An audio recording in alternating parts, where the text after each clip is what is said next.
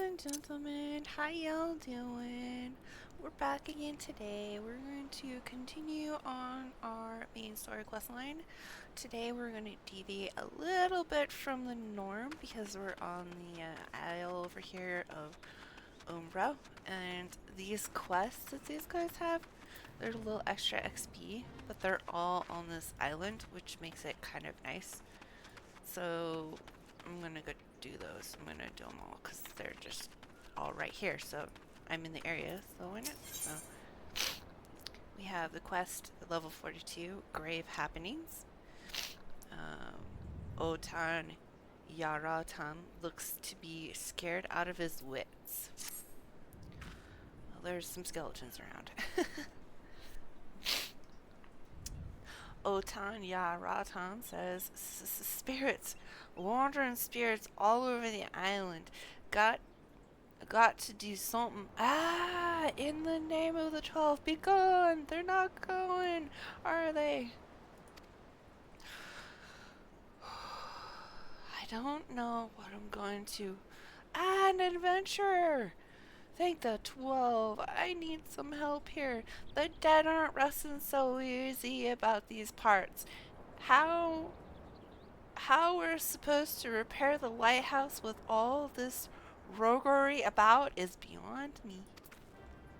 Okay. And he wants me to slay Dead Man's Moans, 5 of them. So that shouldn't be too hard. No, there's one right there. So alright, let's go over here. Actually, no, let's pick up the quest. We should pick up the quest. Alright, what we here? A Haldul says, "It's all there for the taking. 5 bleeding years worth of you workish in their cargo. But there's queer dead things and that voice. Actually, the voice was quite nice. Interesting." Irapi Taropi says, "You saw him too, right? Dead people, just shambling about without a care in the world, except when they do seem to care, that is, and start scuffling towards the water." Interesting. Lewis, God's that voice. That single fleeting verse. I can still hear it. Stay clear of the Stoutland shore, friend. It took every ounce of my strength to resist. Sounds like a siren. Too many cooks from Irapi Taropi. The haunted wrecks contain all manner of precious cargo, and Irapi Tarapi believes he can find just the spice to take his soup from bland to grand. Okay. Irapi Tarapi says, "Well, I'm certainly up a creek without an oar. Easy coin, they say. Waltz right in, grab the washed up goods, then be on my way. Everyone'll think you a ghost." Bah. Why to work except for the real walking dead spirits about. 'Tis a damn shame, but ain't nothing worse rousing the wrath of them skeletons. All that booty up for grabs, but I got nothing to grab but a ladle.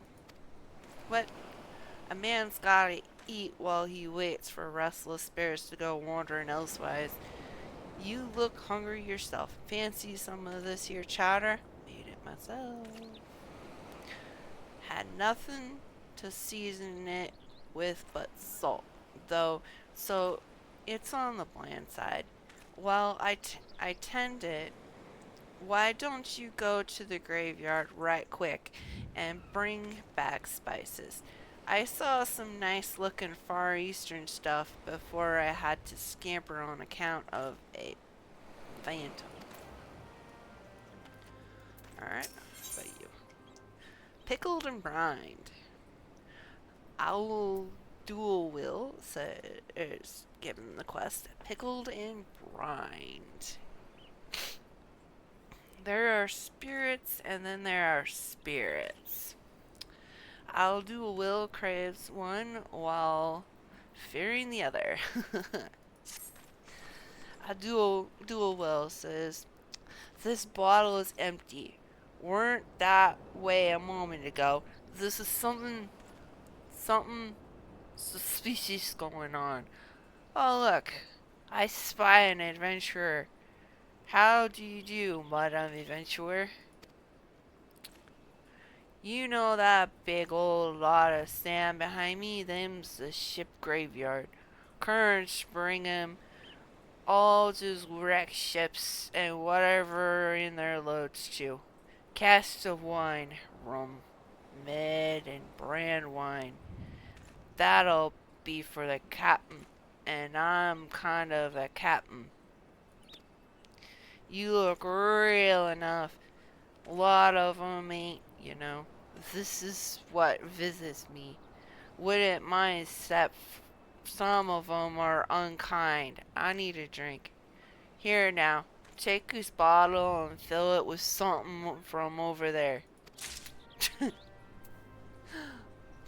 Well, I guess okay.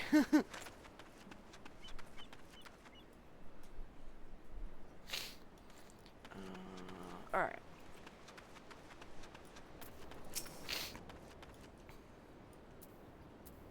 Wait, why isn't it?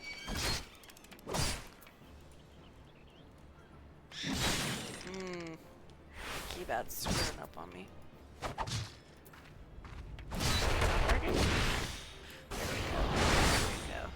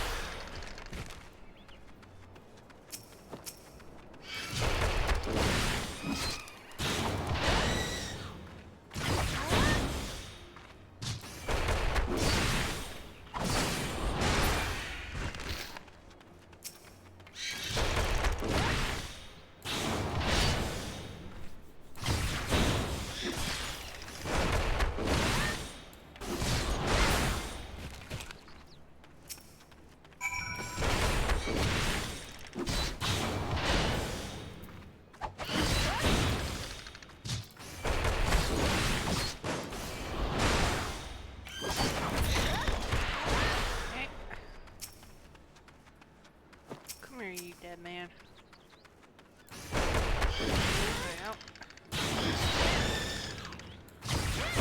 40 seconds.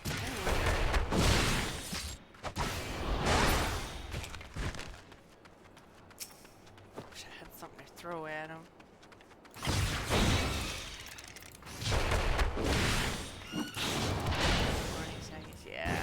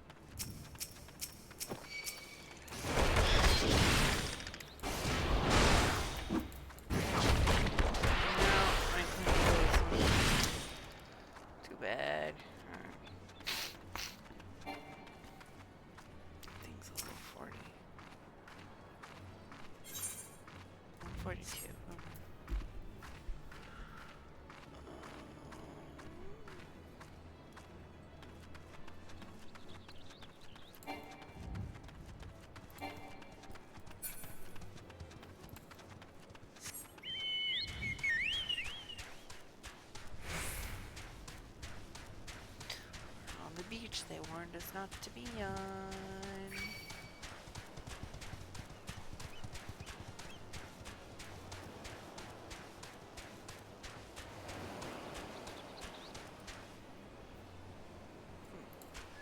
Let's kill this one.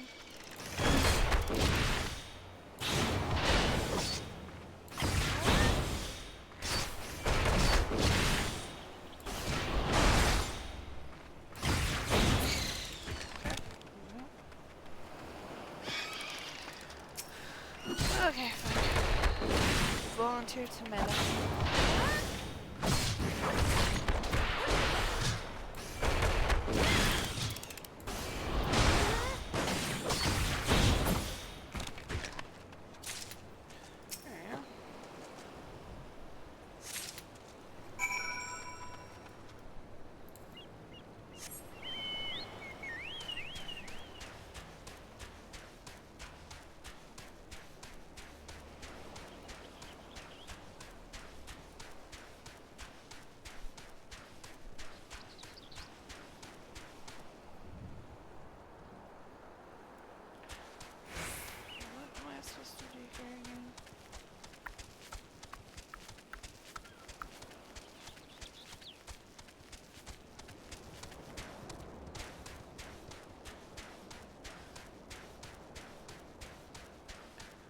Something over here. Where is it? All the way up here. Okay. Wine ton? Huh.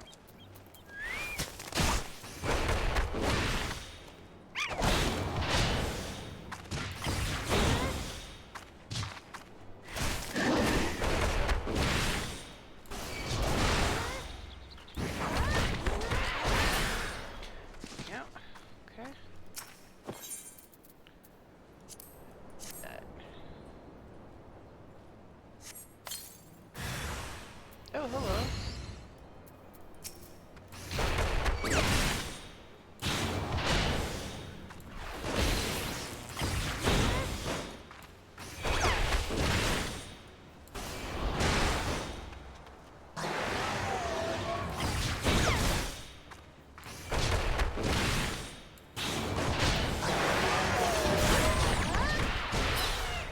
There we go.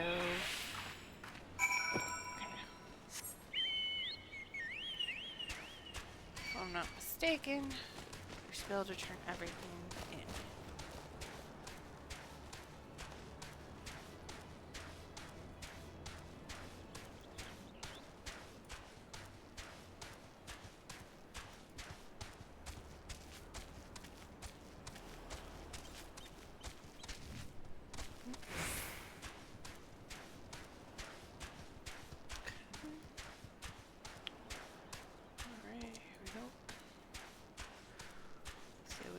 By him again. Yep. Okay.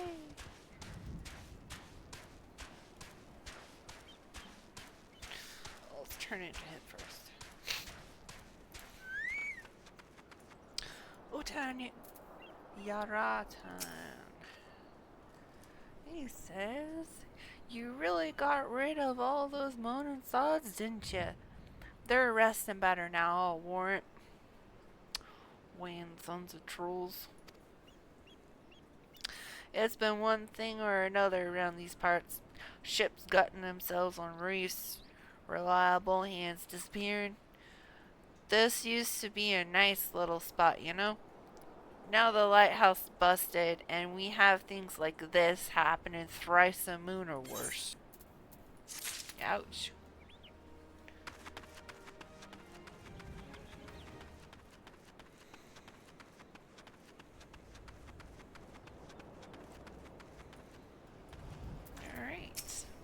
I'll do well says, ain't fair with the rules changing all the time. I was a good looter, I tells ye. Now suddenly the job comes with ghosts.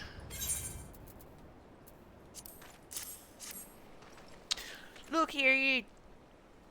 That's a full bottle. I had one of those around here before. I think something happened to it. Thanks. You're the best operation I ever seen. Supposed to be other cargo too. Chests full of electrum bars and the like for trading with the East and Martians. Me, I'll take the wine. Ugh, smells like a rotten egg. I'm not drinking that. What a waste. All that wine and mid. Beer too. Mustn't forget the beer and the brand wine for the captain. Oh.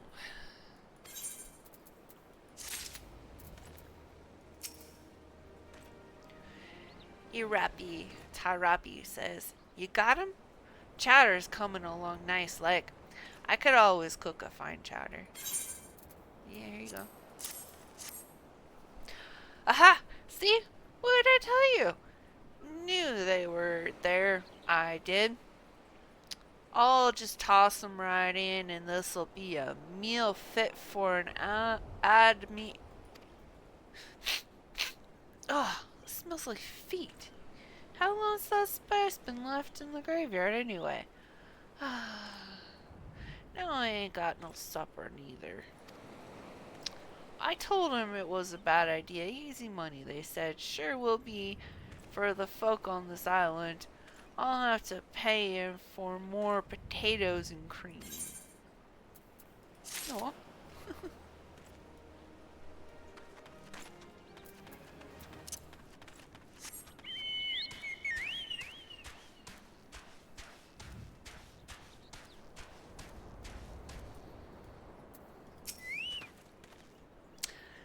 David says, and this is the main story quest line.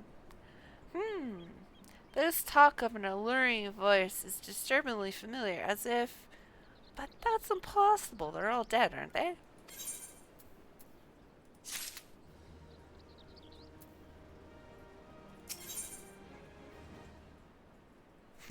David is sweating profusely. David says, but if they have returned, that would mean... Oh, beg your pardon. I was just, thinking about something. Which reminds me, I received word from Master Minidua would be arriving any moment.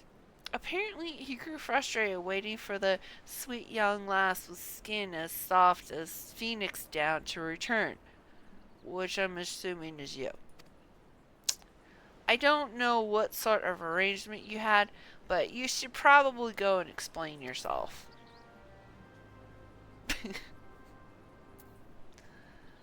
Okay.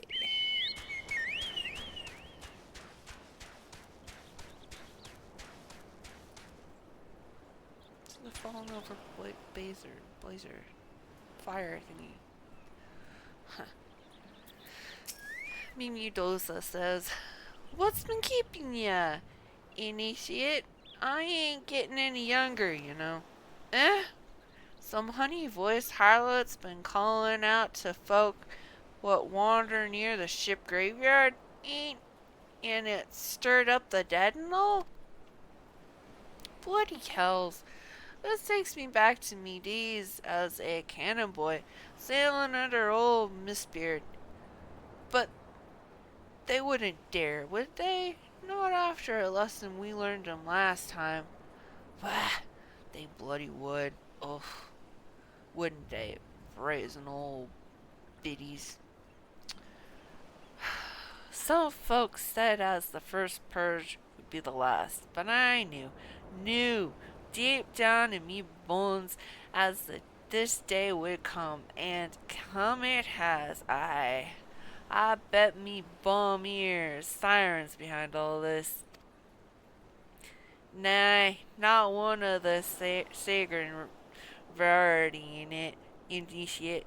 I speak of the other kind. Them what's got feathers and allure sailors to a watery grave with their sweet, sweet song. Oh, but it don't end there. No drowning's just the start. See, even in death a man stays bound to the beast, forced to do her bidding till his corpse can't do no more. 'Tis a fate I wouldn't wish on me worst enemy, except maybe in a drink, and I'd regret it after. Any road, 'tis up to us to stop this hell's-born hissy before she takes another soul. Course, we can't send ye marching off to war without these. The siren don't have no power over a man as can't hear her song. 'Tis lucky for you I can carry a spare pair. And lucky for the both of us, I'm a superstitious little sod, huh? Well, she ain't coming to us, so we best head over to her, to the ship graveyard, initiate.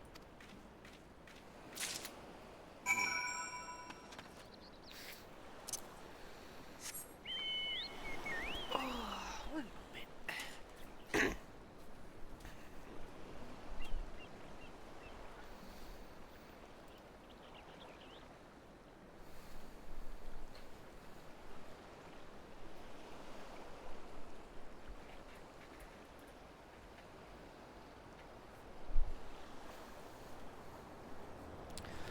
Okay, I'm back.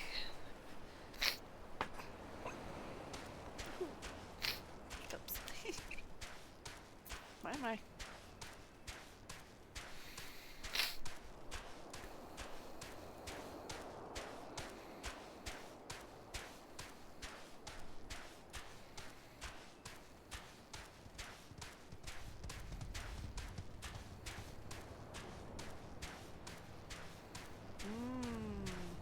Is that a fate or a...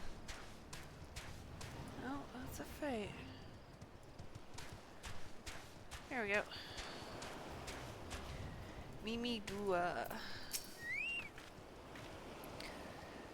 Mimi Dua says, if she passes near the shore, she's sure to spy the campfire and come looking. Just a matter of waiting now.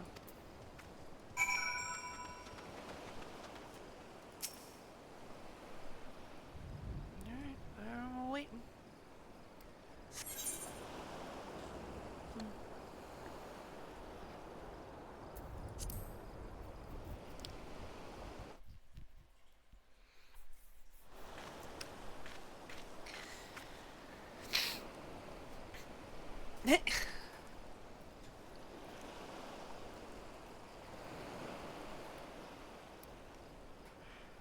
Oh. Mimi Dua says, I'm beginning to wonder if some sly bugger ain't spun us a yarn here.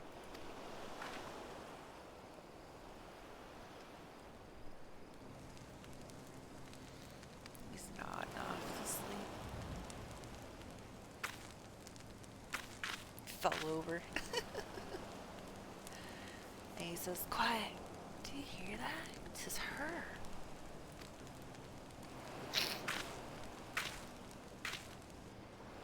Oh!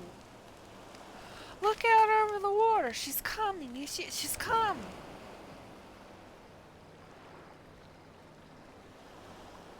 That's a siren, alright.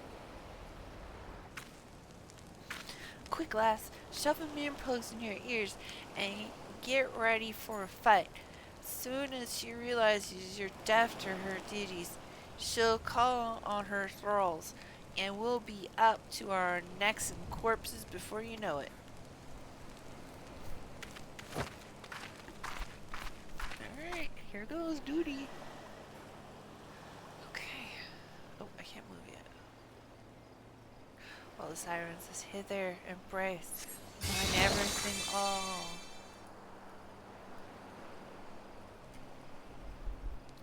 True love's spawn, her cruelty's reward.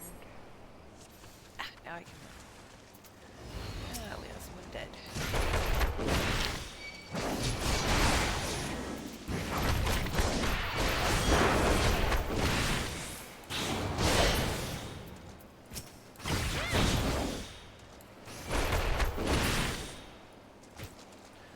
Oh no, I can't attack her.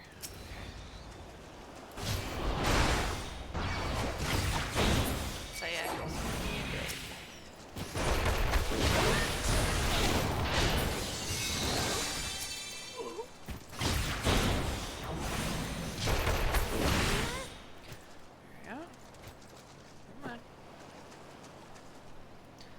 Siren says, spare mournful mistress distress.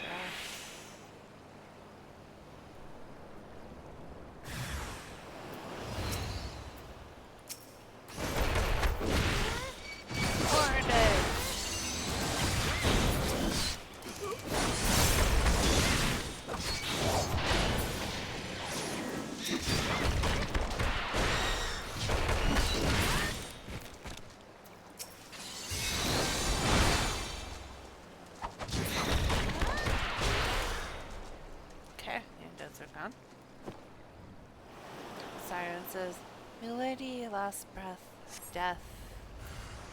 The rhythm, thou dost not to relent, regret, forever.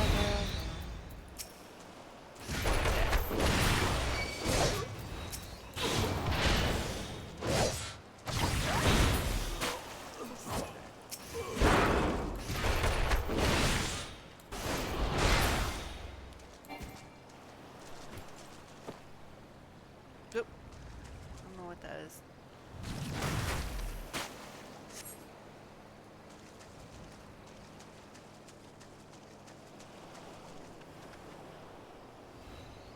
Oh, it's a charmed captain.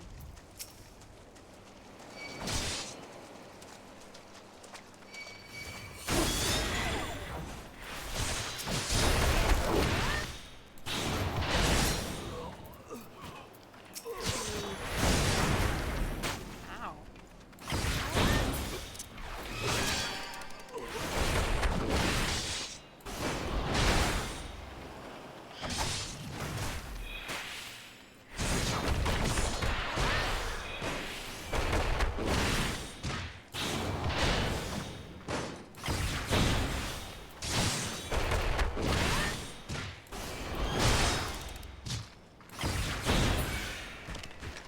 Okay, captain's down. Siren goes, no more dark, eclipse the heart. Duty complete! Yay!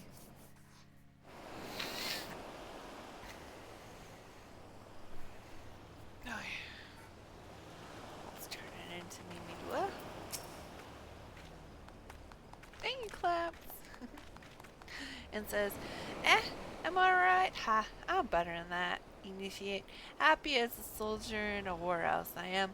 Cause of course I'd be happy as a soldier with 2 warsresses if we got it the songstress. But you can't have everything, can you? She'll not come croning around here again, though. Not for a while, any road. And if she does, well, we know what to do, don't we? Thanks for your help. Bugger me. I've clear forgot your name. Remind me. Nyra? Don't recall having no initiate by that name. But if you're not me old mate, what was her name? Why have you been so bloody helpful? Ah, never mind. Be seeing you, lassie.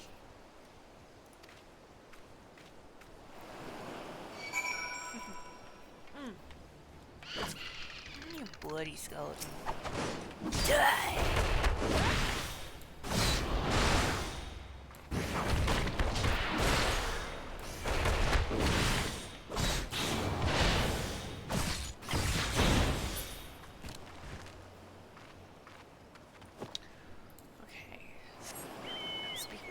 Okay.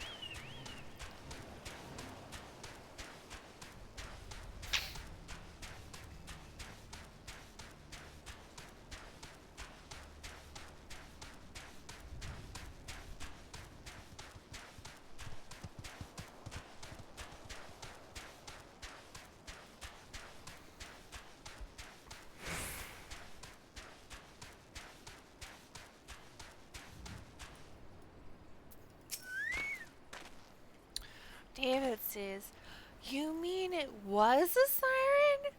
But how were you able to resist her song? I see.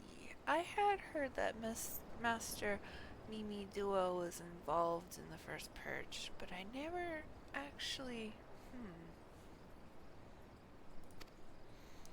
Having survived an ordeal like that, I can't blame him for carrying earplugs around with him.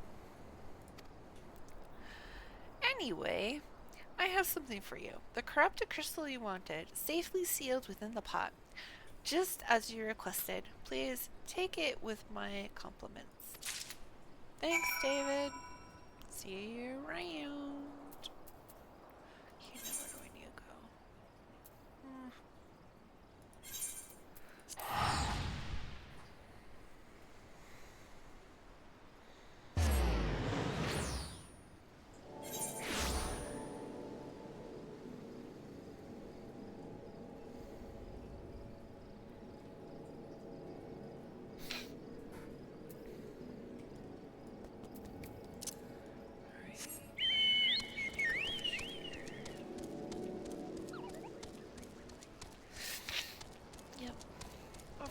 this lady.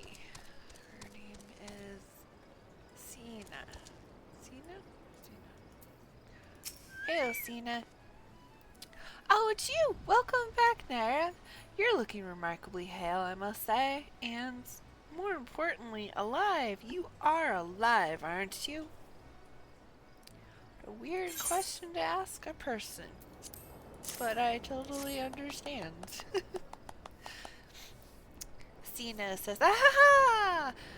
The conquering hero returns bearing a gift.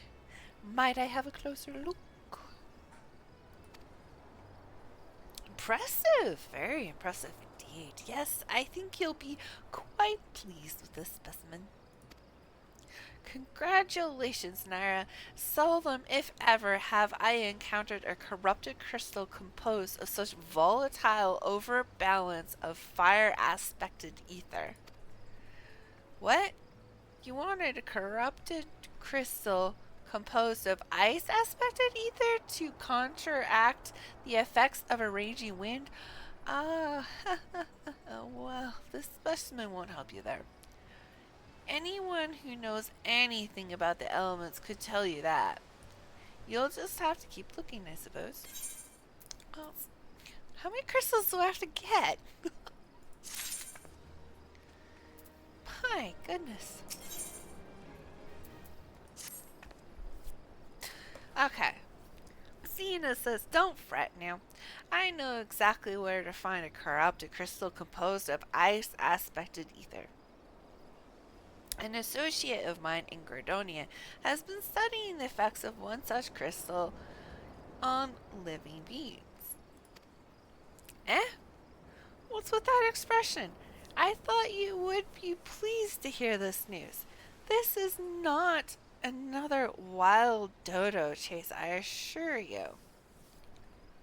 All the way back to Gordonia. That's where I came from. Sienna says, and what's even better is that this time you needn't use that warded pod of yours to protect yourself from this crystal's energies. Hayden's findings suggest that it is quite safe. Why, you ask? Well, let's just say that it has undergone a unique process that has rendered such precautions unnecessary. Ooh, this is interesting. Anyway, do not let me keep you. It has been a pleasure, Nyra. Come back and see me sometime, alright? Don't necessarily count on it. Okay. Hop back to Gordonia.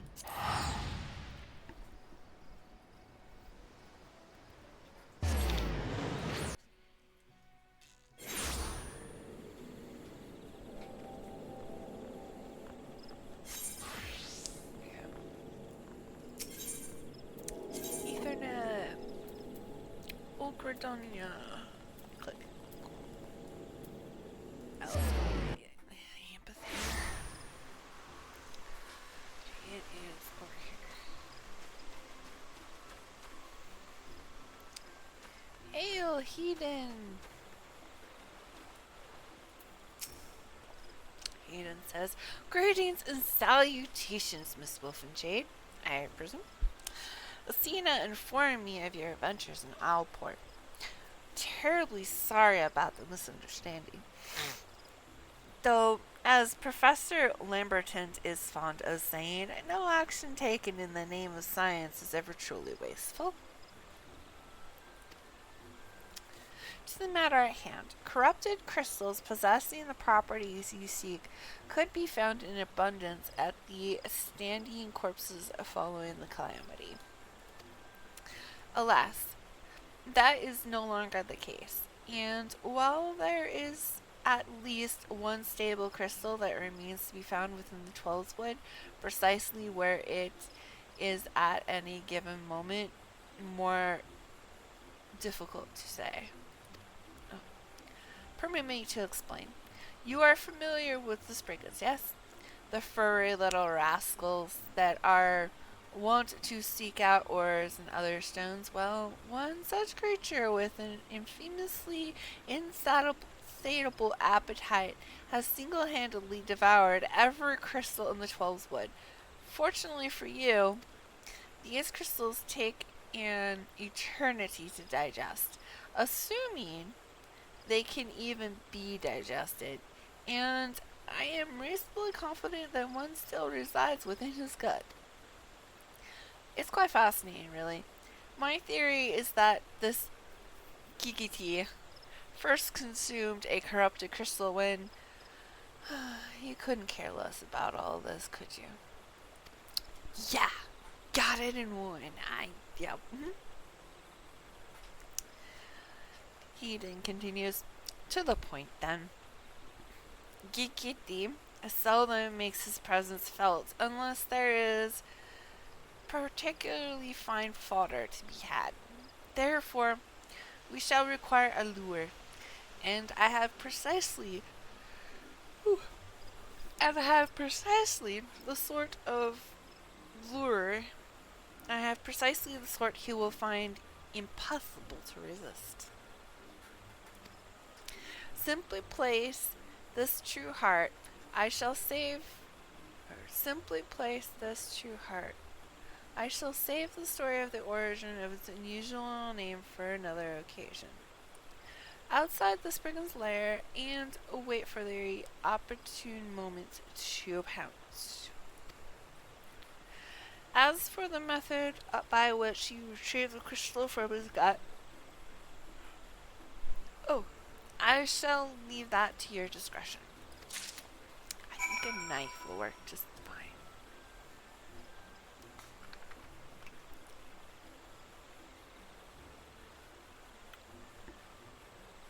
Excuse me. Taking a drink. I get so many spam calls. Criminy.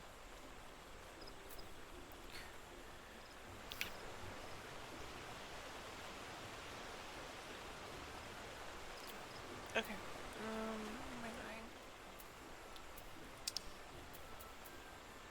Oh. Well, okay.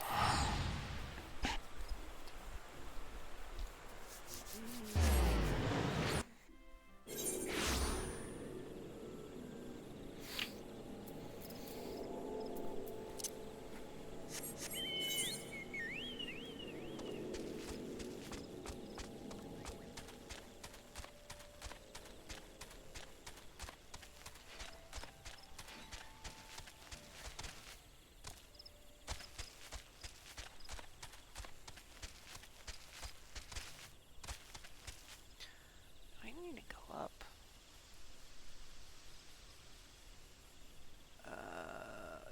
Yeah, I need to go up.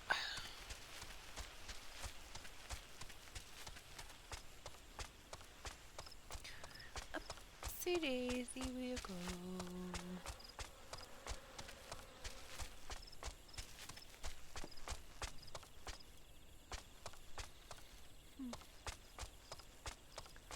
Okay, now let's go this way.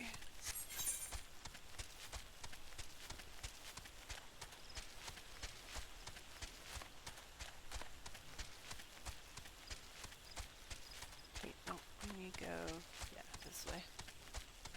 Oh, wait, those are on my kill list.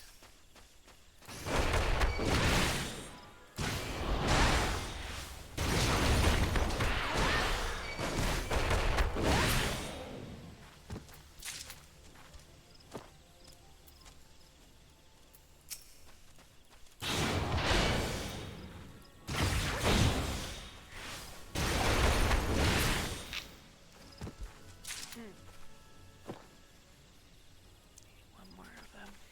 And I see two. I'll see two more. Wish I had something to throw at it.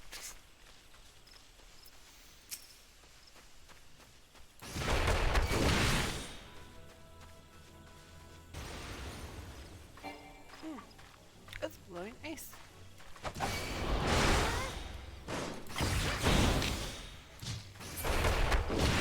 Here we go.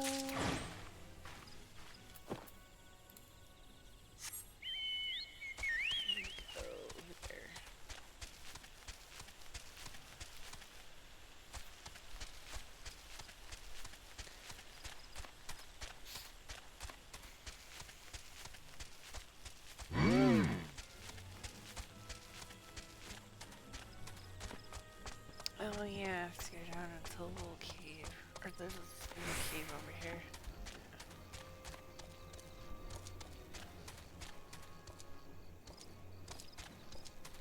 Kinda forgot it existed over here. Right. Die.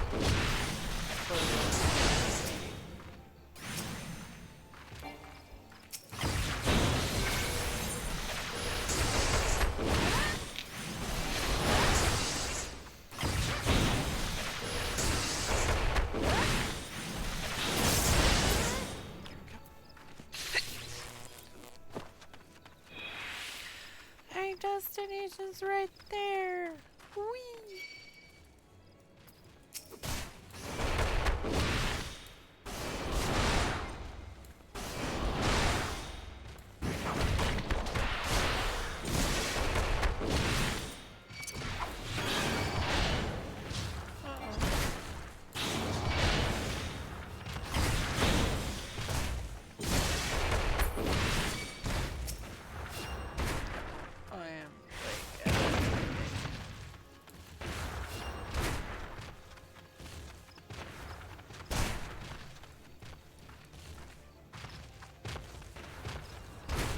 Break off, aggro.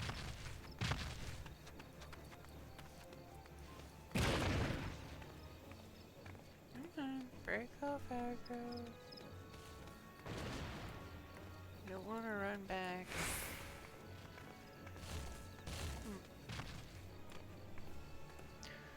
Wait, this guy's not gonna leave me alone.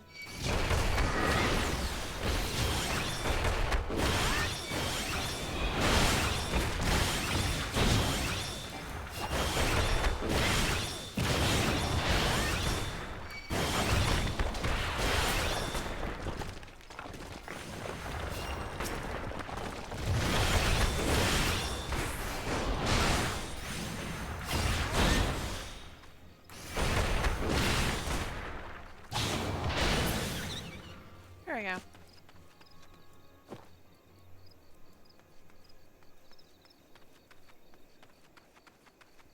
And there we go. Okay. Now can I do my thing? Wait. Come on. Jump up there. There we go. There we go.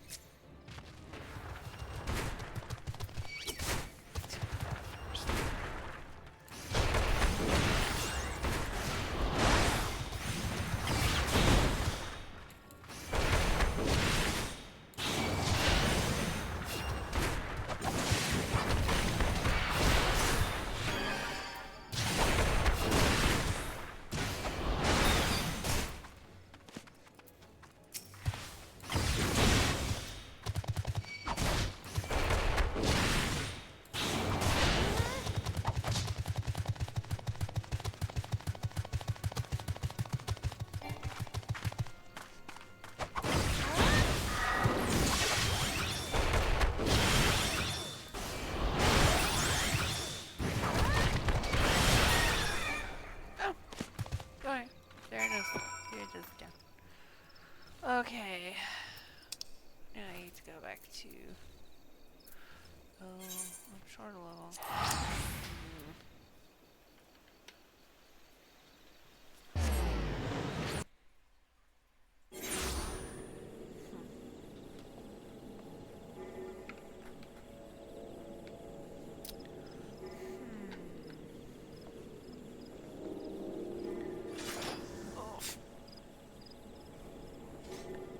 Let's see if I can...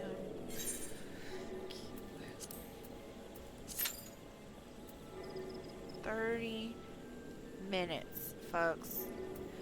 Right here, it says it'll take 30 minutes for it to pop this DPS. That's impressive.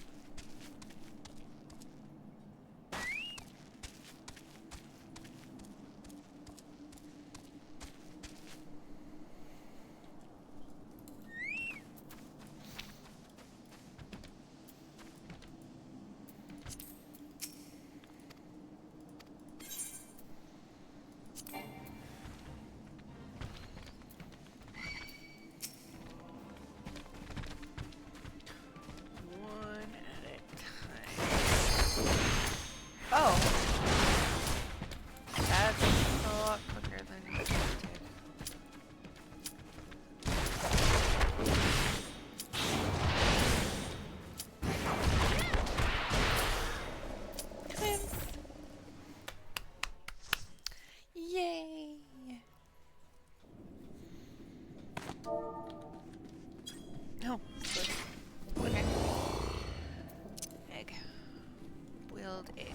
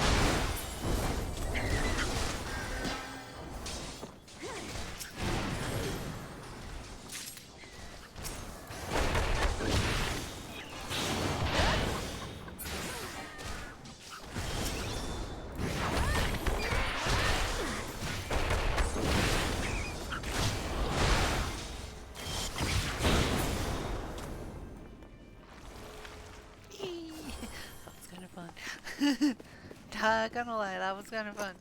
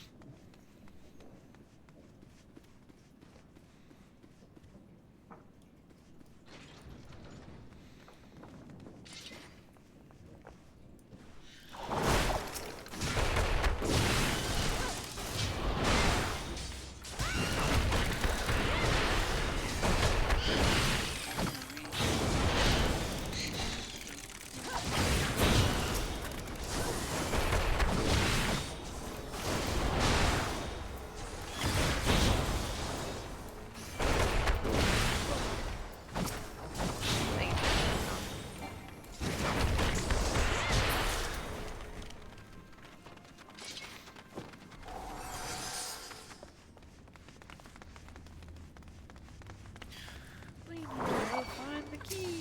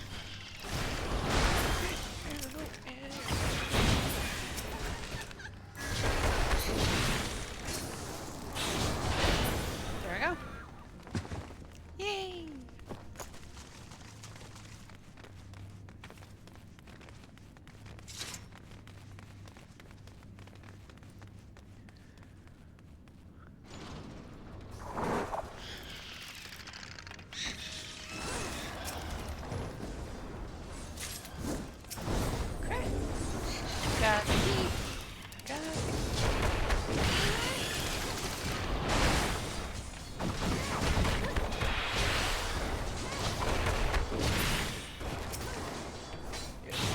Most damage and 2 left. Look at you. And now there's 1. You're the most damage was left.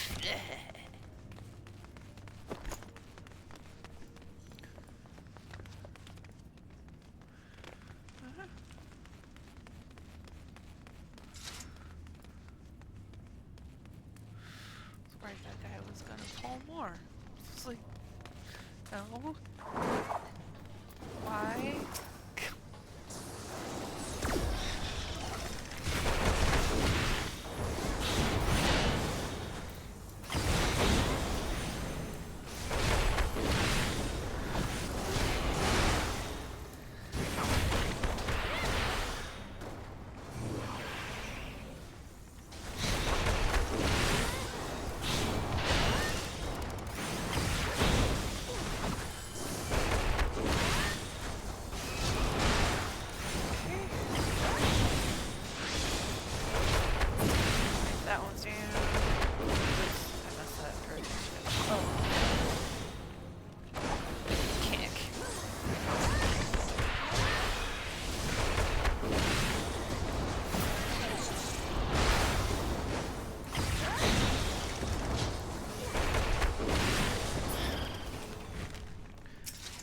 Grabbing the bloody parchment.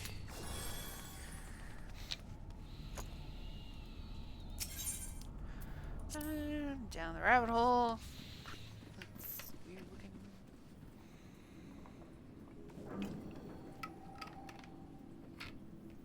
Getting some drink. Here.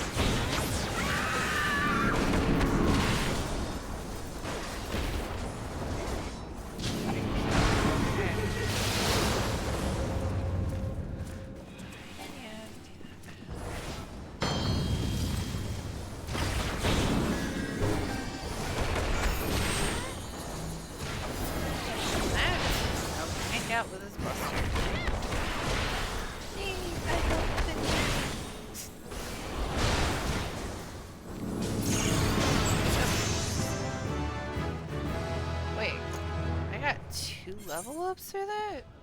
Nice.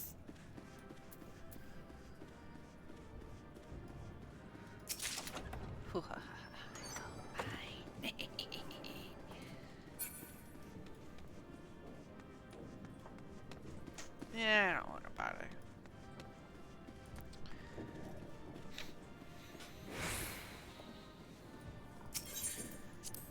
Okay. Ooh, I gotta come.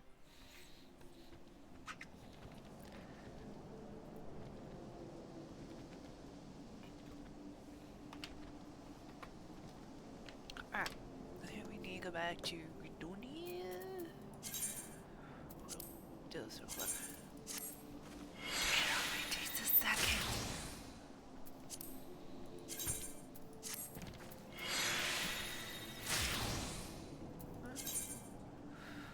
Oh, wow. 40, 35, okay.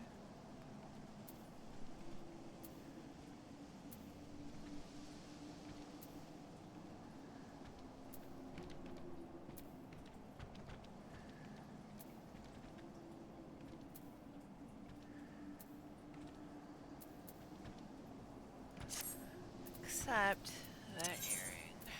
That earring.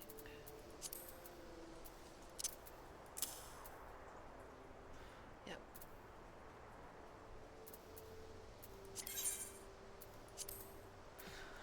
Okay. Let's go back to Redonia, and then we can remog our gear. Or not transmog, but glamour. I have played different MMOs. I know.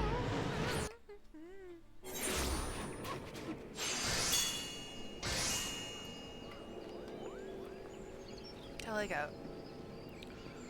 whole set of Wild Heart on transmog. Those of you know, you know.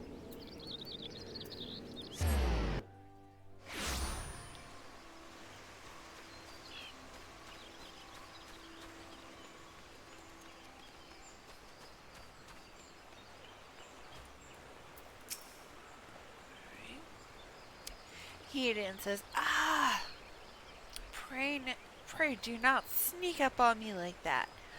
I was so engrossed in... Wait, what is that? What is that God's awful smell?" I don't know. Hayden says, "My word, that is a breathtakingly beautiful crystal. I see my superstition was not mistaken." Look, and I also see you weren't adverse to digging through Spriggan entrails for your prize. I knew it was not. Hayden continues, "We owe our furry friend a debt of gratitude, you know. This thick coating of digestive juices is protecting us from the harmful effects of the crystal, just as the awarded pot you once used did." Why so glum, friend? You finally obtained a corrupted crystal you sought, one overflowing with earth aspected ether. Calm down, I just. It is composed of ice aspected ether. Worry not. I suppose that joke was in poor taste, considering your previous 2 attempts were for naught. Yeah. Maybe not just about that. Might tear your hair out for you. Alright. Oh, right. He has the quest. He then continues, "Beg your pardon, Nyra. I forgot to return your crystal to you." Yeah. Oh, and there was a message for you from Professor Lamberton. Something about a man named Marcus? Apparently the professor misses the intellectual stimulation. Forgive me, I should have written it down. It occurs to me that I have yet to ask why you needed that crystal. You weren't planning anything nefarious, are you? Twists reflect poorly on me and my research if it was used for evil ends. Perhaps it's best I remain ignorant. I didn't become the professor's greatest pupil by filling my head with unnecessary information.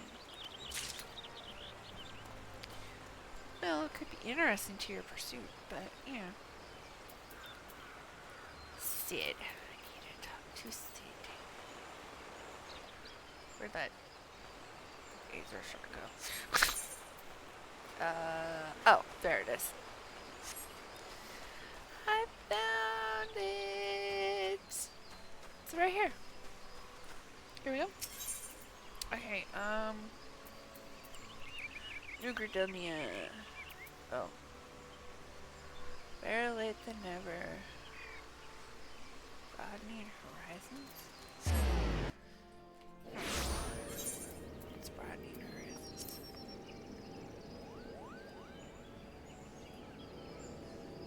Oh. Yeah, that's fine. Which one do I need to go to? That one. That one. Oh, down into the end. Okay. I also need to do my Galama repair my grammar. Oh, wait, where? Here? No, I'm not sure. I think I need to go down.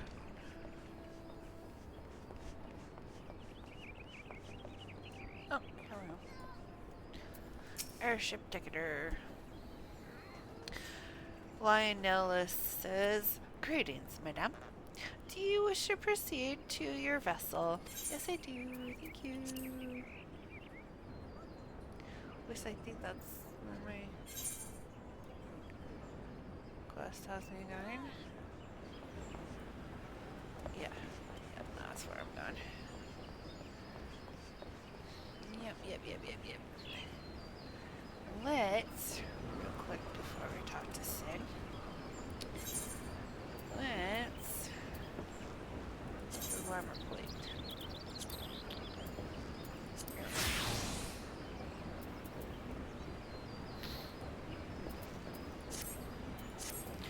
Okay. Hail, Sid. Sid says, "All repairs and modifications have been completed, Nyra. Once you bring me that crystal, nothing will stand between us and Garuda." I'm about to unlock a trial. Cutscene! Sid says, "I'll need to run some tests to be sure, but this looks to be exactly what we need." "Worry not, Nyra. I'll see that your hard work doesn't go to waste." I just nod. Ran all over the country and I just nod. Alright, Sid continues. "The Enterprise is already more than a common airship. But mark my words, soon it will become something greater, something extraordinary."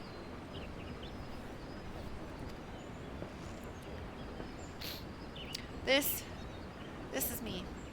This is what I was born to do. Okay, Sid. Compare item. It's a little better than what I got already. I'll take it. Fine. I'll take it. And put it on real quick.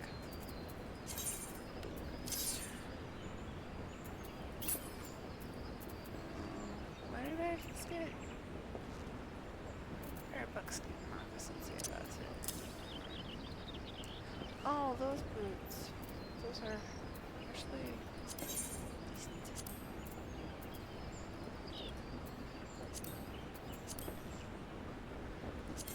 Dye them real quick. Oh, it doesn't look much better, actually. Never mind that. Alright. Hail, Sid! Sid says, according to my tests, the device is now functioning in perfect harmony with the crystal, meaning we can leave whenever you're ready. But you must understand, tests can only tell one so much. Until we approach the Howling Eye, until we attempt to breach that barrier itself, I cannot be sure this will work. I think it's only fair to tell you that there is a small but statistically significant chance that the crystal could trigger a massive. Perhaps it is better we remain positive. Nyra, I want to thank you for reuniting me with my ship, for trusting in me to develop this plan, for everything. You've helped me to rediscover a part of myself I had forgotten. I am not the man I once was, and I do not know if I ever shall be. But I do know one thing. This feels right. My apologies for the sudden outpouring of sentiment. I would have waited until after the mission, but, well, you understand. Quest accepted! Cutscene! There. She's ready.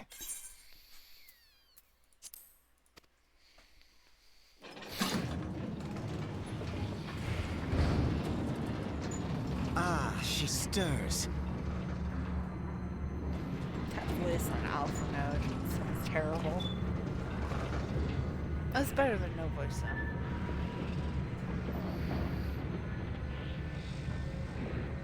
Why are we holding hands? What's going on here?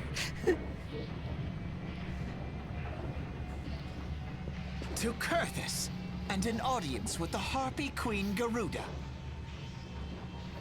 Enterprise, engage. No comment.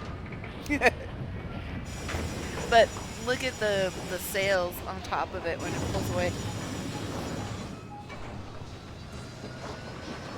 Well, I guess that's not one of them. There's a unique shape. So the balloon's on top. You'll know what I mean when you see it.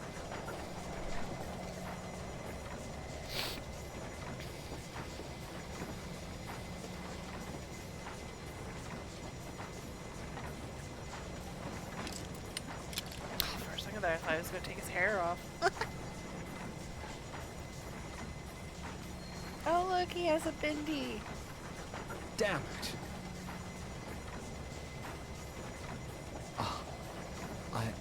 I once flew in this airship, and I was not alone. There were adventurers on board. Adventurers like you. Uh-oh. No! He knows who we are!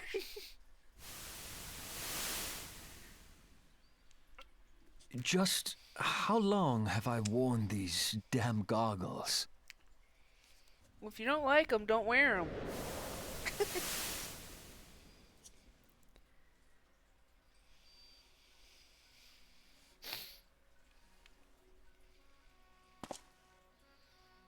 That's a lot of Yes, lace. I fancied myself a trendsetter in my younger days.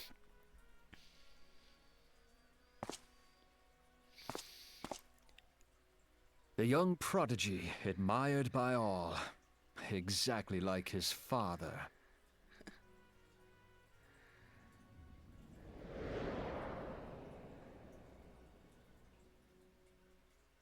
Born and raised in Garlemald.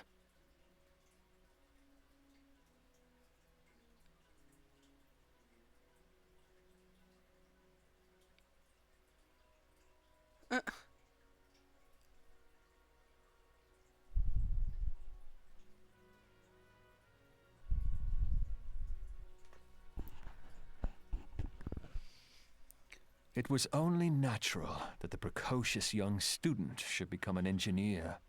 Had his father not done the same?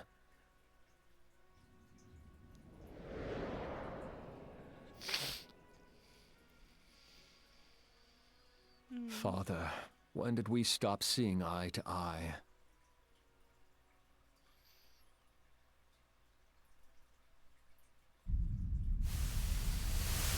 When did Meteor become your everything, and your loved ones cease to matter?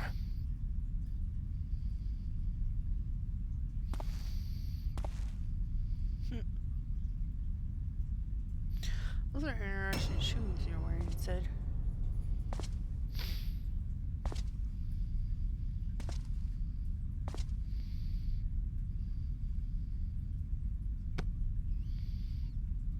It's Darth You Vader. abandoned us all, but he was there for me, Father. There for me when you were not.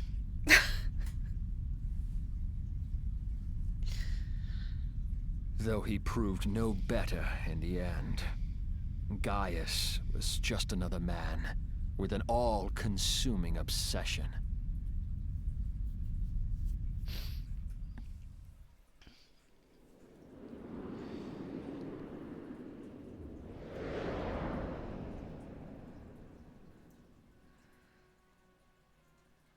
And so I ran, left the Empire behind and came to Eorzea, where I built the ironworks.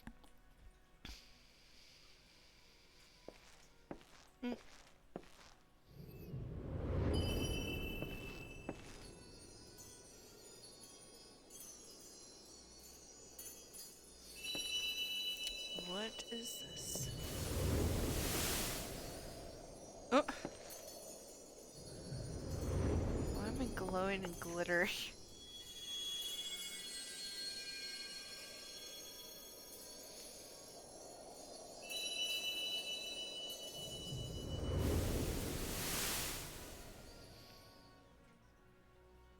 Ah yes, it was then that I first donned these goggles.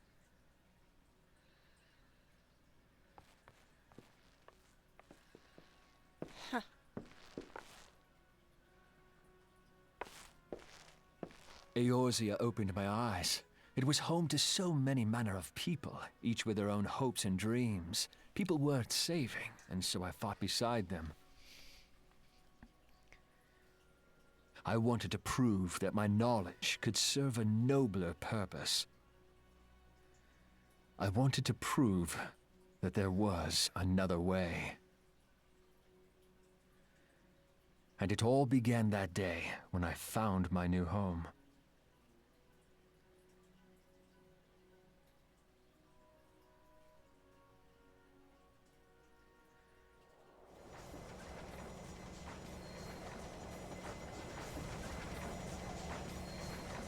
I had forgotten how wonderful it was.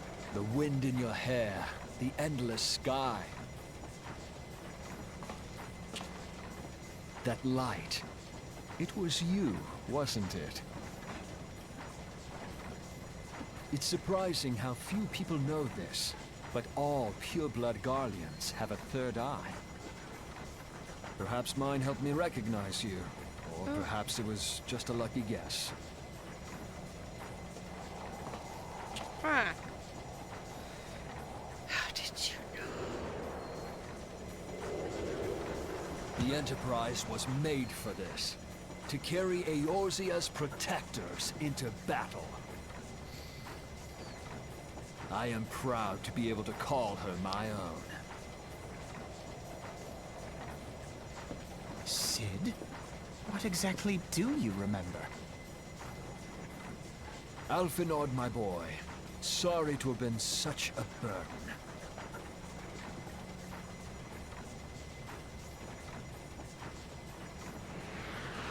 I remember everything. My name, Everything? my people, and my purpose. Everything. Everything. Come, it would be rude to keep Garuda waiting.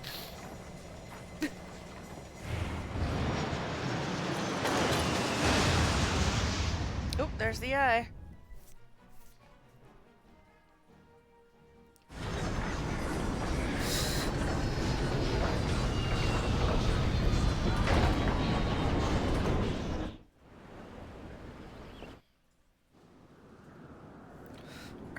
let's see if we can't queue for this one as deeps.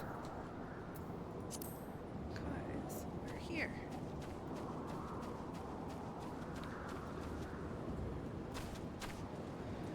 Hail Alphinaud.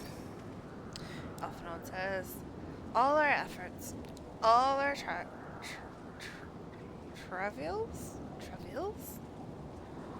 all of it was for this. Make ready, Nyra, for the end is nigh, be it hers or our own. Thanks for the vote of confidence, you. Alright. Okay. Color selection. Okay. Oh, it says 10 minutes, so we'll see.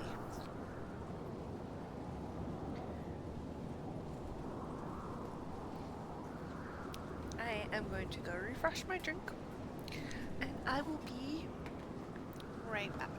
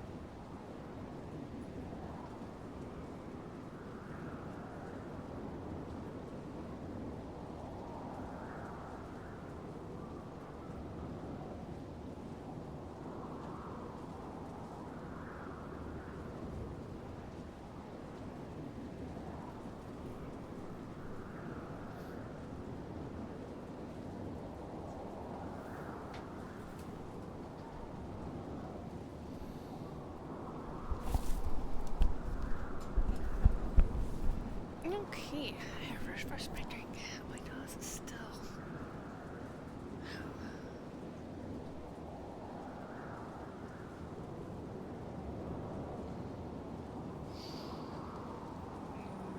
I might just get this one's healed.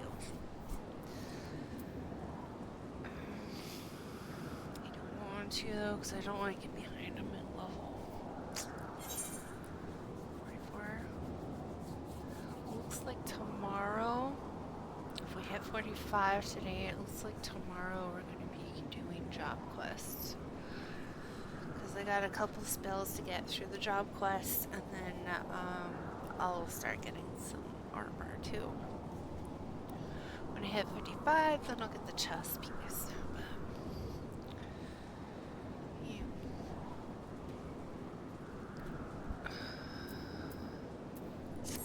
Hit 60 though, I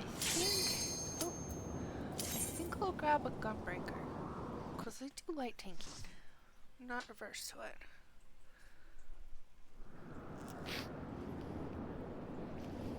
Alright, here we go.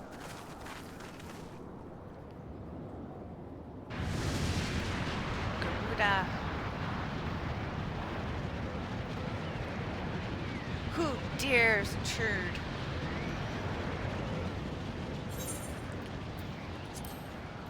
Your insolence shall not go unpunished, landwalkers.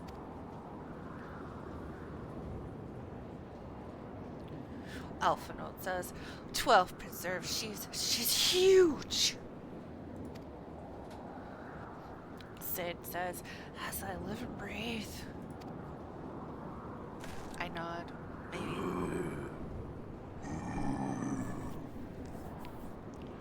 Sid, over there, look. I look. They have some goblins tied up.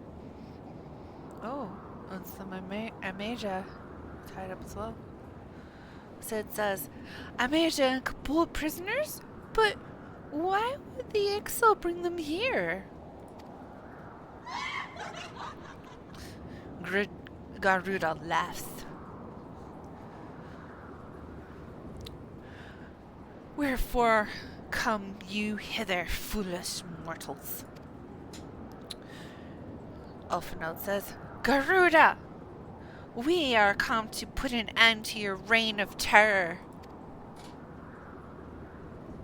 Garuda says, Hear you this blasphemy, my children.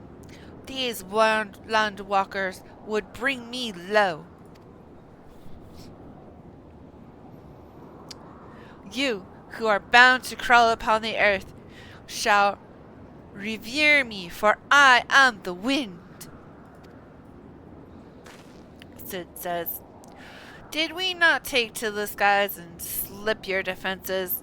We are bound by nothing, Garuda. Garuda says, You think your playthings give you strength? They will not help you here, Landwalker. This is my realm, where none can challenge my supremacy. Struggle though you may, I shall slack the roots with your blood, and forestrewn the canopy with your entrails.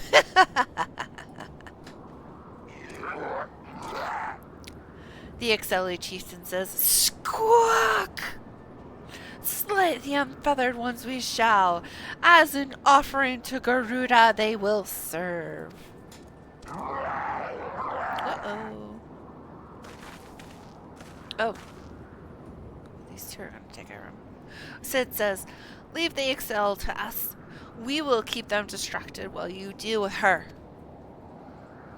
Elfinote says, Do not fail, Nyra. Remember, you fight for the Scotians, for Erosia. Nod.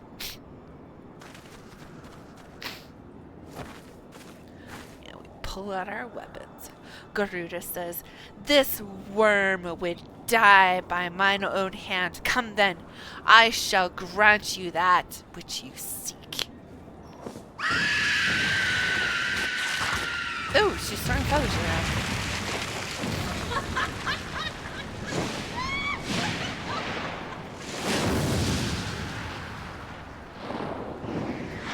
I'm doing somersaults in the air.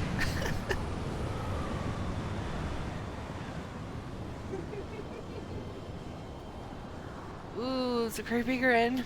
And a giggle. Alright, we're out.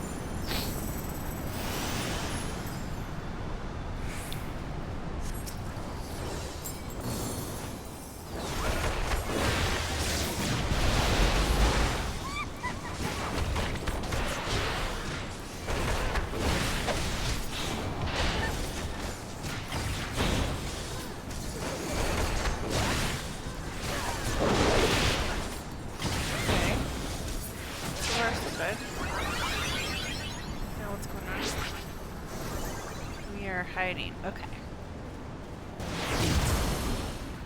Okay, very good. No players are harmed in making this video.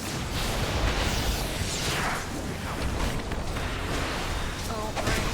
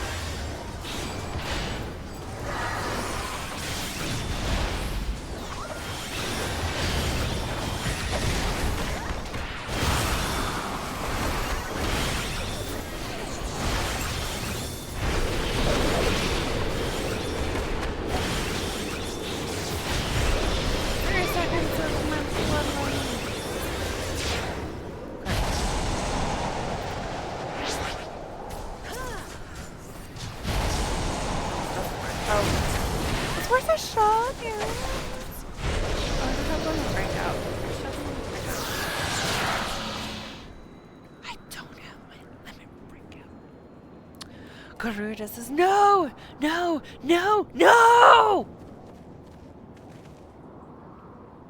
We're all staring up at her from the ground. As she kind of bends over and screams. Sid says, what? What in the hell's...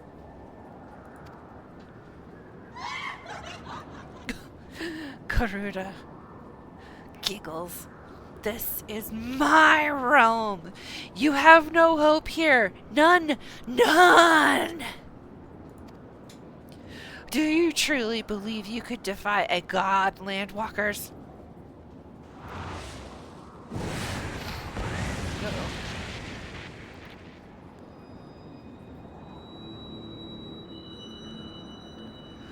Oh, her followers are channeling into her.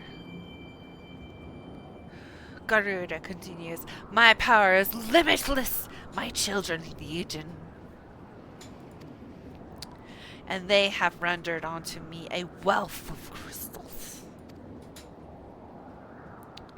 Their gifts sustain me, their faith empowers me. None save my children will escape the reckoning mortals, and those who would use my crystals to awaken the rest shall realize the folly of their faith. Then all shall worship none but me, the one true God.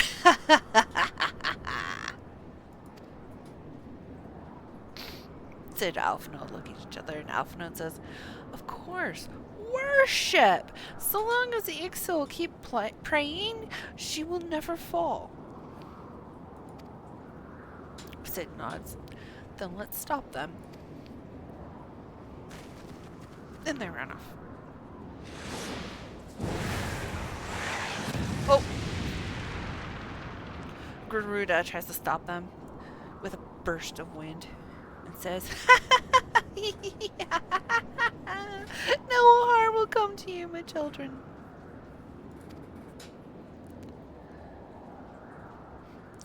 Garuda turns to me. This is only the beginning, Landwalkers. All who oppose me shall suffer for their defiance. Soon, the worms of the forest shall receive my judgment, the desert vermin next. Their walls of stone will not shield them from my tempest. And then I will take vengeance on all the sea lice. Their wooden boats cannot outrun the wind. Tremble, mortals, for I shall visit you all in time, and all shall be mine, all mine. You, Landwalker, you who dare to raise your hand against me, you shall be the first to pay for your sins, not with your death, but with your life. You will serve me, Landwalker, to your last breath.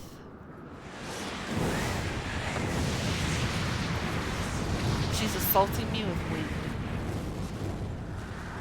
Garuda says, no, no! I claimed you! You should be mine!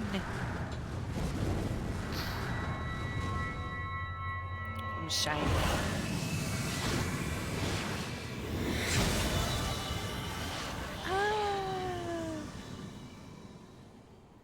And she's slowly bending over backwards.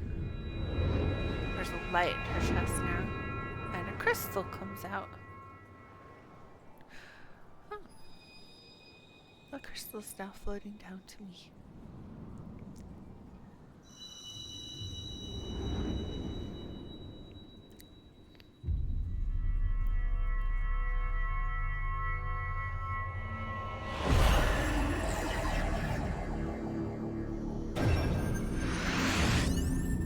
It is the last one.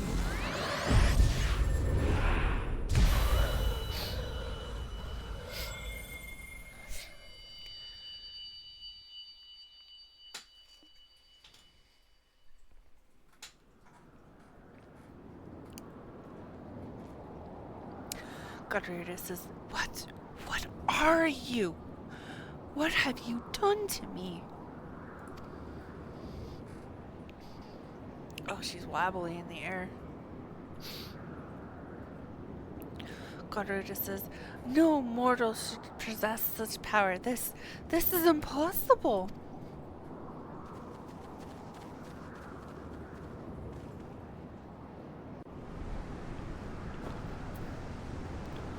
End of cutscene.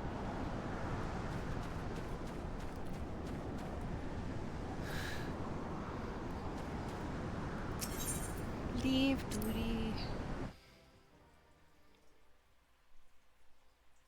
You're right. Oh, another cutscene. Why do you not tremble at my might? Why do you not beg for mercy? Why do you not die? We've done it! Ah! Impossible it is! Kill you all! Is that all? O Lady of the Vortex, O mighty Garuda. Of all primals, the most terrible, I say again, is that all? Gaius! Ah, Sid, my boy, you look well, for one who has forsaken kin and country. I wonder what else you will forsake before the day is done. What? What exactly did you hope to accomplish here this day? Well, I shall accomplish far more.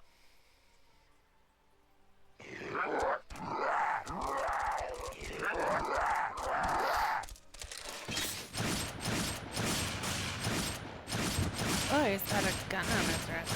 Alright.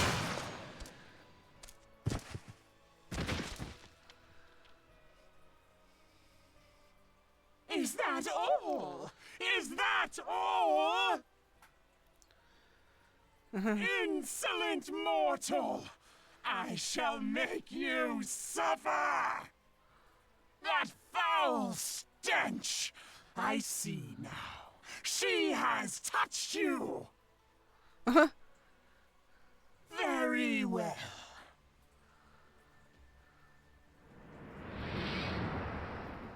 Seven hells, does she still mean to fight? Apparently.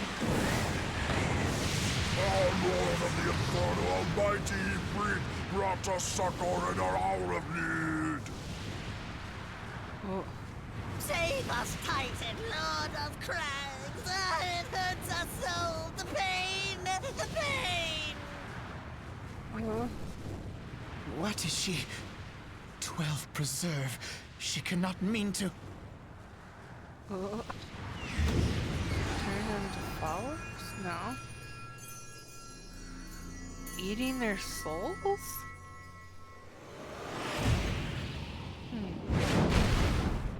Oh. She summoned Ifrit? Oh, I'm the Titan.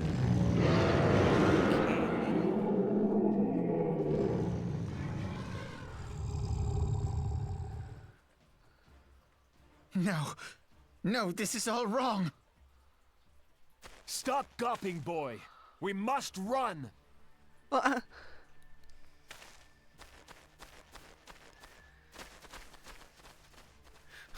all three of us are running away. Gaius is just standing there. Surrender yourselves unto me. I would feast upon your ether. None shall stand against the wind.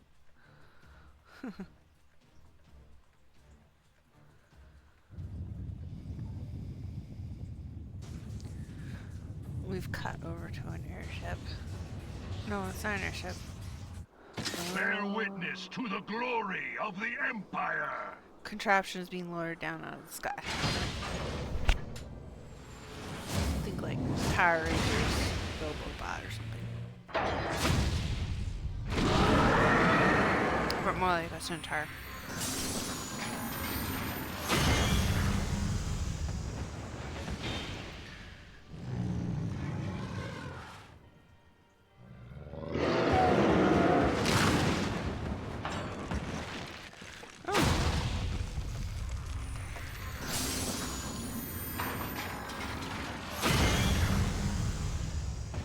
I just used Titan to power up.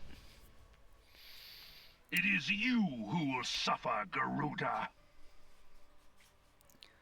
Ancient Alleg had ways of dealing with your kind.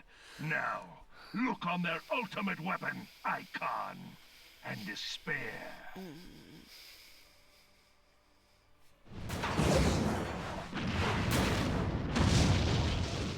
She's trying to fly away, but it caught her.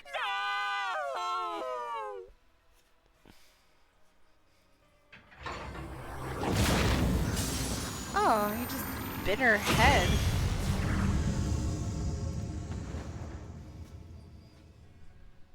Magnificent. It exceeds all expectation.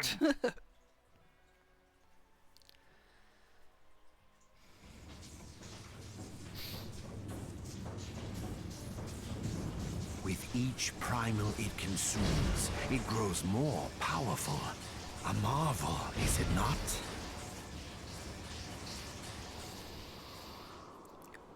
Such is the fate of those who oppose the Empire. There will be no warriors of light to save you this time. If your leaders are as wise as they are reported, they will surrender.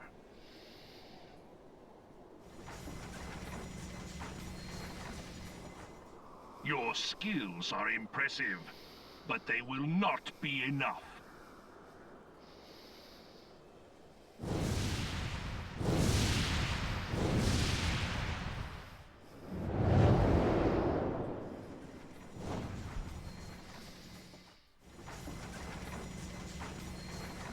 12, have mercy. What chance have we against such an ungodly creation? And who was that armored devil? That was Gaius van Balsar, legatus of the 14th Imperial Legion and Supreme Commander of the Garlean invasion force in Eorzea. Of course. The Black Wolf. How could I not realize? Grandfather mentions him in his journal. I was never so naive as to think the man would abandon his ambitions. But these developments are beyond my worst expectations. What have you been doing these past 5 years? How could something of this magnitude have escaped the Alliance's attention? We heard no whispers, saw no signs. In the wake of the calamity, the Empire seized land and built outposts, but that was the extent of their aggression. Damn it, Gaius! Where in the seven hells did you find that thing? It has been a day of unexpected developments, but the fact remains, Garuda is no longer a threat. While I take no comfort in the manner of her downfall, it does mean that we may safely put the matter of the primals to one side, for the time being at least. Which just leaves the matter of Gaius's new toy. Indeed. That weapon poses the greatest threat to Eorzea. It must be destroyed. But first, we must needs find out all we can. Let us make for Vesper Bay. We shall rebuild the Scions. All is not yet lost, my friend. For we bear the light, and shall surely lead our people from the darkness.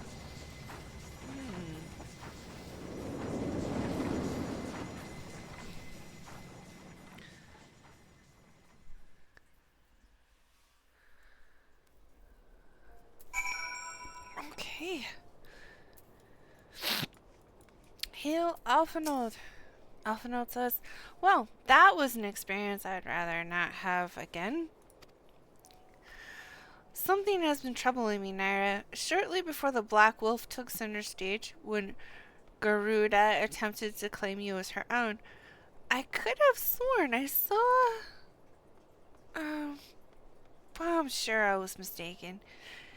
In times of great stress, the evidence of the eye is apt to be misread by even the most inquiring mind. Forget I mentioned it. Returning to the subject of our earlier discussion, we may consider the matter of the primals closed until further notice. No beast tribe will dare summon their god as long as that weapon exists. Truly, a more effective deterrent I could not imagine. It almost seems a shame to plot its destruction. Oh. Certain. Yeah, okay, I guess I'll go with that. Free Ring Knight achievement. I don't know what that means. What is it? It's complete the main scenario quest Vortex, Our Lady of Vortex. Alright. Hey, Alpha Node. Ooh, chest piece. Ooh, I'm gonna try it on. No, I don't really like that one. Or that one. Probably not this one either. Oh, it's better of them all. Alright. Alpha Node says, it is past time that we return to the Waking Sands. To leave our headquarters in despair any longer would be to dishonor the memory of those who fell there. We have been... Oh, hey! That's treating me well. How's you doing? Your boy Guzmo? Guzmal, I think is how you say that. Not very good at weird names. But hi! Welcome to the channel.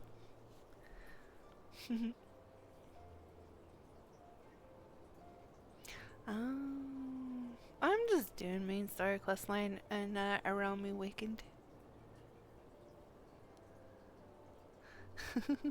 Okay, Guzma. Yeah. Welcome, welcome. Feel free to hang out and listen and, you know, drop a follow if you feel like it. It helps you find me again. It lets me know you like what you see, so, yeah. Thanks.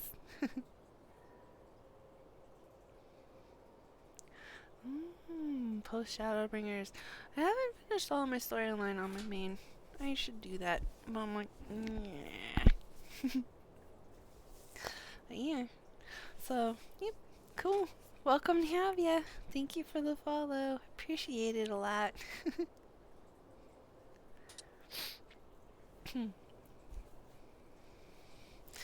So Alpha Node says, we have been brought to our knees, but we will rest, rebuild, and rise once more. Quest accepted. And now we're going to use a ticket to go to Mr. Bay. Because I don't want to walk there.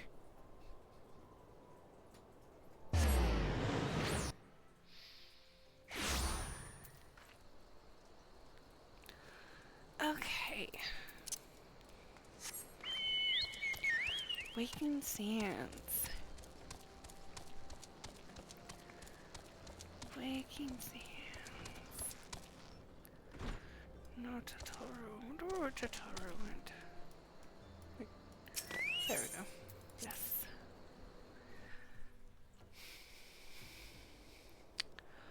Okay. Half expect to see a blood stain on the floor after what happened last time. Hail Alpha Node. Alpha Node says, tell me, Nyra, does aught here strike you as odd? I see signs of recent habitation. Could it be that we have trespassers? Mayhap it's just my imagination. Come, let us proceed into the solar. Yeah, that one.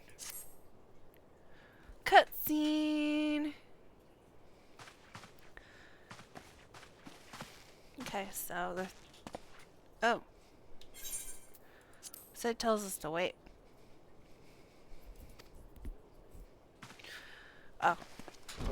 He's gonna open the door. Oh, hello. I like Sid too. I think my favorite's probably Thingrid though. Yeda is in the solar. She says, Who goes there? You blind lady? We're standing right there. Alphanode walks up and says, Now, Yeda. Is that any way to greet a friend? This is true. The ultimate rogue. Yeda says, Alphanode! Nyra! And Sid walks up. Yeda says, Sid? Wait, is this a dream? Sid says, Not that I'm aware of. It's been a while, Yeda. She falls down on the floor? Wait, why is she falling on the floor? She says, I don't believe it. I was sure you'd been... Sid walks up to her and says, This place has seen better days. Yeda says, you know, I wasn't actually here when I was still in talks with the Adder's Nest. The first I knew about it was when I came back, and I saw. Alphanode says, Yeda? Yeda says, The church had taken care of the bodies, but that still left the stains.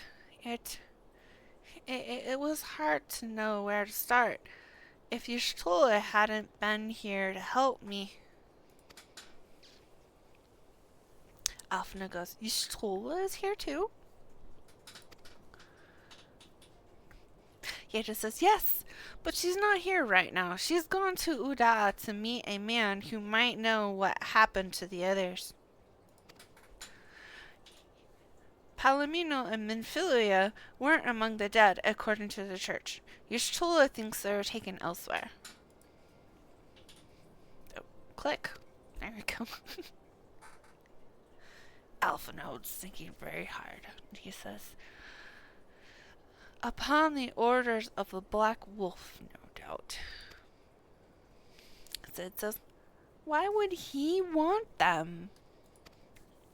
Alphanode says, Because they possess something he desires, knowledge of another power that can be brought to bear against the primals, one that Gaius has yet to harness.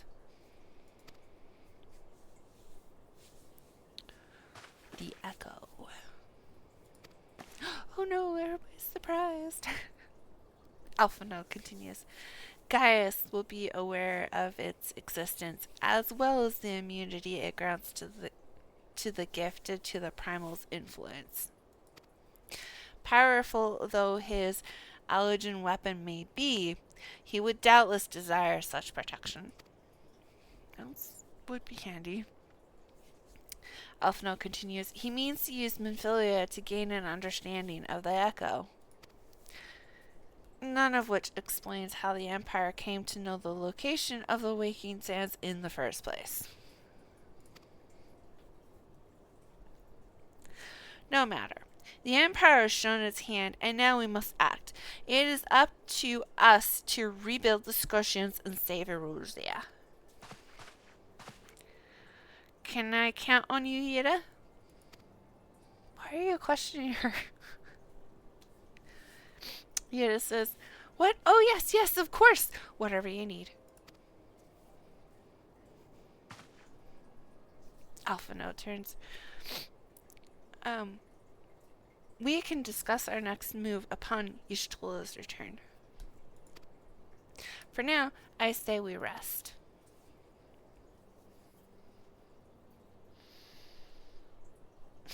Some time has passed and they're all sleeping in chairs. And somehow Sid is asleep on his feet.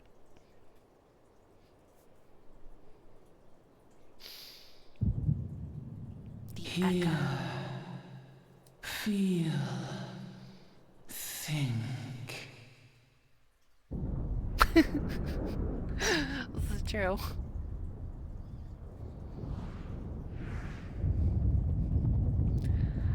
We're in darkness. We're having a nightmare.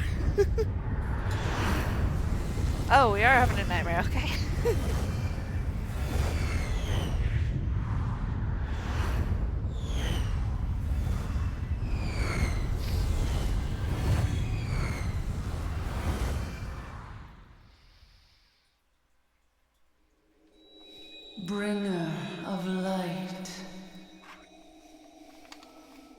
Brave gatherer of the crystals, thy soul burneth bright. Mama I am Crystal. Heidelin, all made one. Hearken unto me now, for the darkness doth begin to spread. Wear thee the bearer of the crimson brand, for he is the avatar of shadow, whom love death Mama Crystal. attendeth always. The crystals shall be thy salvation, thy blade and shield both. Steel thyself, for at the appointed hour thou shalt stare into the heart of darkness. Go with caution, my child, but fear not, for I am ever with thee. So, Mama Crystal's spying on me? Oh, Y'shtola! Yeah, it says, Y'shtola! Y'shtola says, Nyra! I see you and Ulfenshade are safe, and Sid?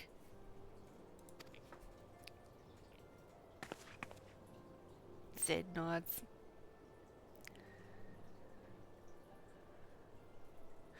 Y'shtola says that we five should meet each other thus defies simple explanation. It is as if the benevolent hand of Master Luxqua guides us still. He would not see us undone so easily. Not now, when we need, or not now, when the need is so great.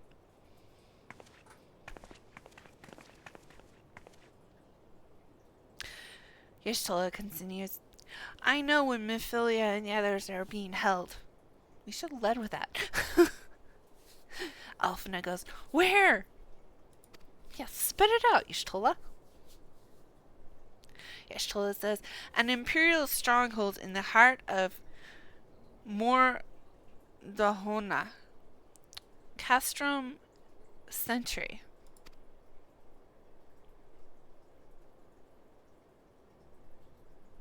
Everybody has thoughtful expressions.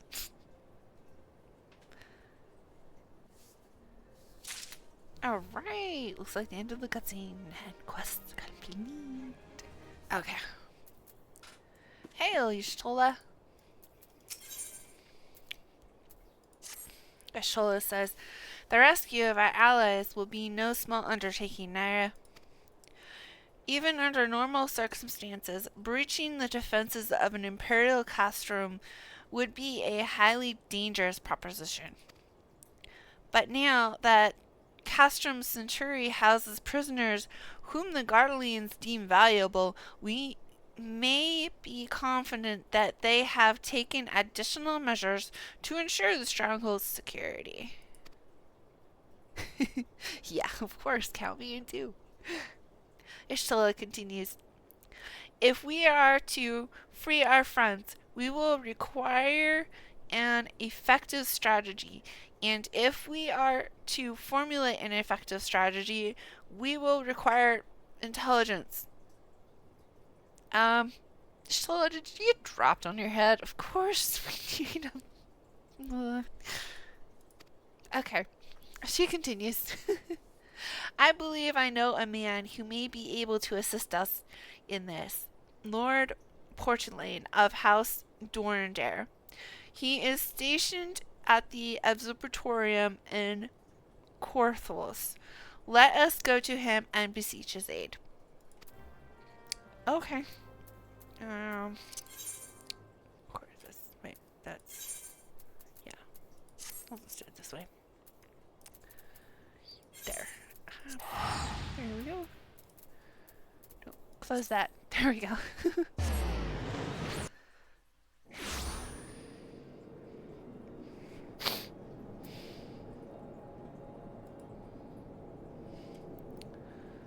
Okay. Let's see here.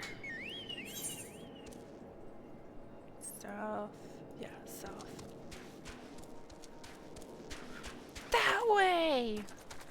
Full blast on a slow chocobo. No. Go faster. Faster. It's not working.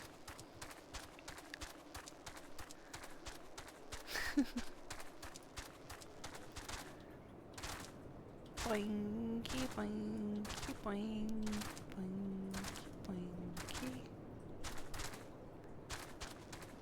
Okay, we're almost there. We're almost there. The end is in sight. Ooh, there's a cannon up there. I never noticed that.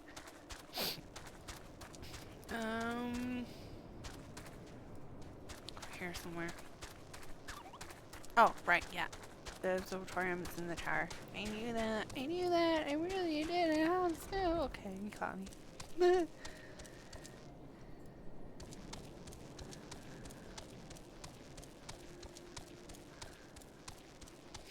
Those tail feathers.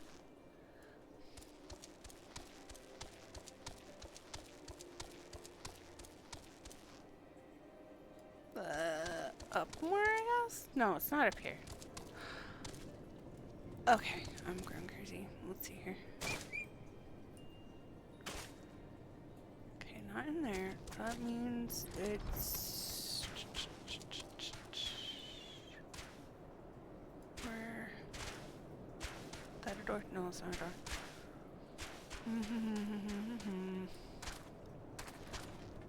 Aha! Found him. I found him. He was hiding in plain sight, sitting in a chair at a table. Porcelain says, "Ah, Nyra, the woman who unmasked the heretic in our midst. To what do I owe the pleasure of your company? You're an associate of Y'shtola, but of course, Lord Drumonti confided to me that you were a Scorpion of the Seventh Dawn."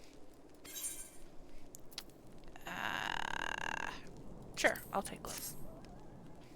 Cutscene. Portalain stands up. Oh, ouch, that hurt.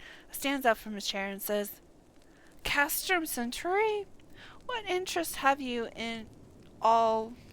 What interest have you all in the Imperials?" Oh, we're all here. Okay. Y'shtola says, "They hold several of our number, whom we intend to free. Any information you can provide would be greatly appreciated." Portalain says, "I see. That might explain our scouts' reports. They observed 4 prisoners being led into the Castrum, a Hyaran woman, and a Ilzin man, and 2 Lalafels. 1 male, 1 female." Yeda says, "That's them! It has to be Minfilia, Ondere, Papamino, and Tataru." Portalain's thinking, "If that scant morsel is of use to you, you may also be interested to hear about a more recent incident." Y'shtola goes, "Incident?" Portalain continues, "An Imperial airship made an emergency landing here in Corithos not long ago. 2 men believed to be prisoners, a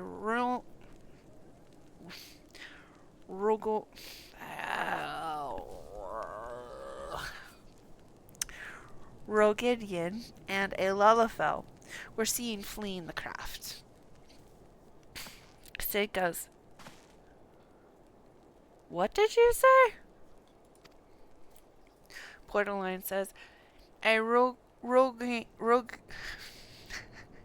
Rogadin and a Lalafel, Master Garlemald.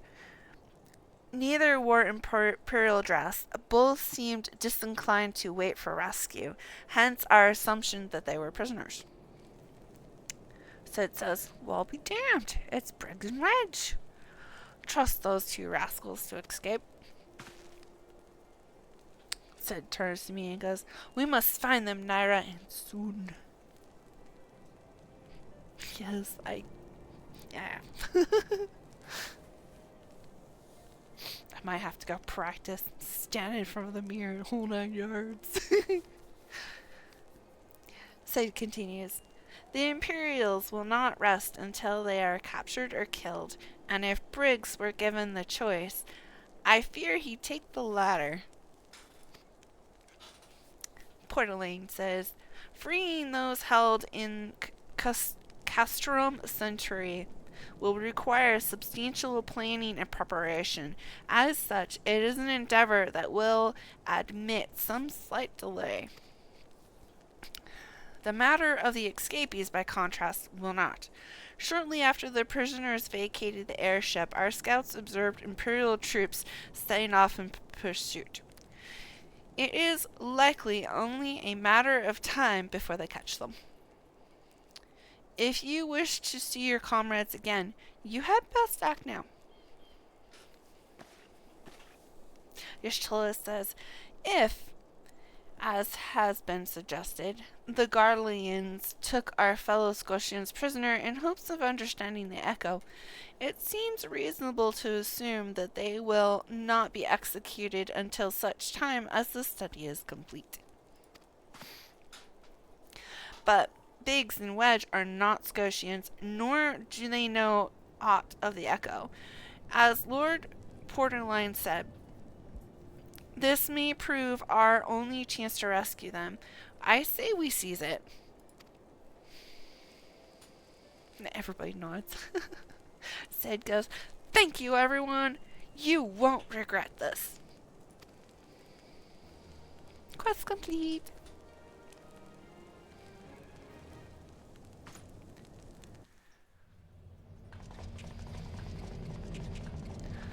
Oh. We have Darth Vader and the Power Rangers now.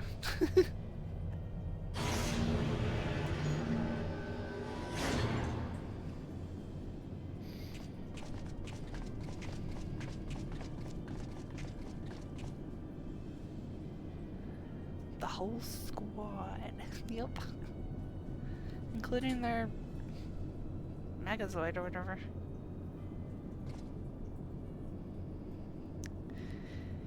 Nyra Wulfenshade says, final preparations are almost complete, my lord. There stands the accumulation of 5 long years of painstaking work, but all our efforts will be vindicated when the Emperor's vision becomes reality. Gaius says, at last, we have the power to purge the land of its false gods. We shall give the ignorant children of Erosia the security and stability they so desperately crave, and which their spineless leaders have so palpably failed to provide. They do look like Power Rangers. Nyra says, as you say, my lord, rest assured, our engineers will not rest until the weapon is fully armed and operational. This Battlestar is fucking okay.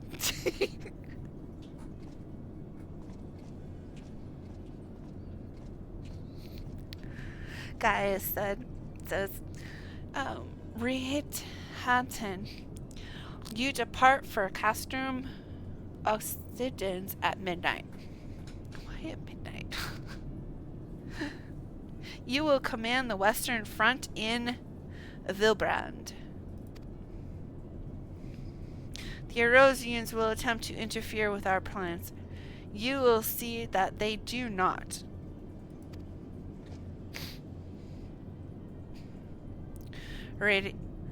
Rithatten kneels and says, my lord, if this be your will, I shall carry it out to the best of my ability. I live only to serve the Empire.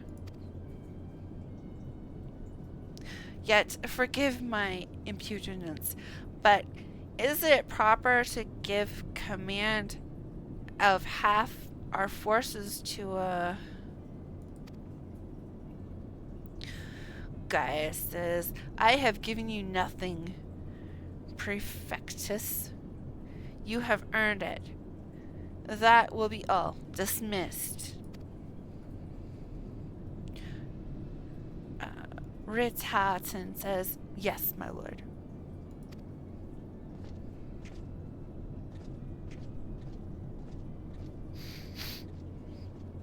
Gaius says, my quarters, 1 hour.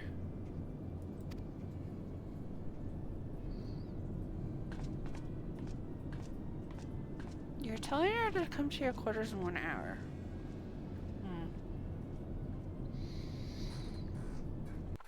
No comment. Yes! Another level. I hit 45. Okay. So that means tomorrow I'll be doing job quests. Okay. Accept. Coeur says, my purpose here is to reconnoiter Garlean activity along Abatlatha's spine. Owing to this, I have the honor of being acquainted with Ushtola. Now, the report of the Imperial airship's emergency landing came to us by way of Garlemald Darkhold, situated to the west. Our man stationed at the entrance, a knight named Brickelt, may be able to tell you more. So as to expedite your mission, I shall furnish you with a letter of introduction. I pray that you will soon be reunited with your comrades. May the Fury grant you strength. Copy that. Let's take off. Go that way, but we can go out the door first. Yeah, it's right over here somewhere. I think it looks like it. You love the weird names. Yeah, some of them are fun. Some of them are just like, why?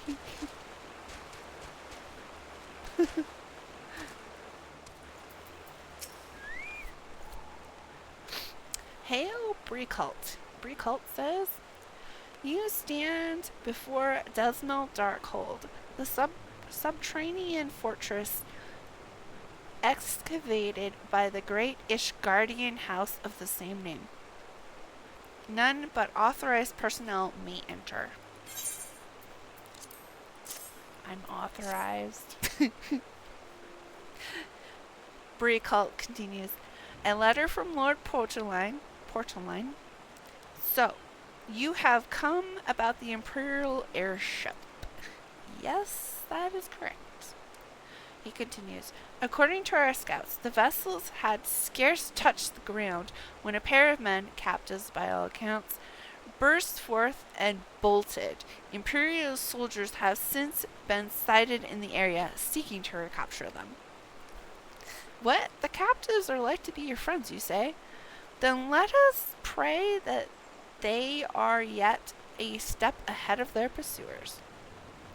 The emergency landing reportedly took place near the Allium Vale, situated south and west of here. I suggest you take your search there. Seek out a knight named Purimont.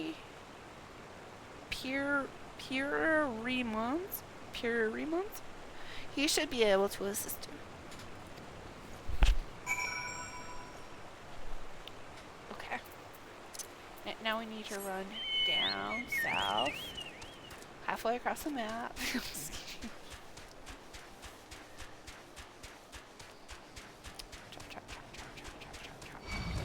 Uh-oh. It's chasing me. No! It's gonna get me! You're getting nothing but tail feathers. This way. Yeah, this way. Oh.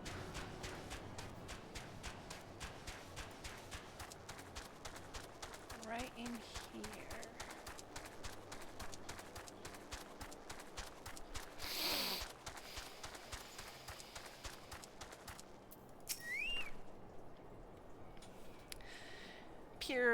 Garlemald says, "The Imperial airship? Aye, I saw it approach to land with my own 2 eyes." I hastened to the landing site, arriving just in time to see the vessel take to the skies again, but not before it had deployed a detachment of troops. Gruff orders were being barked, and there was an air of consternation about them.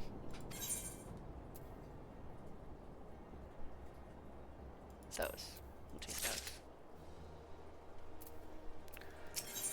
Okay.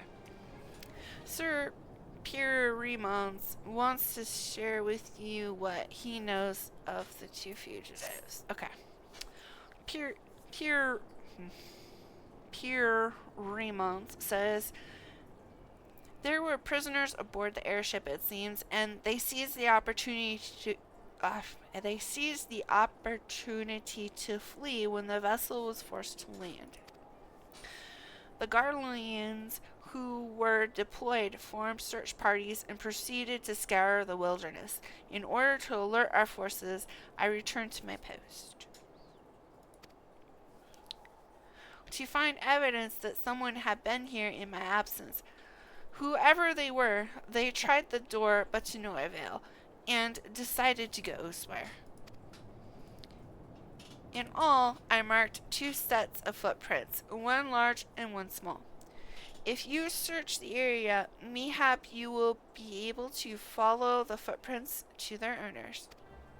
Okay. Well, I get to track footprints, I guess. Footprints! Look, right there. Next to a fairly well-traveled path, apparently.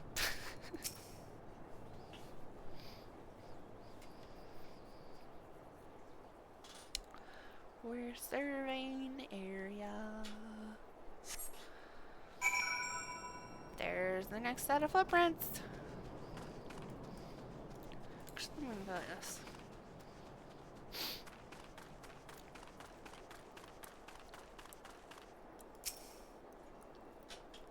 And we're surveying the area again.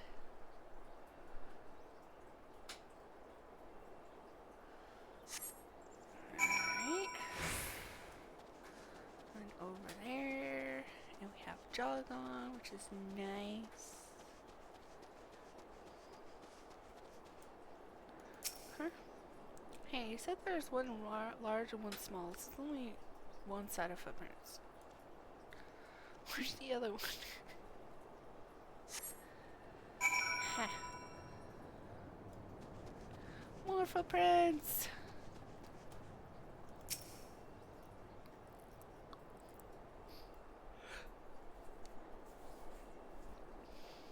Surveying the footprints. More footprints! So many footprints!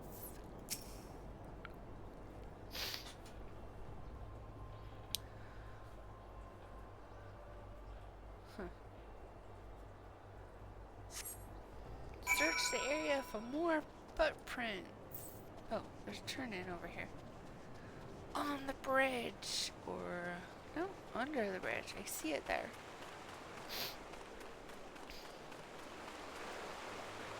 Oh, hey, it's Wedge. Hey, Wedge. Cutscene. Wedge is kneeling on the ground. He says, "Brr, so cold. I won't want to go home." Hey, Wedge. Wedge goes, "Ah! But please don't eat me! I'm not nearly as succulent as I looked. It's all skin and bones underneath, I swear." Oh! Nyra! It's you! Thank goodness you're here. It's been awful. The Garleans were snapping at our heels like a hungry pack of wolves. I was so hell-bent on evading them, I almost ran headlong into a monster's gaping maw thrice. And when I finally found cover, it hit me how cold and hungry I was. Ow, Wedge. Wedge continues, but Biggs, he isn't here. He went off in a different direction to lure our pursuers away. Link shell. It's Sid. Sid says, "It's me, Sid. Have you had any success?" Track down Wedge? That's wonderful news. And what a Biggs? Nothing of Biggs yet. I see, says Sid. Well, it hardly surprises me that the big fellow went off as he did. For all the tongue lashings he gives Wedge, he's always taken care of him. I've scoured the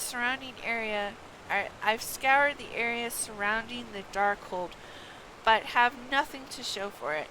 At any rate, we know for a fact that Biggs headed west. Both Yida and Ishtola helping out. I'm sure he'll turn up soon. Now then, I'll make my way over to your position while keeping an eye out for Biggs. If memory serves, there should be an Ishkardian fortification not far to your west. Monument Tower, I believe it's called. Let us meet there. Wedge says, "Dear, I hope, was that Master Garlemald you spoke with?" I nod. Wedge says, "After 5 long years. Thank goodness he's alive." I'm feeling better now, Nyra. Let's go to Monument Tower and wait for the chief to arrive. Okay. Okay.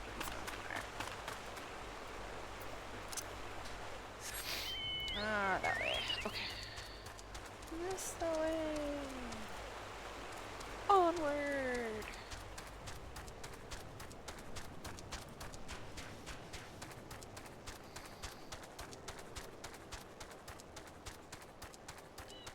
Salamanders.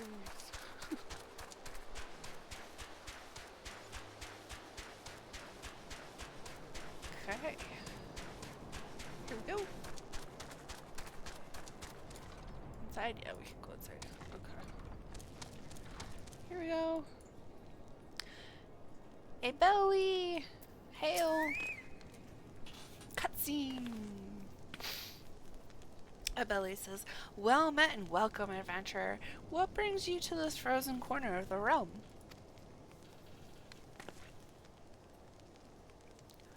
"Oh, it would seem your companion has caught a chill. Come and warm yourself by the fire. I will bring you hot broth." "That would be wonderful, thank you." Adelia continues, "How are you feeling now then? Stay here as long as you need."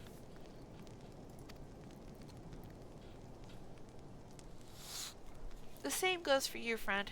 'Tis plain you have a hard journey ahead of you. You must find rest when you can." I nod. Footprints in the snow. Quest complete.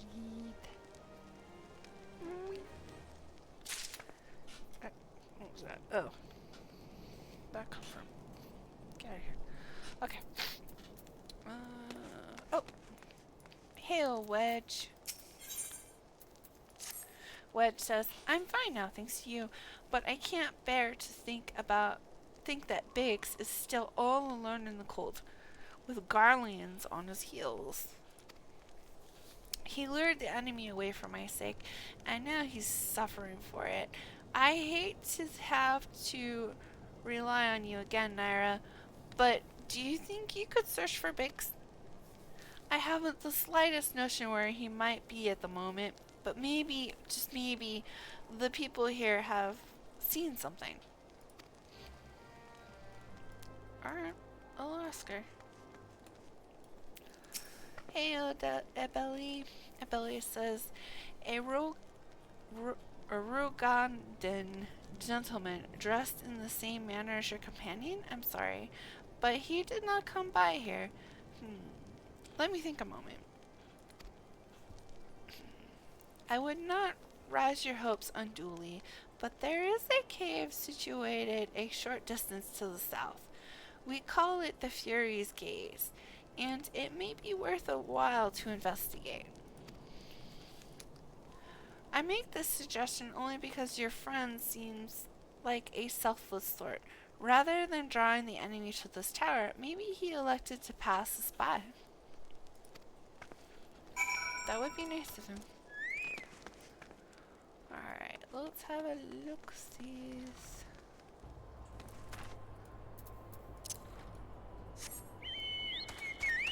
Sorry? No, wait. That way. Yep, that way. Okay. Yeah, here's the cave.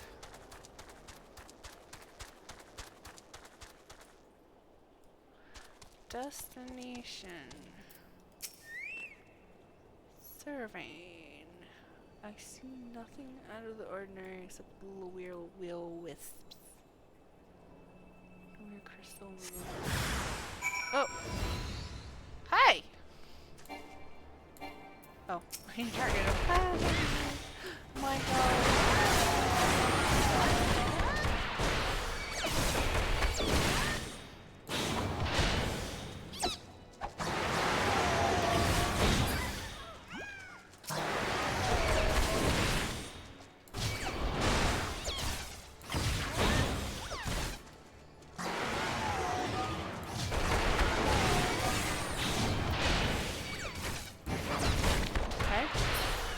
Let's chew down.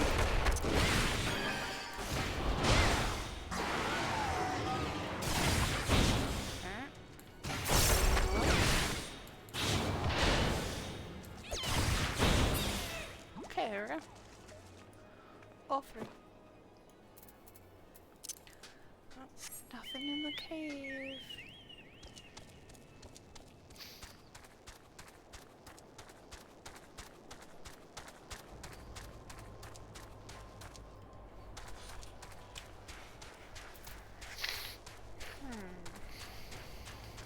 Where's the door to this place?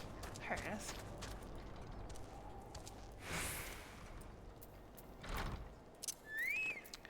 Hail, Wedge. Wedge says, Nyra! Were you able to learn anything? Nope. Wedge continues, not in this area? Well, that stands to reason, I suppose, seeing as he was trying to lure the Garleans away from me. But where in this vast sea of snow and ice could he be?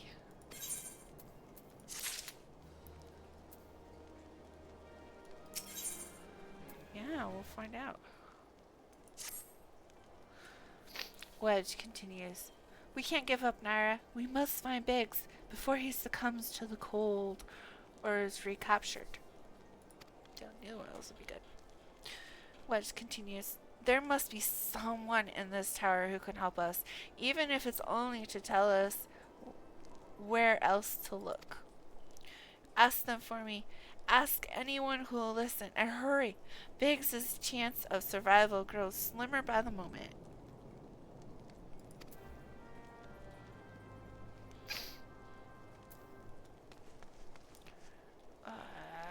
Up. Yeah, it's up. Okay. Up.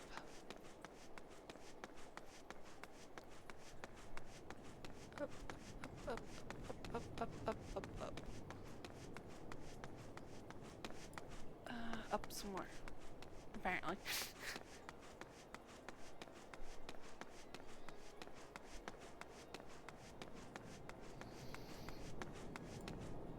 There we go. Who's this person? Ignace says, your friend is lost in the wilderness, you say? If he's not to be found around here or in the vicinity of the Darkhold, it is possible he made for White Brim. To reach it, one must travel through Da Nifan Pass. the southern end of which lies to the north and east of here. While I make no guarantee that your search will bear fruit, it is surely better than worrying in idleness. I wish you luck. Oh, and one more thing. Do not tread wearily when climbing the stairs here. Not a moon ago, I broke my neck when I slipped and took a tumble.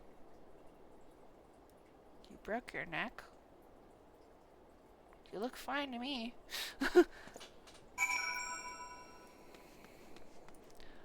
I'm going to fall. Plump.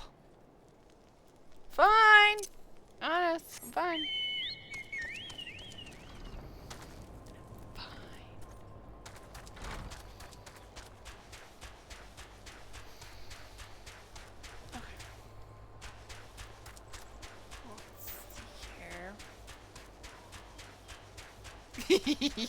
Of course.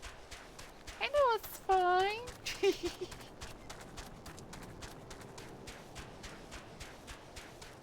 Shola.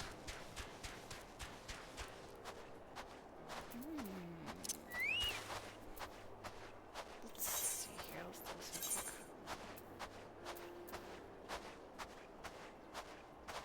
quick. Can't just entirely trust this thing because it like.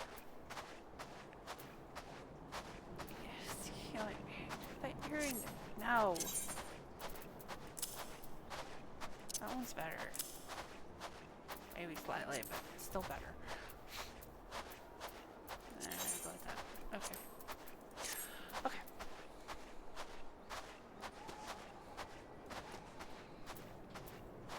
Hail Y'shtola. Duty commencing.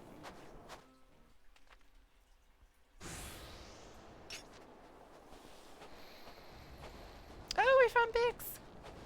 Imperial soldier says, our orders to take you back, dead or alive. Which will it be, engineer? Biggs says, why don't you come find out, Tinhead?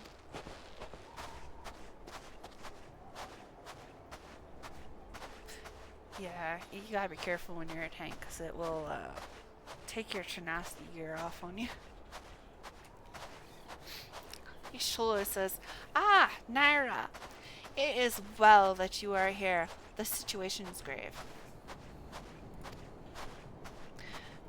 Yeda says, Biggs is in a bad way. We need to do something right now. Y'shtola, Yeda has the right of it. He will perish if we delay. Well, then, stop talking about it.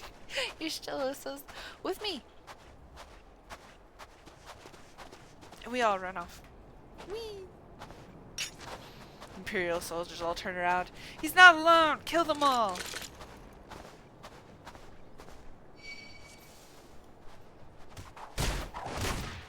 You.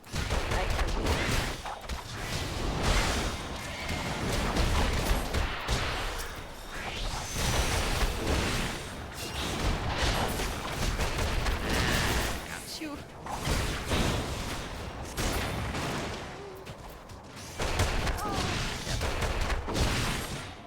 Oh wow, they got Magitek over there?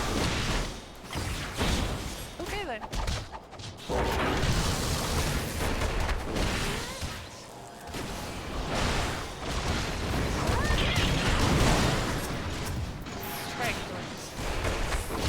Yeah, that's for sure.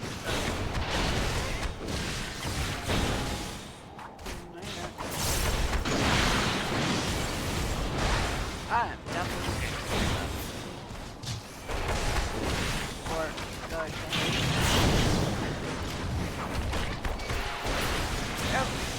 sure, you're next.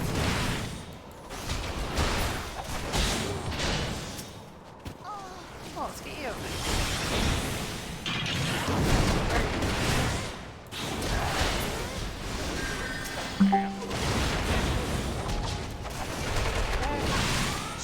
No, I don't think so.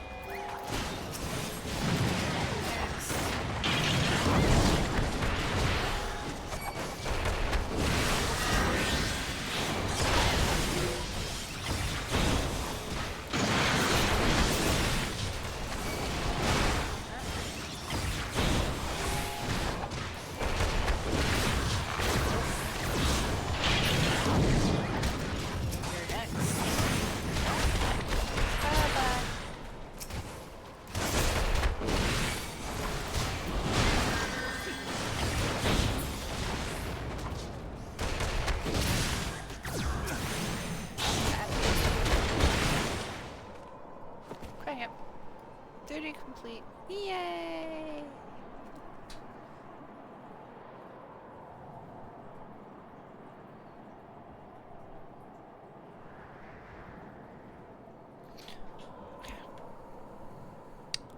Biggs says, my thanks. Another moment and I would have... Oh, it's over. Ishtola says, he has been too long in the cold. We must find shelter for him. Monumental, you said? Very well. Yida and I will bear him there with all haste. Yida says, Sid will be so happy to see Biggs and Wedge again. Oh, I love reunions.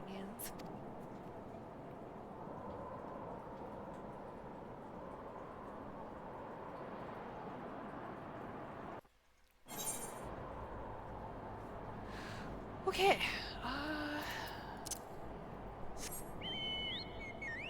Back to the tower, looks like. I think.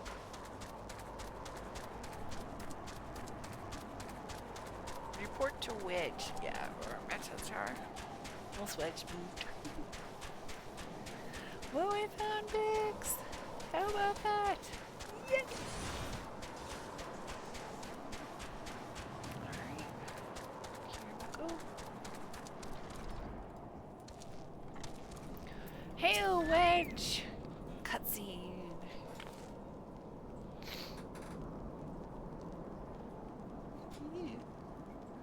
Alright, Wedge says, I cannot thank you enough, Nyra. And the same goes for the rest of you. Thank you all so much. Yeah, he's crying. Yeda says, oh, don't mention it. Ishtola says, we are a family, are we not? Wedge says, well, yes, it's just, I didn't think I'd ever see him again. Biggs says, I owe you lot my life. And you saved Wedge's too, Nyra. I'm losing count how many times I owe you. Uh-oh. Who is it? Oh, it's probably Sid. Oh, Sid. Yep. Sid! Biggs! Wedge! Gods, it's good to see you two again!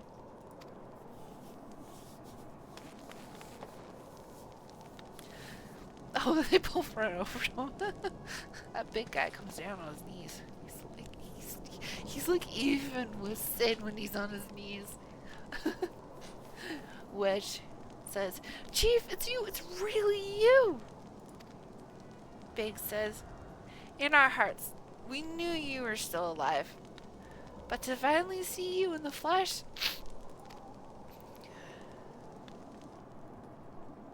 Sid says, when Ophenal told me of the raid on the Waking Sands, I feared the worst. What happened? Biggs says, the enemy struck with nary a warning. We didn't stand a chance. Wedge and I were in the workshop when they came. Before we knew what was happening, the Imperials had us at gunpoint. Yeda says, yeah, it must have been awful. There's one thing I don't understand, though. How did the Garleans get there so fast? I mean, the Imperial flames should have seen them coming, right? That's a good point. Ishtola continues, I myself have asked the same question. That day when I returned to the carnage at the Waking Sands, I noted not a mist in horizon, nothing at all to suggest the passing of an Imperial force. From this, I conclude that the Garleans came neither by land nor by air. Nay, they were born there by potent teleport magics of that kind used by Ascian. They teleported in. Sid says, carry on.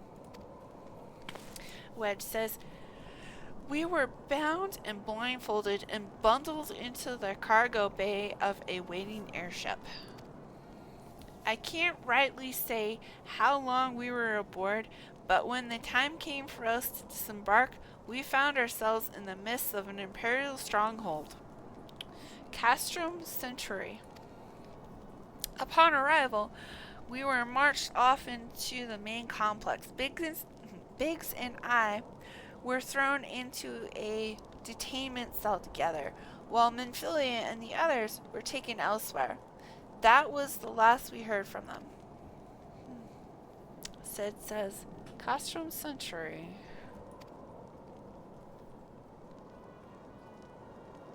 He just shrugs. Sid continues, what happened next? Wedge says, well, we were held in isolation for what felt like years, but was probably moons, or maybe only weeks. And then, without warning, the Imperials collected the pair of us and put us on another vessel, which we found out was bound for Garlemald, much to our dread. We knew that if we were taken back there, we weren't like to leave again. So, risky though it was, we sabotaged the ship's altitude control and thereby forced an emergency landing. And in the midst of the ensuing chaos, we managed to slip our captors. The rest, as they say, is history. Sid laughs.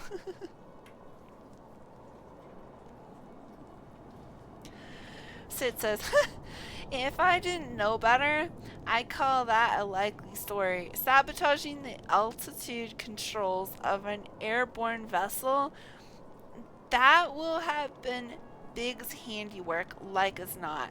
You always were resourceful in a tight spot, my friend. He looks bashful and shy. The Sid continues, Nyra, thank you for returning my dear assistance to me. It would seem I owe you yet another debt of gratitude. There are still many questions in my mind, but the answers can wait. Minfilia and the others still want for rescue. Alright, you lot. Garlemald Ironworks is back in business. Let's go and give the Imperials what for. Anything for Sid. Sid's cool. Biggs and Wedge go, hurrah! Everybody else claps. Continue.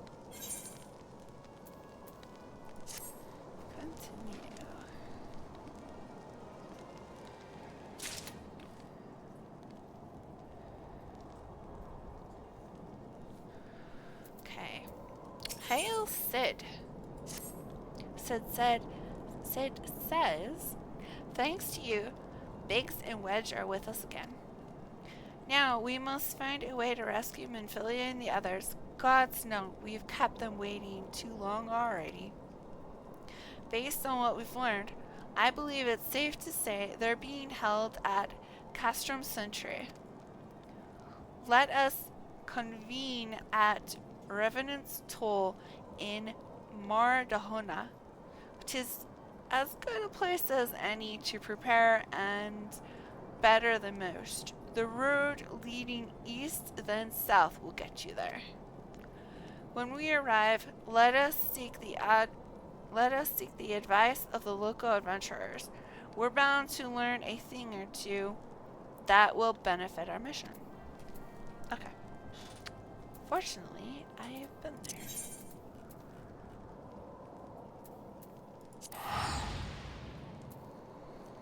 So I can be lazy and teleport. Yay!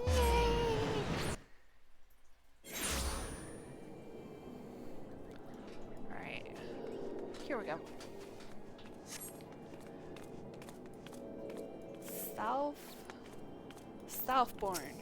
Southbourne, hail. Cutscene. Everybody's here. We got Sid, Yida, and Yashtola. And then me, of course. Southbourne says, well met, friends. What brings you to Reverend's Toll?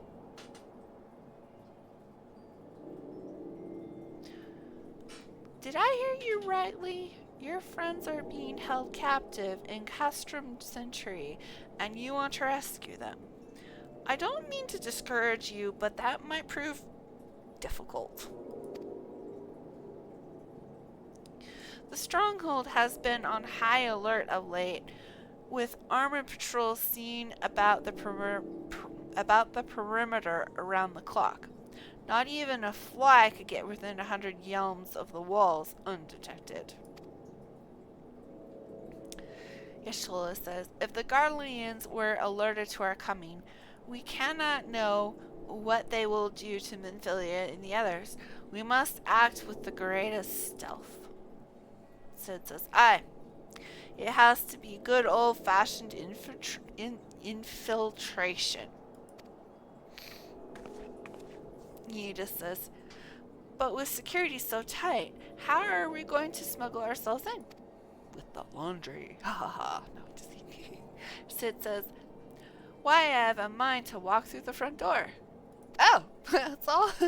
Yeda says, huh? The front door? Sid says, aye. We'll disguise ourselves as Imperial troops and march right in.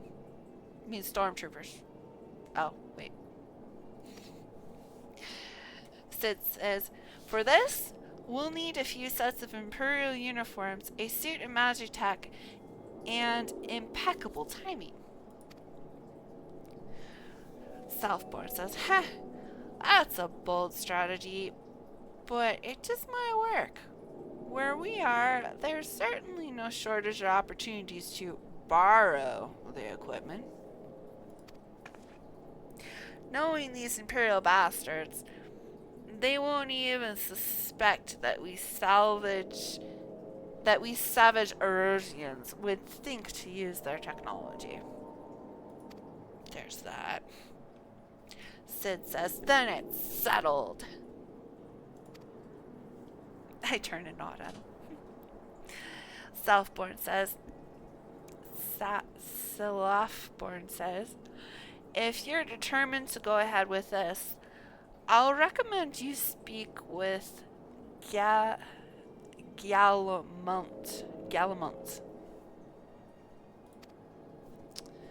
The fellow's got a personal grudge against the Empire and happens to know a deal about Castrum Centri. Besides, I've no doubt he'd want to be of aid. Shalom says, Yeda and I will go to the Recontinental Garlean activity at the stronghold. It would not do if something were to befall our comrades before we had the chance to act. Yeda says, come and join us when you're ready, Nyra. Let's do this. Ishtola says, sometimes I wonder, Yeda, are there ever times when you are not enthusiastic? Or not enthused?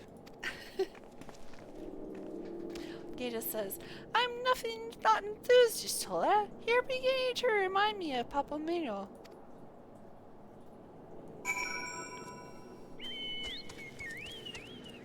Okay.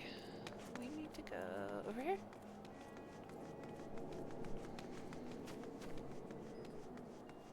Wait, here, right here. Garlemald, hail. He says, looking for Garlemald, are you? Well, you found him, whoever you are. Eh? You're looking to get inside Castrum Centri, and you need my help? Something's telling me we're gonna get along just fine.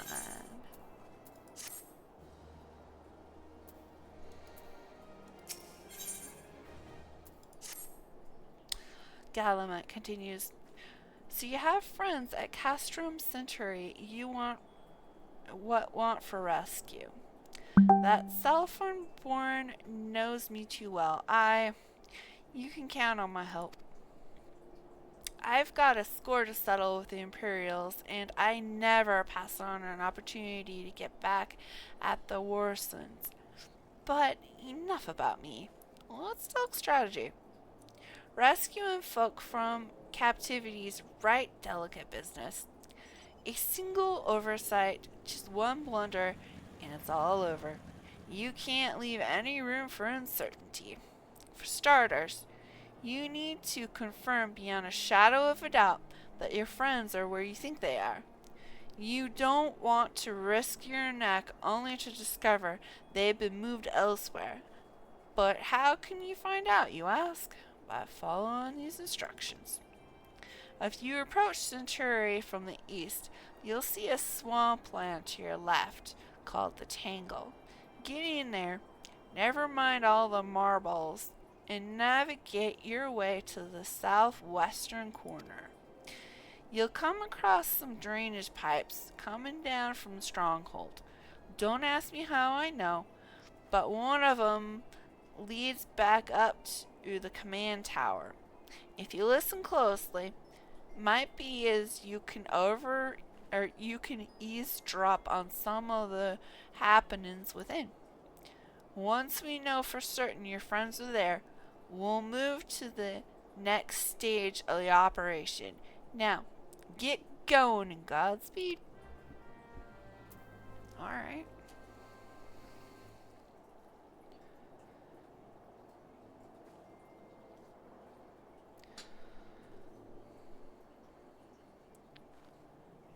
Okay.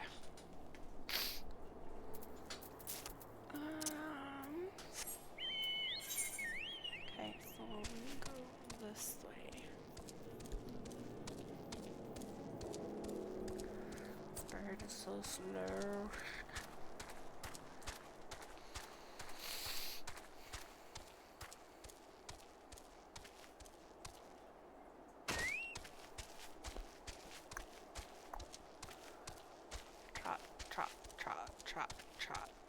Trot. It's gonna take a minute.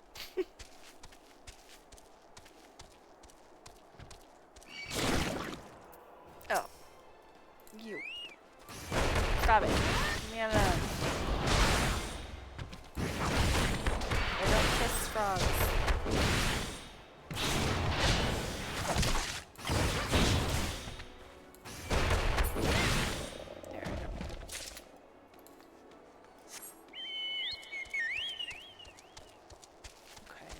Tangle.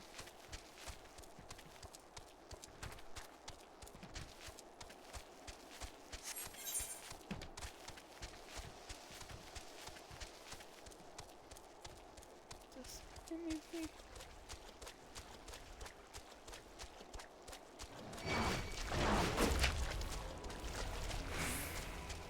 No, not that way.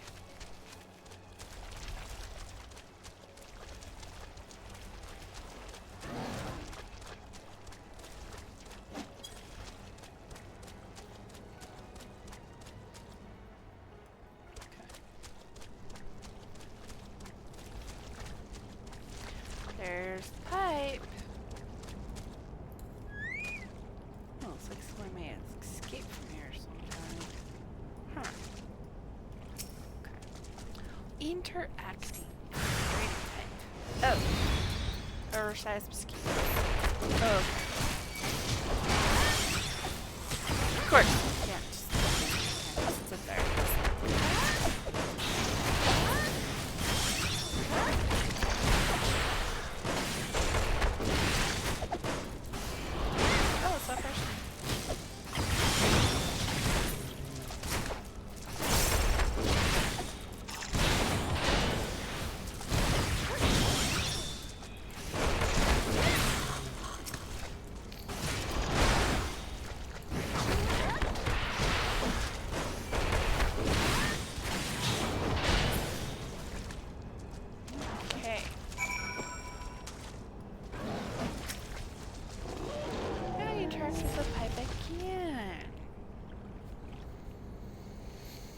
The faint sound of conversation echoes down the pipe.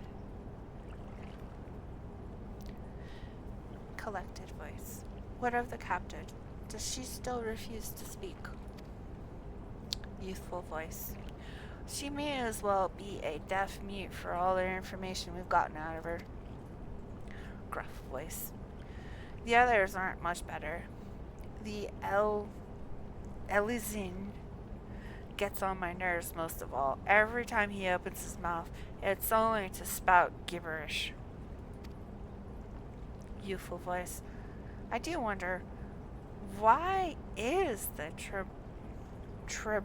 Tribunus so obsessed with this Menthilia woman? Gruff voice. They say she possesses some mystical power, something we Garleans don't have. Youthful voice. Mystical power? Like the kind the beastmen use? Gruff voice. How am I supposed to bloody know?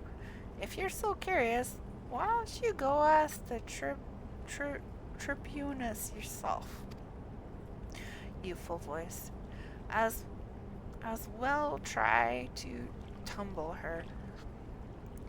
I like my head where it is. Thank you very much. Collected voice. Our break is over. Best we get back to our stations. The footfalls grow distant. The footfalls grow fainter until all is silent.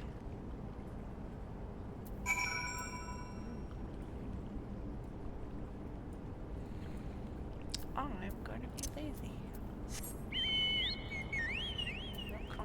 There we go.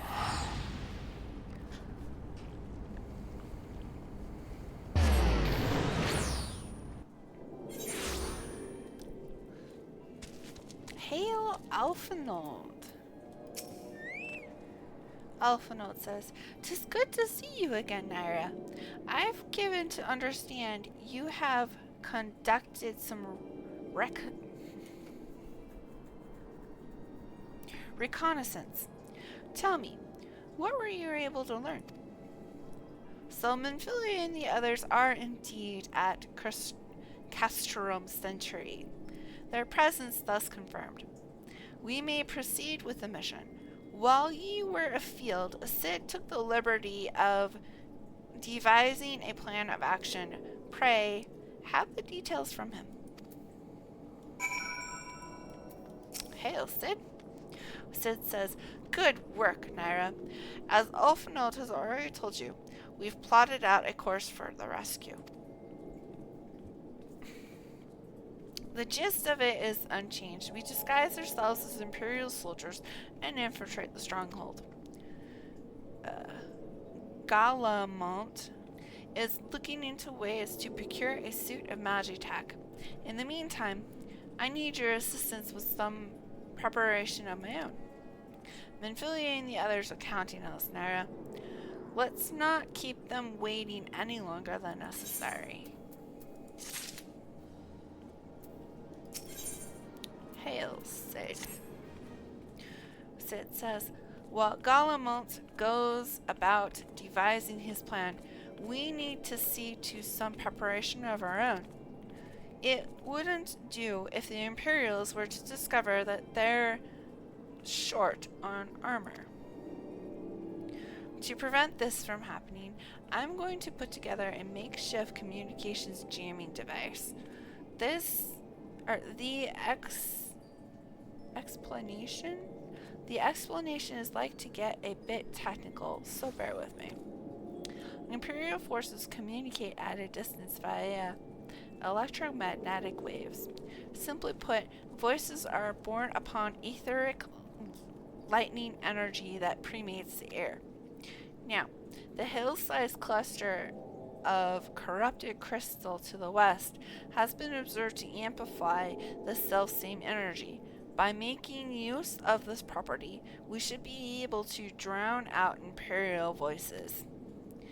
To ensure that we have enough amplification, I must identify the most potent crystals among the cluster. For this, I need you to go there and use this device to take readings. I'll mark the likely places on your map. Oh, and just so you know, plasmodes are drawn to lightning energy. Don't be surprised if you run into a few."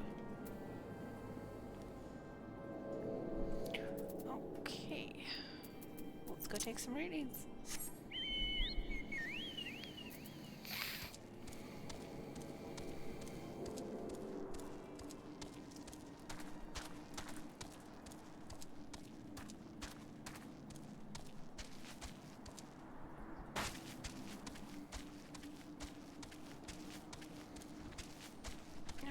Alright, here we go.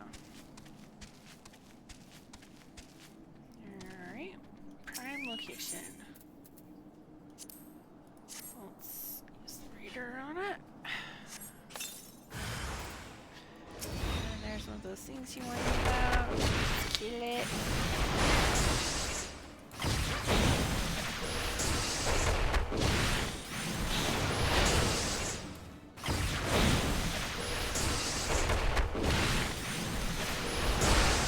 Well, that took a little bit of killing. Okay. Next one.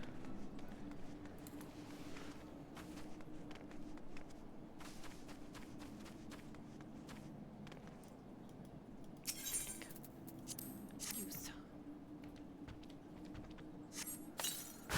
Oh wow, 3 of them this time. Yay! Oh. Hi. Stop that.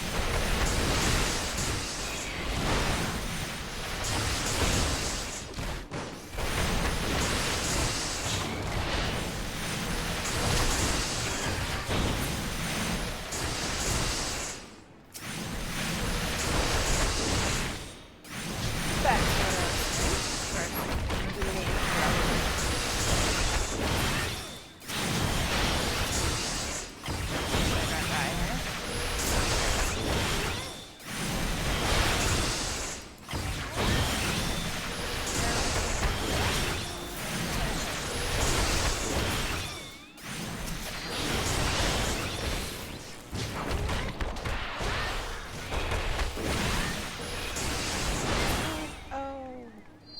that was close. Okay. Next spot.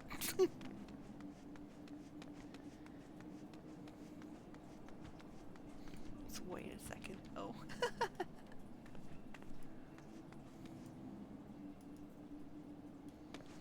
Okay.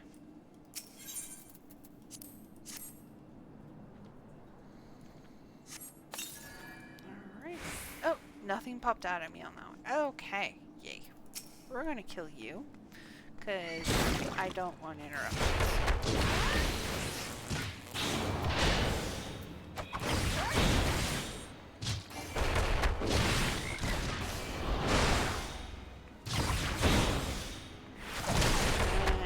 And down you go. Okay. Let's get our read.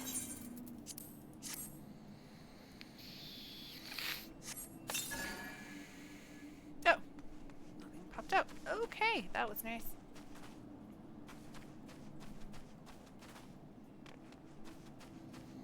Wait, I passed it. Where's that?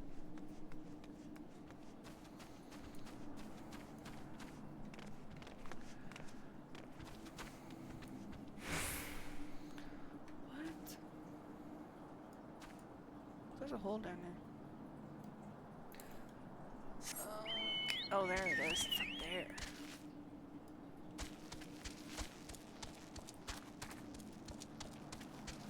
Am I supposed to get up there? Oh, here we go.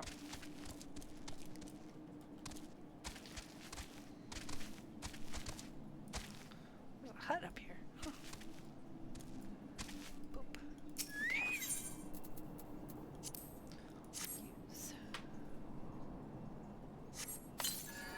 Yeah, those big rods suck. Oh, we'll just be lazy.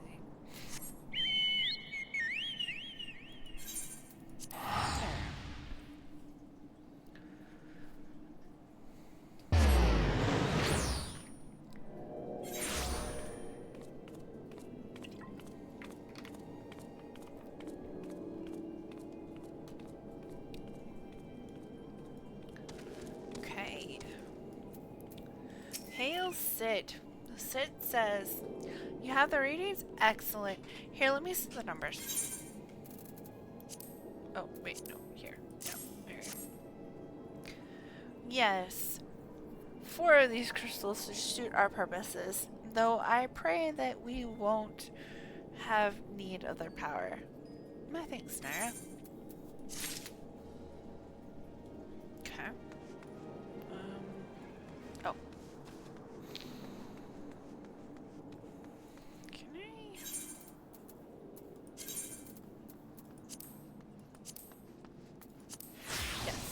Okay. Nice.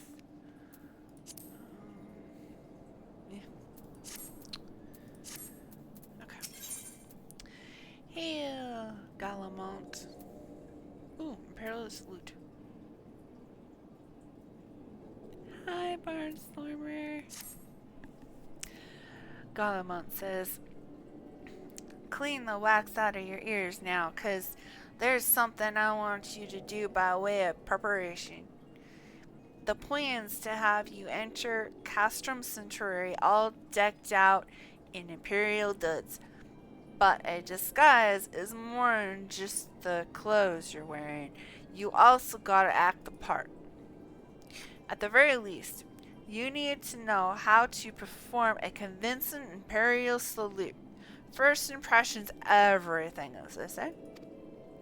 I could teach you to salute myself, of course, but it's best you learned it from the experts. So, get yourself near as you can, dare to Castrum Centri, and watch the Imperials doing what they do.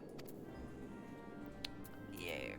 Why don't you just teach me? Why you make me run across the map? British.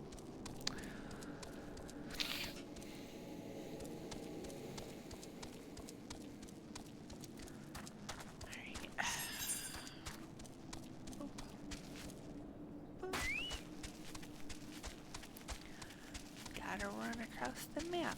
Yeah, this will take a minute.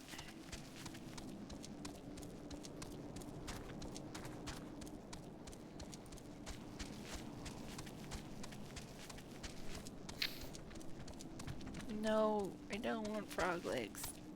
Go away.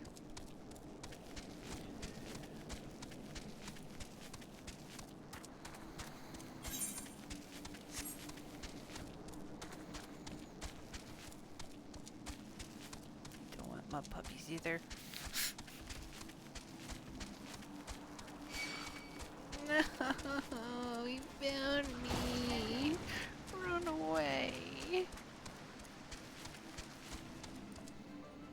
Still chasing me.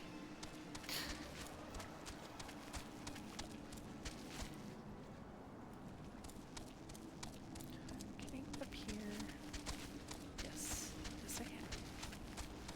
'Cause I need to be over there. Drop the chocobo. Die. Imperials. Go.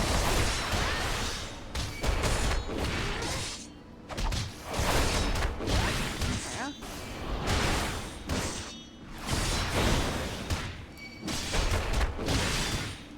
Ow. I think I might need new weapons.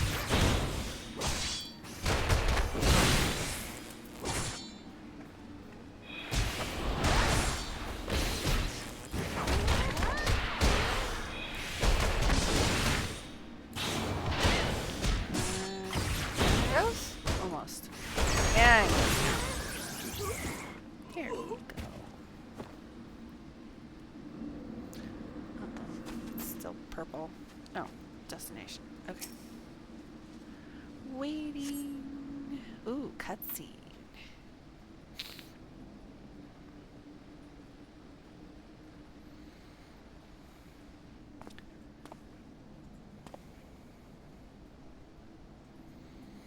Imperial Sentry says, nothing to report, sir.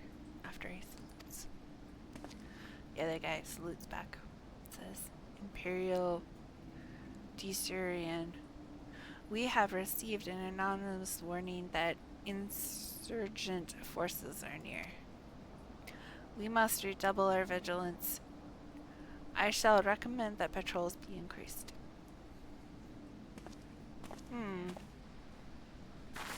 They shouldn't learn of that so quickly.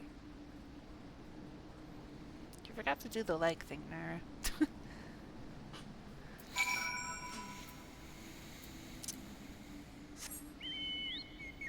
Oh, report back. Okay. We'll just be lazy. There we go.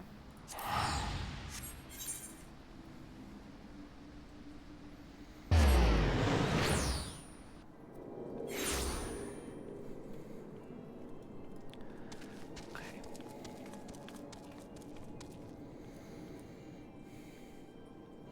Alright, I am going to be right back. So...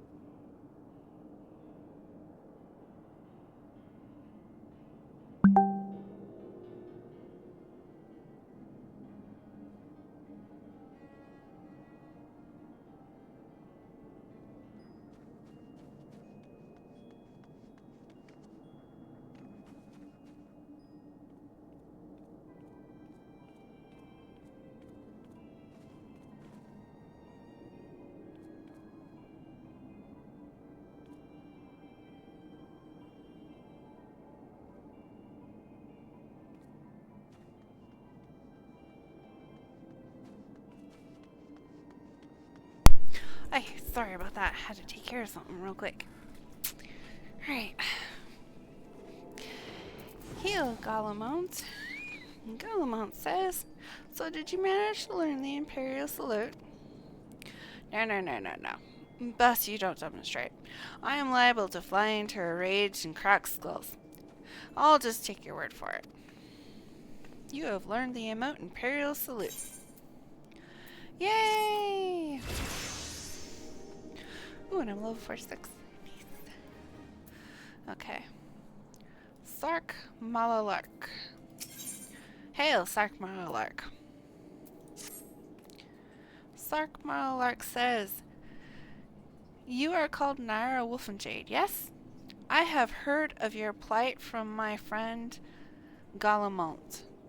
As a fellow adventurer and son of Erosia both, I would offer you my assistance. In order to infiltrate Castrum Centri, you and your comrades must disguise yourself as Imperial soldiers. The question is how to go about acquiring the uniforms and helms. There are places a man might purchase them, but individuals who deal in such wares are not the sort whom you would entrust your secrets. It would be more prudent, I believe, to procure what you need via traditional means from the bodies of their recently deceased owners. The fortified area before Castrum Centri never lacks for Imperial patrols. It ought not to take long to obtain 3 sets of gear, one for each member of the infiltration team, Biggs, Wedge, and yourself. When you have what you need, please return here and allow me to inspect the spoils. Okay. Now we get to run all the way back down there again. Okay, let's get started.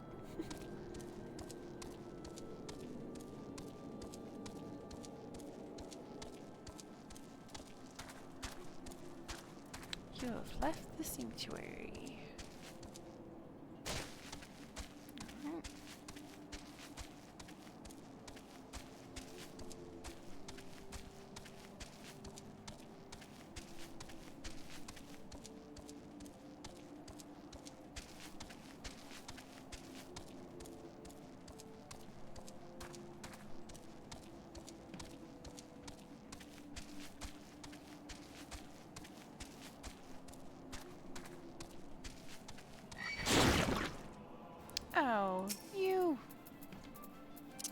Good night, dog.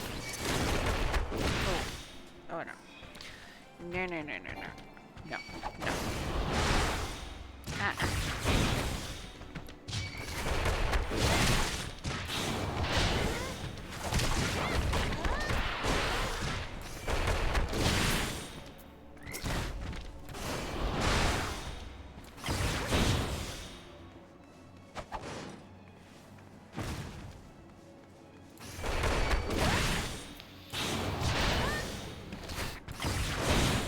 You're right. Down it goes. Almost. Now it goes down. There we go. Nice. Okay. Stop. Don't do that. Okay. Sorry, my phone was doing weird things over there.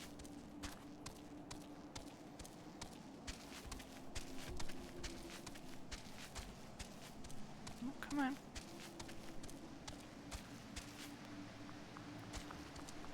Over here. We can go like this. Okay. Yeah, you can kill these poor suckers. I mean, hi.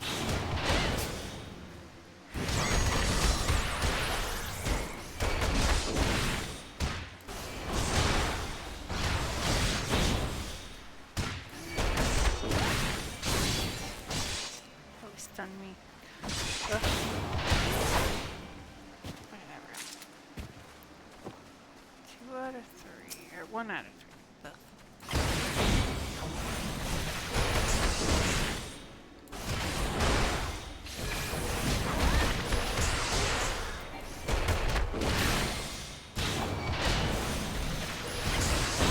And down that one goes. Next.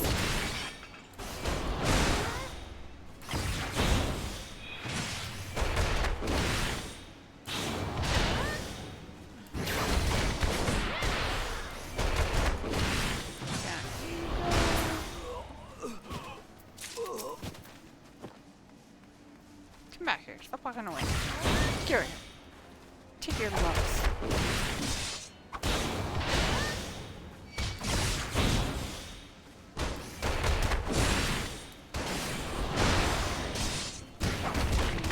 Down you go.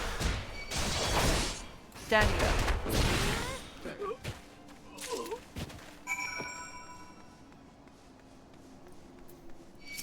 You.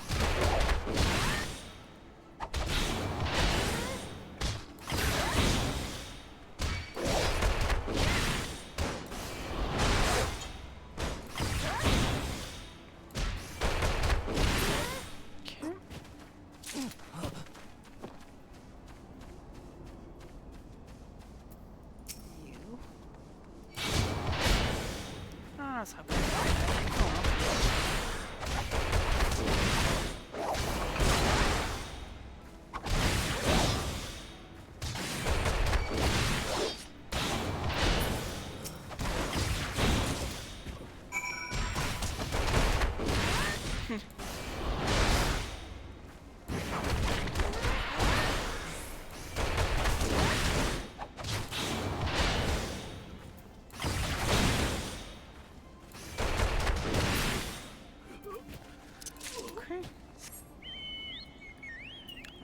Into the point.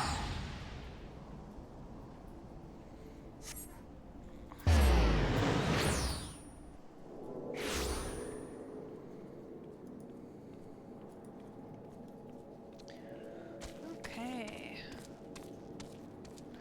Hail, Snark Malalek.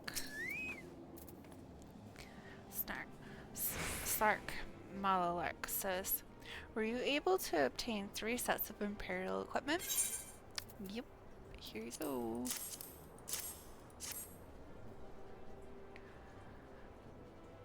Sark Malark says, damaged. As I had suspected. In their present condition, I fear these uniforms and helms are like to draw suspicion.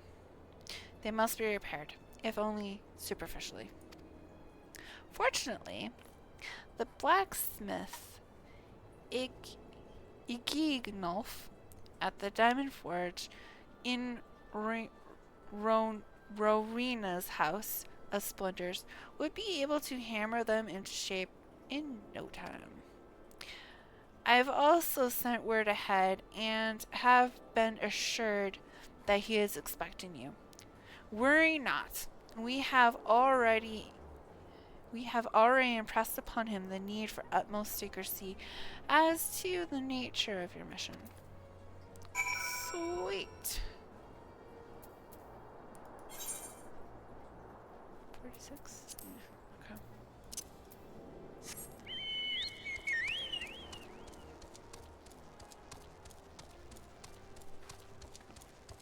Thank yous. I hope he's in here. There's doors. No. Oh, yep, there he is. Hail, eking Nolf. So, you're the adventurer Stark Malark sent, are ya? I've been waiting for ye. Now let's see what you got for me. Here you go.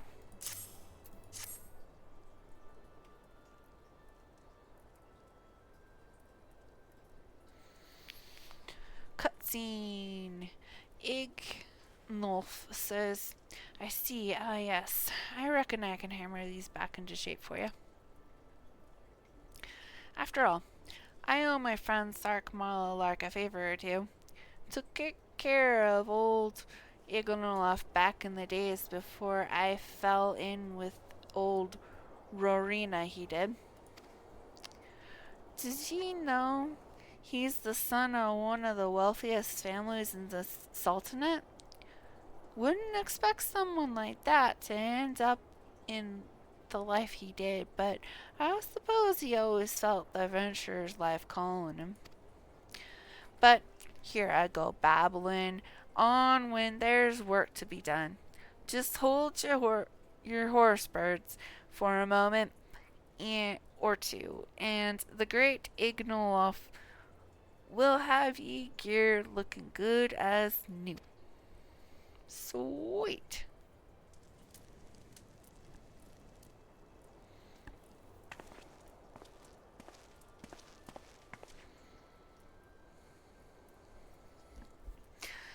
Ignolf says, and there we have it. Won't do you much good in battle, mind ye, but from what I hear, that's not your priority anyhow. Do send Sark Malark my regards, will you? Thank you. Appreciate your help. Alright.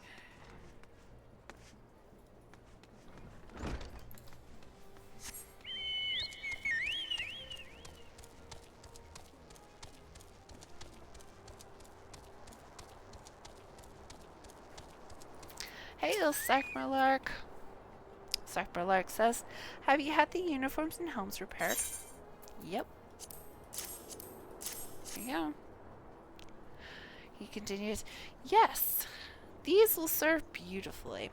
The great Ignolf never fails to impress. The quality of these repairs would fool even a legatess. Thus equipped, you should not have any trouble blending in amongst Imperial forces. Lest you fear that the Garleans might detect your foreignness, foreigners in fact form the greater part of the Garlean invasion force in Erosia. You see, when the Empire subjugates new territory, it assimilates the people of that land into its armed forces. In turn, these conscripted forces are sent to subjugate faraway lands. In this way, Garlemald nips the rebellion in the bud and expands its territory in one fell stroke. With that, my part in your mission is done. I am full glad to have been of assistance to your cause. Why would I, a wealthy merchant, wish to help you? I know not where you heard such a tale, but believe me when I say that I am but another humble adventurer one who desires only to act in the best interests of the realm. Cool. Hey, hail, Garlemald. Garlemald says, "Good work getting them Imperial duds. You'll be pleased to hear I ain't been idle myself. It took me long enough, but I finally hatched a plan to get us a suit of Magitek armor.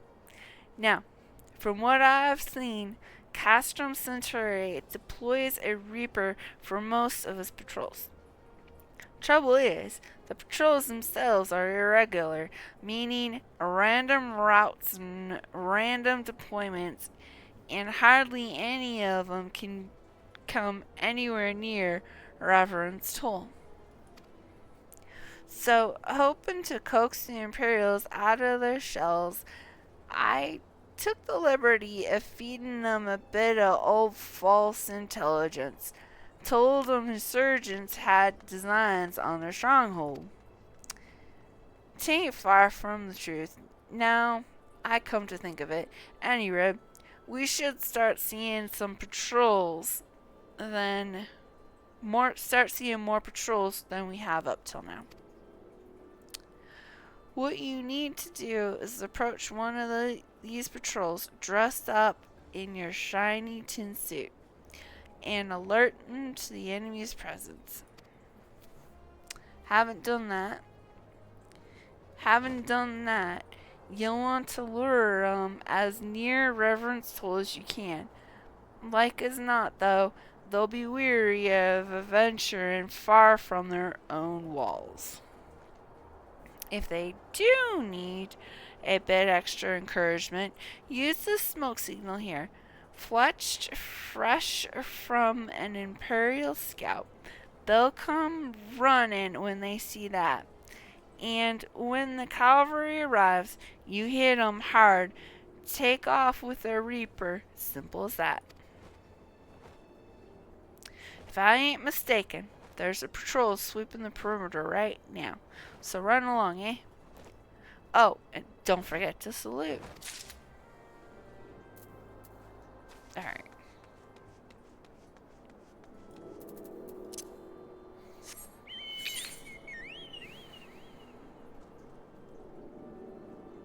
All the way back down. Oof.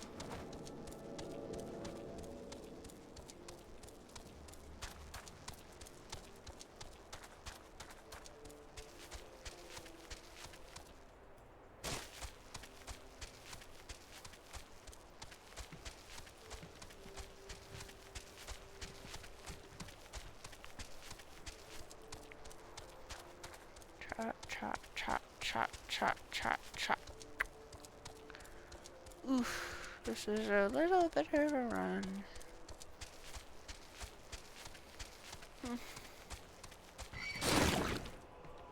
No, I'm just gonna take off.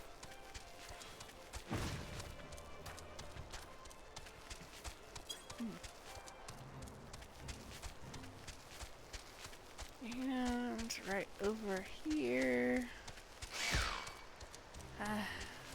Salamander.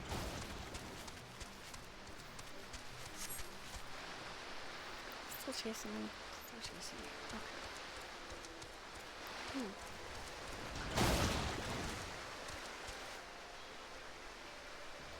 Okay, went away. Yay, it went away. Take care of this one real quick so it doesn't interfere.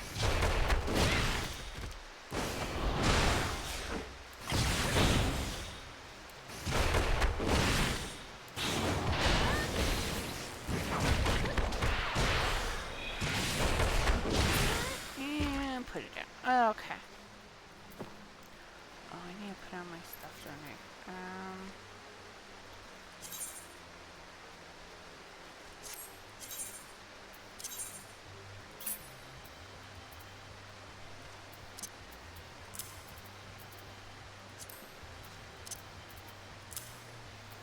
There we go.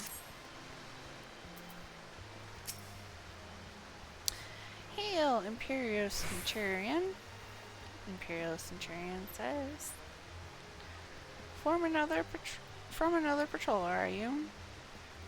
When next you see your commanding officer, tell him that he leads a sloppy unit.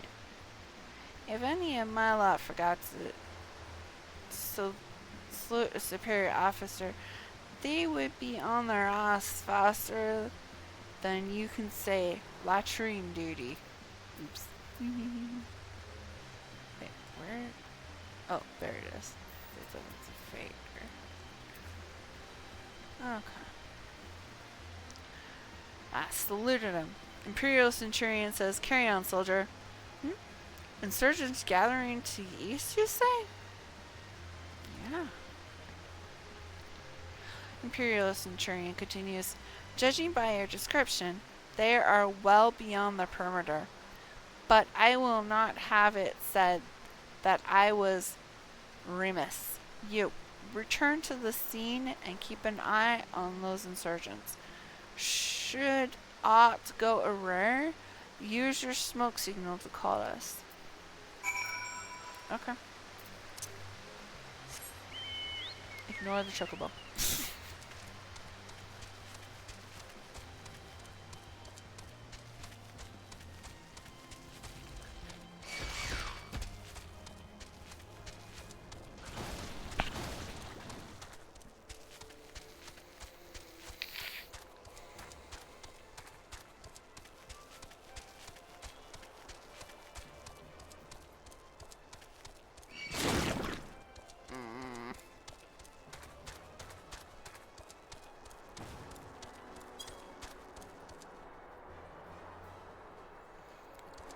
Where am I supposed to go? Oh, up here, huh? Yeah, up here.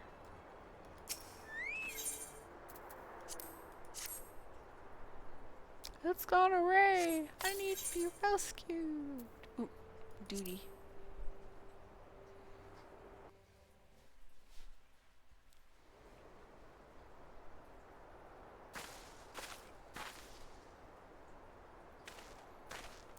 Cutscene. Sid says, "I hope you don't mind my joining. Seeing as we're seizing advanced weaponry, I thought it best to be on hand." "Why are you wearing an oven mitt?" Sid. "Goes all the way up to your shoulder." Sid says, "Ah, there she is."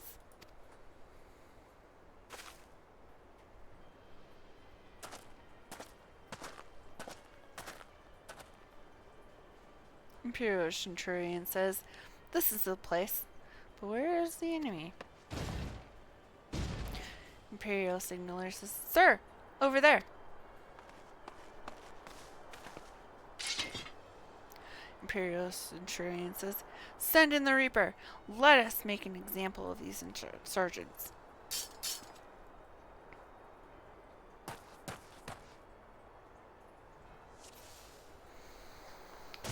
Alright. Okay.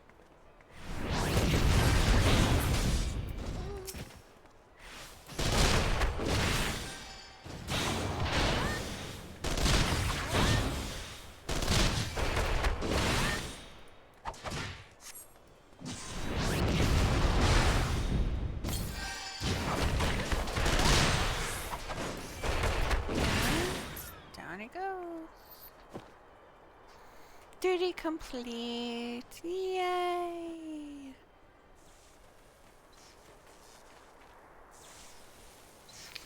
Sid says, "At last, our very own suited Magitek armor."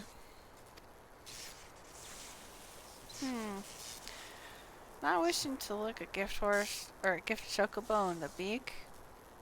Does it seem rather worse to wear, doesn't it? It does. Sid continues. Biggs, Wedge, what's your honest assessment?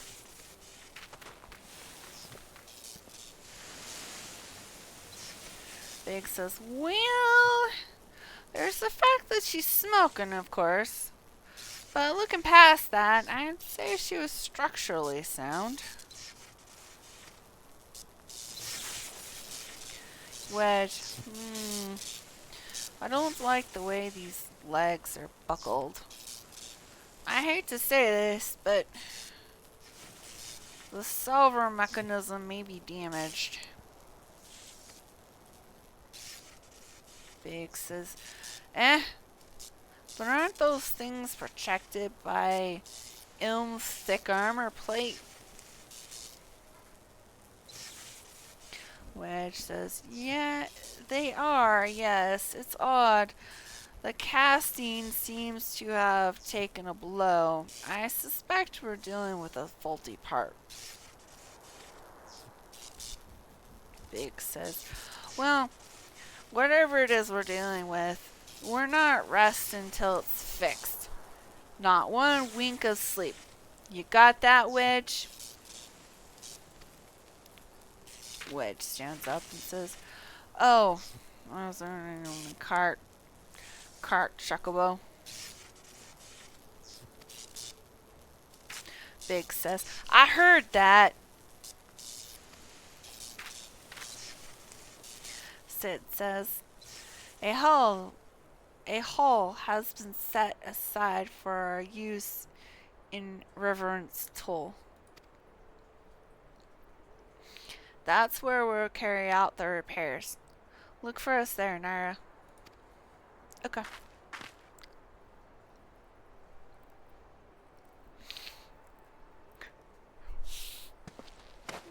He picks Wedge up and tosses him in the air. What? Oh! He throws him in the seat of the Magitek.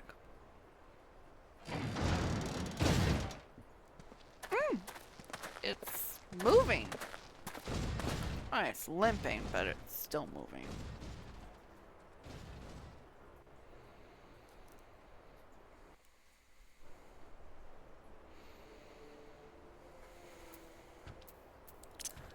Alright.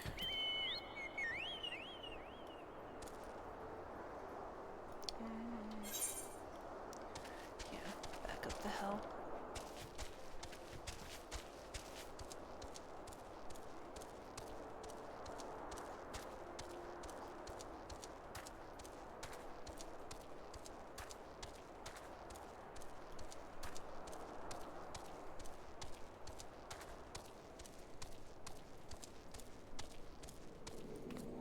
Hail, Salfborn. Salafborn, yeah. Salafborn says, the Magitek armor? Sid and the others took it inside. Go on in and join them. Proceed to Sid's workshop.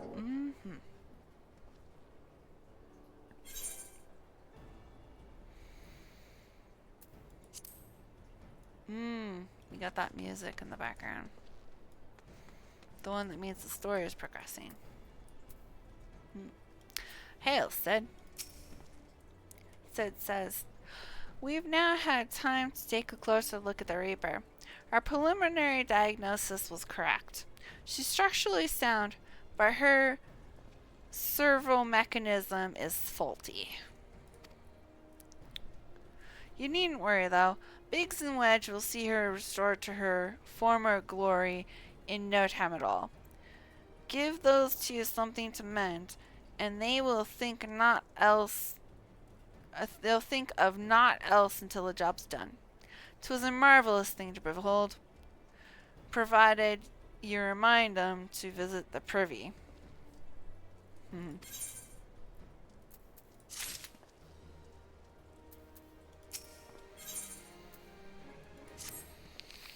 Sid continues.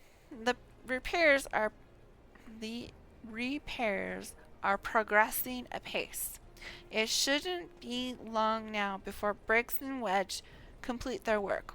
There is, however, one small problem. As you may recall, the machina's servo mechanism was discovered to be faulty. Wedge has subsequently ascertained that the Magitek core which drives it is worn beyond use. Such cores are rather fragile devices which must be replaced at regular intervals. Thanks to the negligence of our Imperial colleagues, however, this one used in the Reaper was long overdue. Alas, we do not have access to a ready replacement here in Mardona.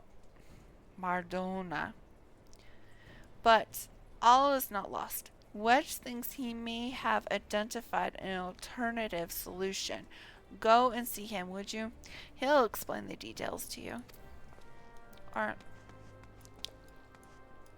Hail, Wedge, Wedge says. As I believe the chief has already informed you, the Magitek core is worn beyond use. We need to find a replacement. I thought about having you appropriate more Reapers, but even if the dumber head maintenance engineers of Castrum had remembered to replace their cores, we would risk rousing Imperial suspicion. But do not despair, for I believe there is a solution to substitute the Magitek core with a Mammoth heart. Oh. In case you don't know, a Mammoth heart can be used to grant sentience to an automation. By my reckoning, such a device should be more than capable of regulating the armor's servo mechanism. We'll just need to make some minor modifications to the housing unit. I've already placed an order for a first-rate Mammoth heart with the Goldsmiths Guild. All that remains is for someone to go to Oda and collect it. Oh, and to pay for it. Did I mention how much they cost? No? Well, they typically cost something in the order of, I hope you don't mind fitting the bill. It's for a good cause. Okay. To Oda.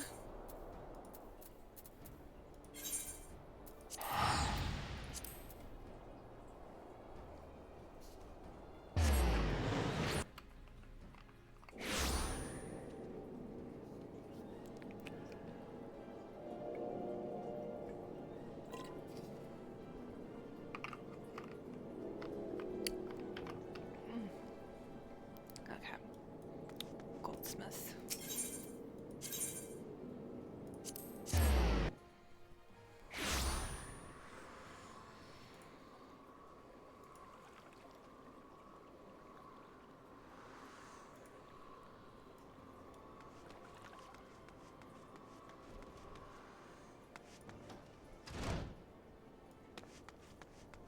Here we go.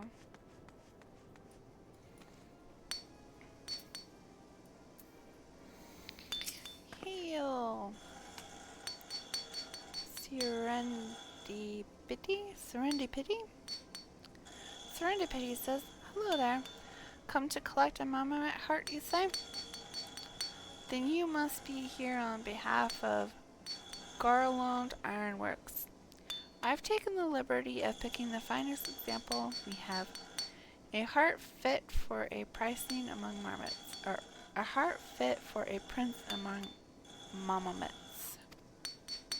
Payment? Oh, that won't be necessary. The heart is for Master Ulfenald's personal use, after all. He notified us a short while ago that his servant will be coming to collect it. Not a servant. She continues. Tender in years though he may be, Master Ulfenhold has been a benefactor of ours since my predecessor's time. The Goldsmiths Guild wouldn't dream of charging him. But here is the Monumental heart. May it serve you well. Oh, and please do pass on my compliments to your master. Ulfenhold, thank you, but, okay.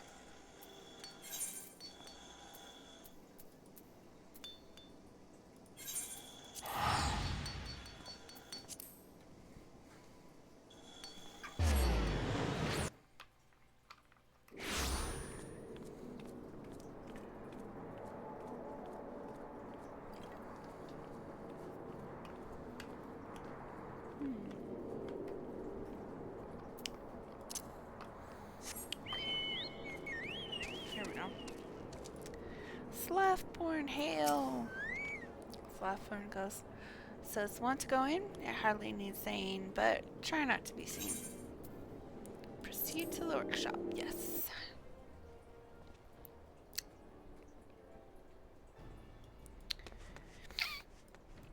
Hail, Wedge. Wedge says, do you have the Monumental heart? I can't wait to see if it works. Here you go. Cutscene. Wedge says, hurrah! Thank you so much. Whew.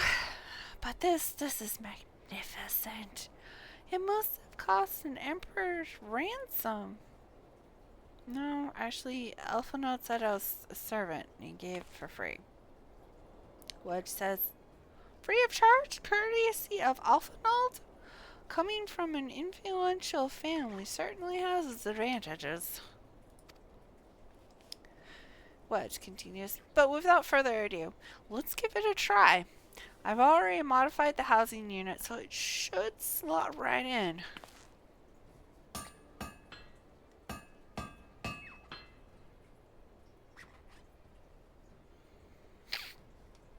Wedge says, there, she's ready. Magitek armor, engage.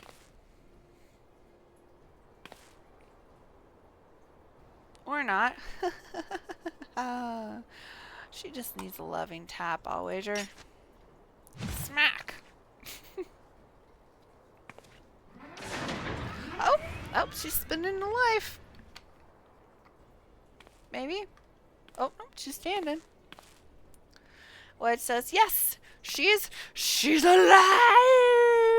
Frankenstein reference, anybody? Well, we did just give it a Mama Met heart. Wedge says, let's take her outside and put her through her paces. Nyra, would you care to do the honors?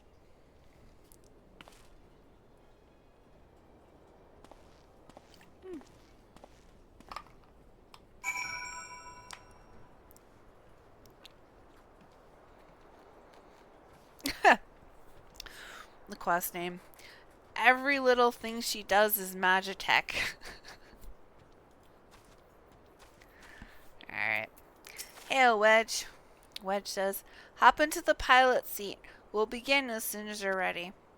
First, I'd like you to try climbing that tangle of crystals yonder as far up as you can go. As far up as you can go, if you please. Oh, and if for some reason you need to dismount, simply come back here and we'll start again. Okay. I need to go where now?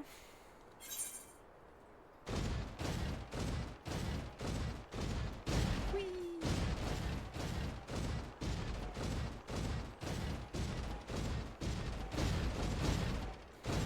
Oops, come on, up you go. Ooh, clunky armor, you. Wedge says, No anomalous movements evident from either leg. Good. Next, jump back down and then sprint north quick as you can. Which was north? That was north. Okay.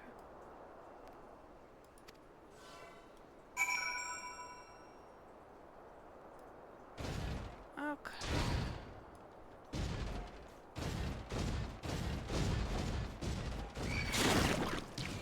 No, leave me alone.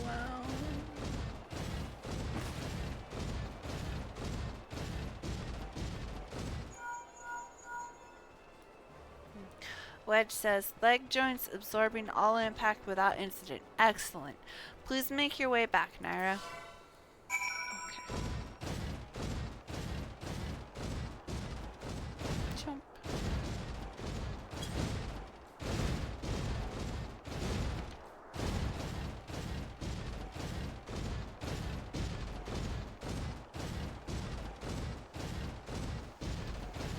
Alright, here we go.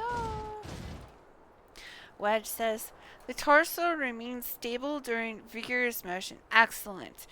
And that concludes our test. Thank you for your cooperation. Sweet.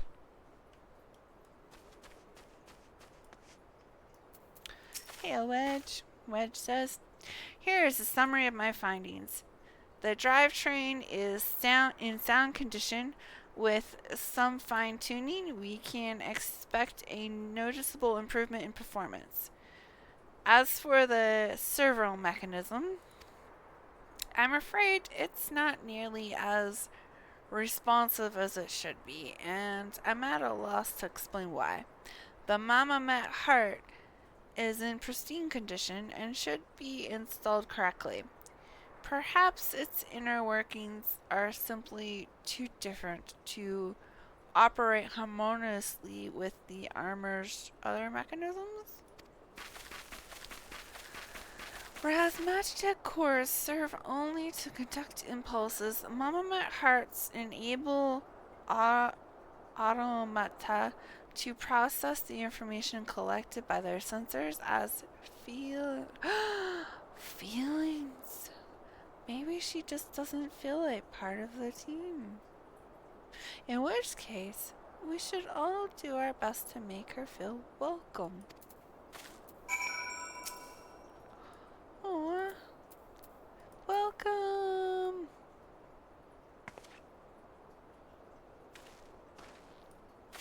Magitek Reaper clicks. She clicked. Ooh. Hail, Biggs. Commence duty.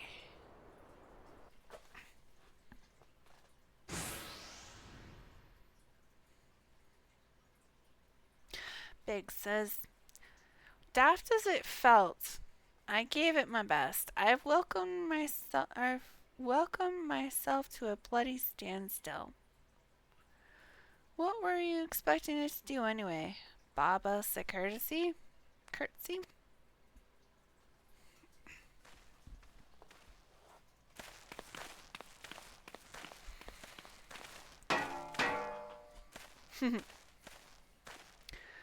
Sid knocks on it and says, no doubt you're wondering why the servo mechanism is so important as to warrant this silliness. Without it, the pilot would be required to control the armor's every movement manually. This would be an erroneous task at the best of times, and wholly impractical during battle. Using a Mama Met heart in place of the worn Magitek core seemed a promising solution. Alas, the device does not appear to be compatible with Garlemald technology.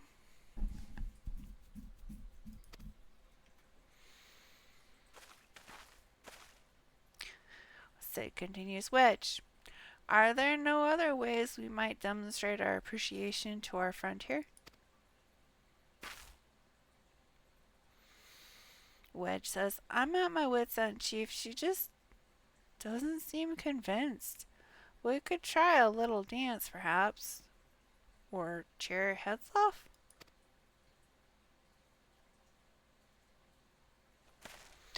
Biggs says, Imperials! They've come for the armor. Sid says, damn it, they have us cornered.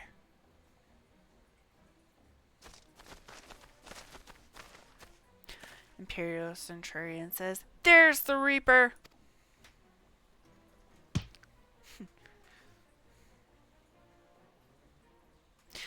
Imperial Centurion says, taken by the traitor Garlemald, and is that the Icon Slayer? Oh, bullocks. Call the reinforcements.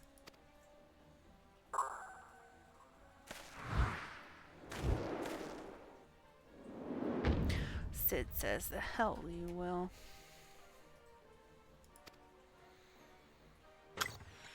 Oh! He just activated his jamming. Imperial Signaler says, we've located the Stolen Reaper, requesting immediate assistance. Respond, respond! Imperial Signaler says, it's no use, sir. There's some sort of interference. Imperial Centurion says, curse you, Garlemald. Imperial Centurion continues, no matter. If we can't reclaim it, destroy it.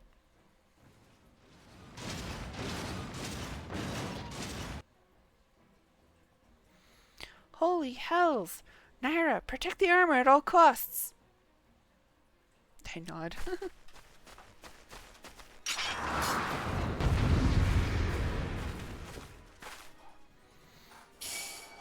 Alright, here we go. No, you don't. Get back here.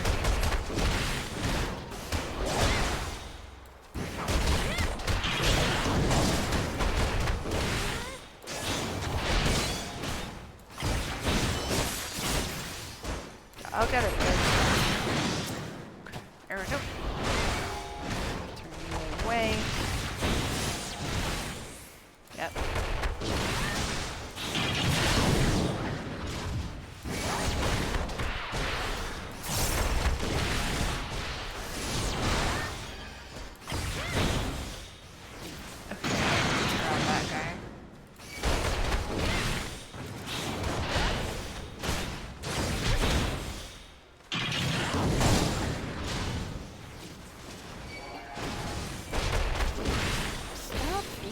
Magitek.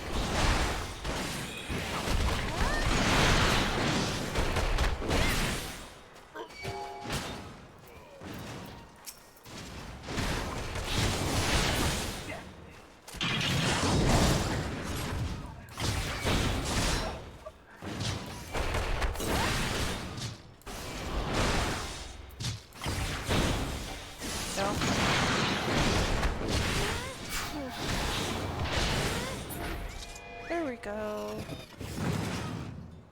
Duty complete.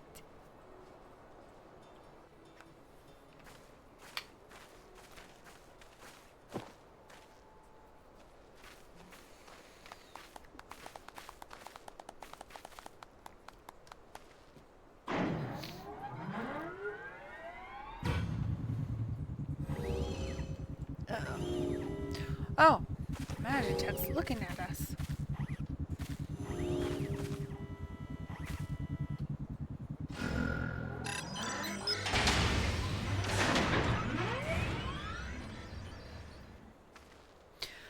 Wedge says, Chief, look, she moved.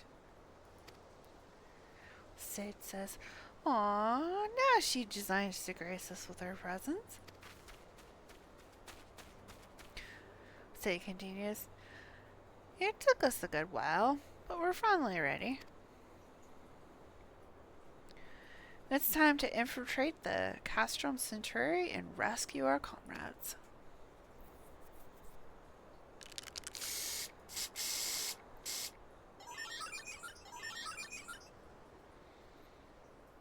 Wedge says, "There, the finishing touch."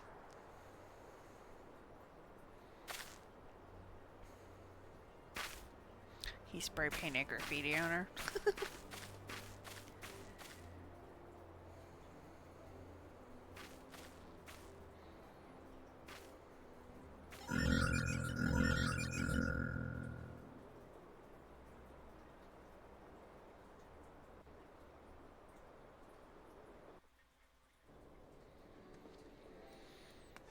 Alright.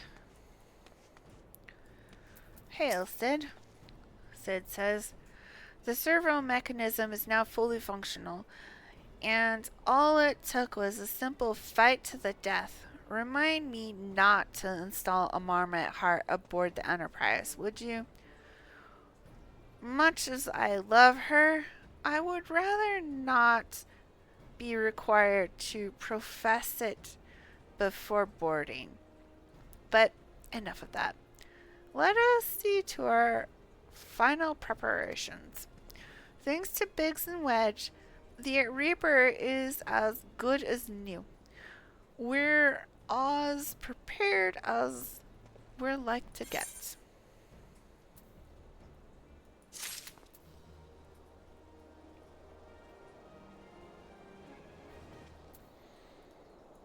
Alright. Hail, Sid. Cutscene. Sid says, "How go your preparations, Nyra? We leave as soon as you're ready."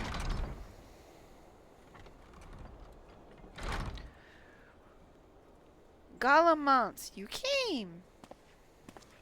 Garlemald says, "Aye, thought I'd give you all a roaring send-off.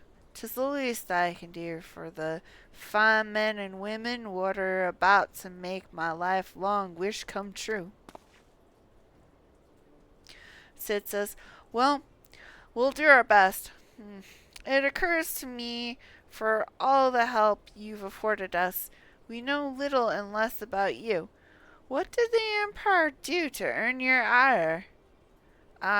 But I fear I've put curiosity before consideration. I quite understand if you'd rather not relive those memories." Garlemald says, No, I don't mind really. Truth be told, a part of me was itching to tell you my tale. Mind you, 'tis hardly novel. I ain't the first to suffer at the Empire's imperial hands. Like most folk, I used to have a mother.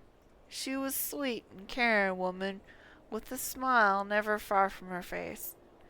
There was a sister too, pretty little thing. She was gentle as a lamb, but tough as nails. We were poor folk living simple lives, but we knew happiness just the same. And then the Imperials came and took it all away.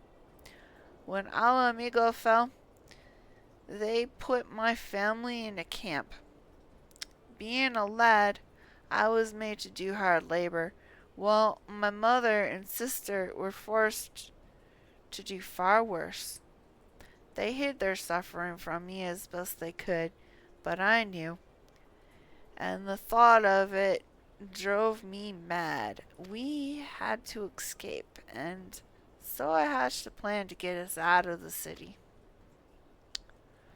We were picking our way around a gorge not far outside the walls when they caught up with us, and rather than allow themselves to be taken again, my mother and sister leapt over the edge before my very eyes. Heartbroken as I was, I didn't put up a fight when the Imperials clapped me in chains and dragged me back. 'Twas some years after that I escaped again. In that time, I got away. I swore then that I'd get revenge on the Empire and become an adventurer so as to hone my skills and earn the coin I needed. But nigh on 2 decades have since gone by. And what have I achieved? Bugger all, that's what. Well, he escaped. He continues. Not like you lot. You ain't been here 10 minutes, and you've already done more than I managed in 10 bloody years. Sid says, you gave us too much credit, Garlemald. We seek only to rescue our friends. Garlemald says, well, what's more important than that? On any road, after you've got your friends back, you're planning on going after the Empire, and don't pretend you aren't.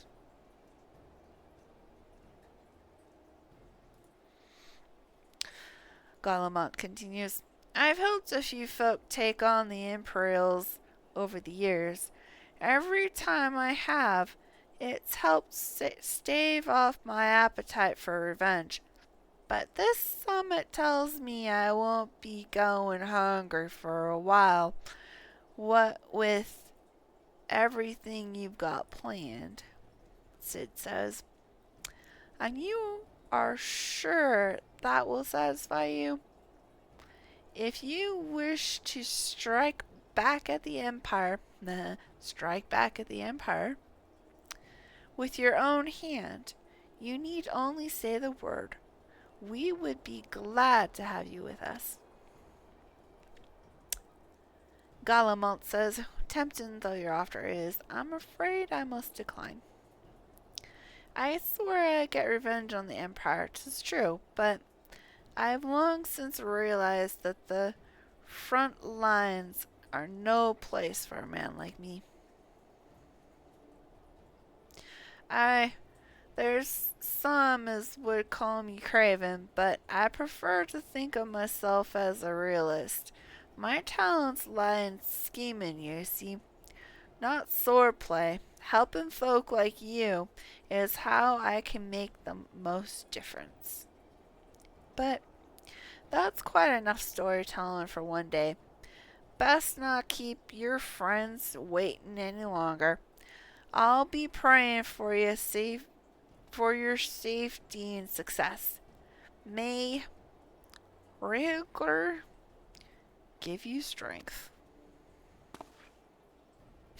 That smile.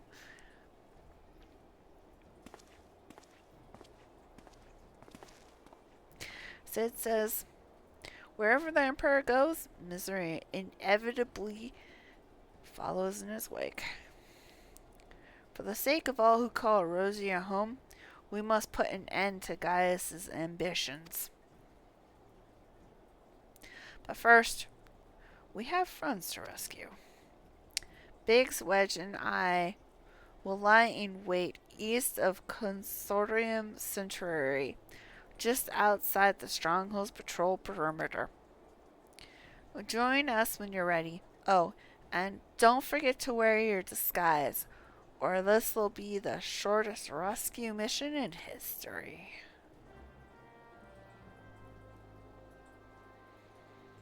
Alright.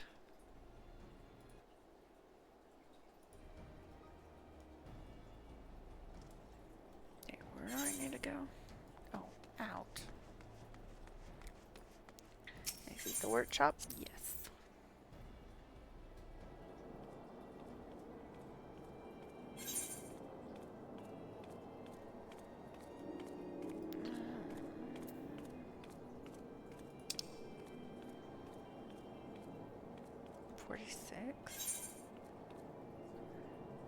Oh, it's because I'm not wearing the uniform, that's why.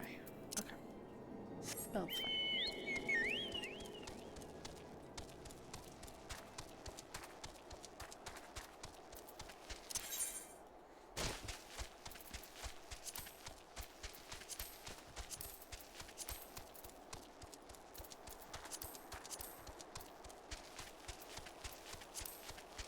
Yep. No, leave me alone.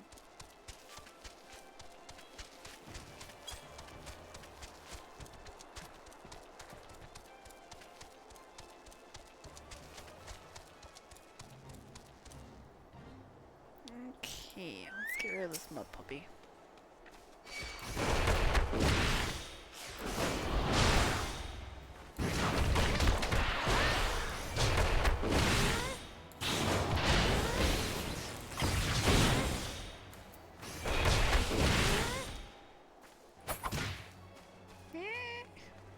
I don't want a cookie.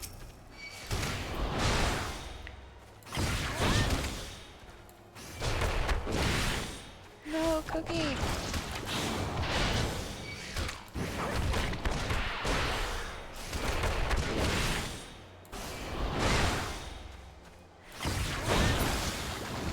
Okay. I'm glad I took that out. Okay. Hail Sid. Cutscene. Sid says, "Forgive me for saying so, but you look rather fine in Imperial black and crimson. Definitely your colors. Ah, but now is not the time for jests."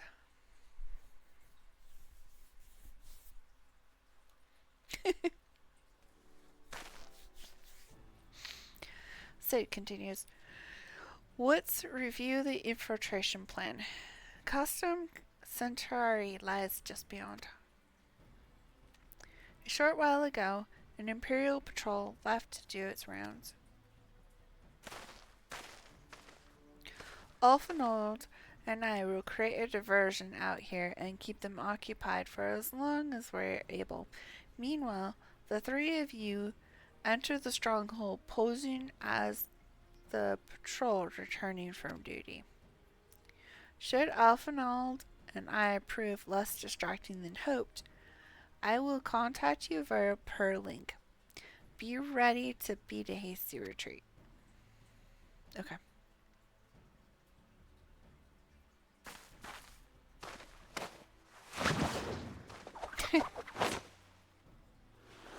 That toss, man, that's something else. So it continues. Wedge will lead the way in the Reaper. Stay close to him. And I hardly need to tell you this, but don't do anything suspicious. Oh, and lest you wonder, Yida and Y'shtola left shortly before you arrived. We had planned that they should linger in the vicinity to cover our retreat in the event that Ulfenold and I attracted too much attention, but the approach of an Imperial vessel forced us to improvise. Don't be too disappointed. They did at least leave a message for you. Something along the lines of, don't do anything reckless, if memory serves. Wise words.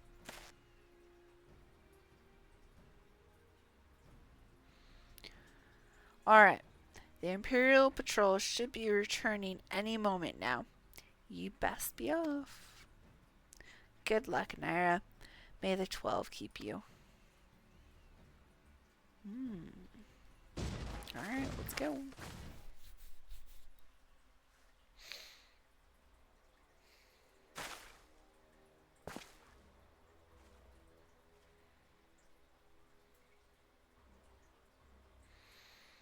We're in the doors.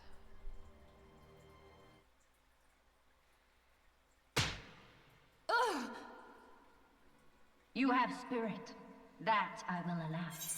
Yet you struggle to the benefit of none, least of all, yourself.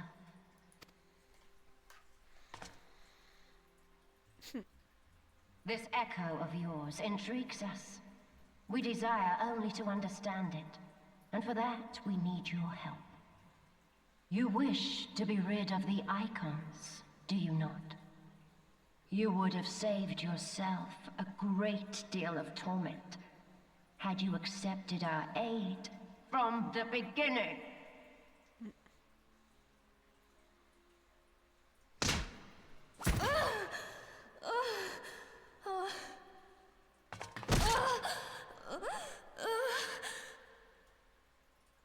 Tell me everything, and I shall end it quickly. Refuse, and though you beg for death, you shall not have it. Which will it be? As you wish, my dear Minfilia. Unpleasant though it will be for all concerned, you leave us no choice but to employ more rigorous methods of study. Wow. Be so kind as to deliver the prisoners to Castrum Meridianum. Yes, milady. It's an evil Power Ranger. Oh, hey! I didn't see you there. Welcome, welcome. Greetings and salutations.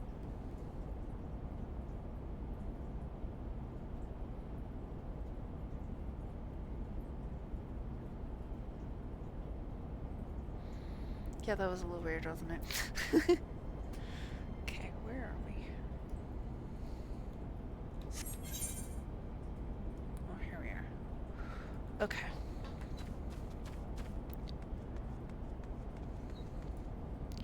Hail, Imperial Courier. Imperial Courier says, I best get back to my duties. The supplies aren't going to move themselves, and neither of the prisoners come to that. They're getting ready to move them. Oh wait, the Imperials don't jump around. Maybe I should. Hail, Imperial Decorian. He says, part of the maintenance crew from Occidents, are you? I don't know what they teach you over there, but being an engineer does not exclude you from saluting your superiors. Oopsies. Okay. Salute.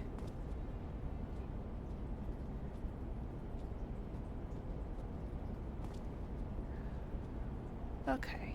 Now that I saluted him, he says, that's a fine salute.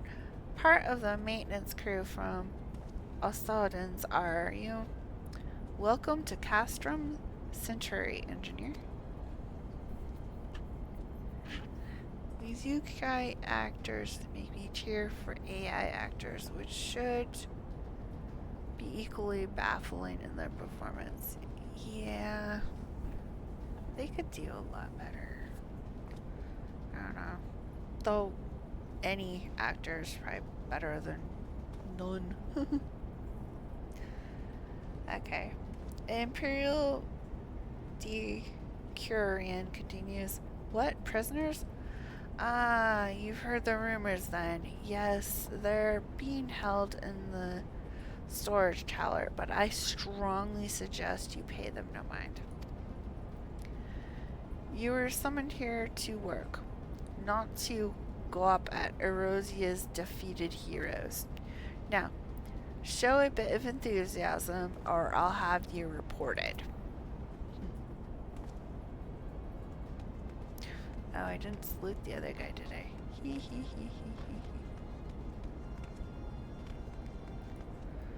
Okay. Salute. Boop. Okay, Imperial Courier says, oh, my apologies. I didn't notice you there. So engrossed as I was in my task. You'd be engrossed too, had the Tribunals commanded you to arrange for the prisoners to be transported. What prisoners do I speak of? You mean you haven't heard? Only the infamous Scortions of the Seventh Dawn, captured by the Tribunus herself. If you don't believe me, have a look at the storage have a look in the storage tower when next you pass that way. Okay. One last person to talk to. Boinky, boinky, boinky, bonga, boinky. Okay. Imperial Guard, sleeping on duty. Imperial Guard says, shouldn't I be at my post? I suppose so, but such things don't seem to matter anymore. I've fallen for one of the prisoners. She's all I can think about of late. Am I Am I a deviant for wanting her to salute me? Oh, I need to salute him. Okay, that's right. Okay. Imperial Guard says, "Greetings, comrade. Forgive me for asking, but you haven't visited the storage tower recently, have you? I only asked because I dropped something in there, and oh, who am I fooling? I've fallen for one of the prisoners. All right. I dare say you know the one I mean. The velvet blonde? Goodness, no. It's the Lalafell lass I'm smitten with. She's so adorable it hurts. I want to sweep her up into my arms and squeeze her till her tiny arms ache. What do you reckon it would take to convince the Centurion to lend me the keys so I can see her?" I know, right?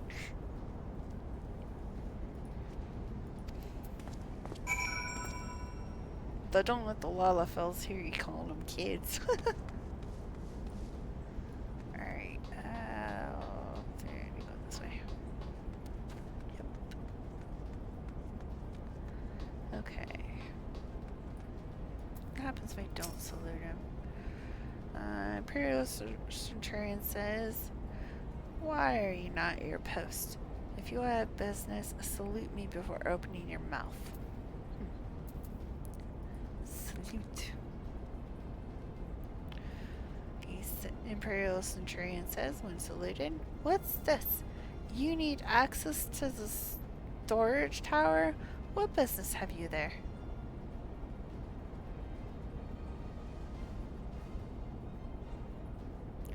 Oh, is she really that young? Huh. Imperial Centurion continues, "At the Tribunus's behest, you say? This is highly irregular, but it would not do to make my lady wrath. I don't know. It has no in it. Take my identification key. See that it is returned when your errand is concluded. You will never see this key again."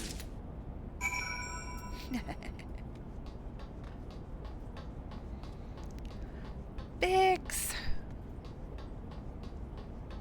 I have the key. Biggs says, "Security's tight, just as we expected. We're going to need a special key if we want to get past this blockhead." Oh, she's 21. Well, okay.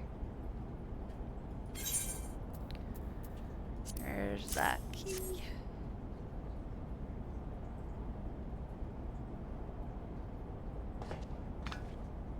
Wedge.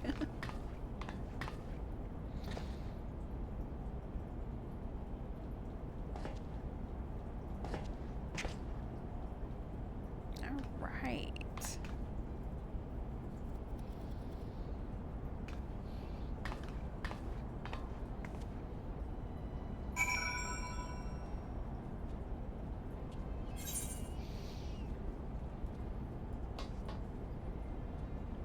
This way, yeah, this way. Okay. Steel door. That looks like a duty. Interacting. Ishtola is only 23. Forever. I must etch that knowledge into my soul. So young.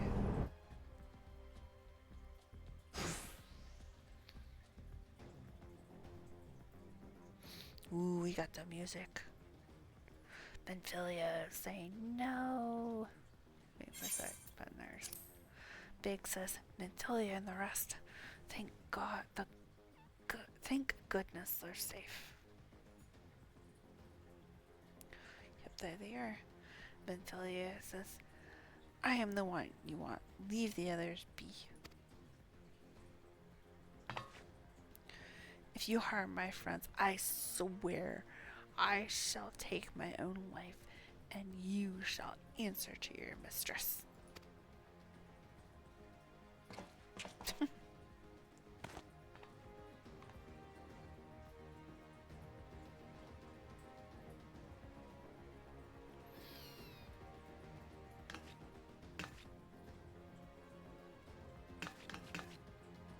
Oh, Tataru noticed Wedge. Wedge says, Tataru, we must do something. Biggs says, we risk letting the entire Castronium know we're here. Biggs says, aye, you're right. We may not get a better chance.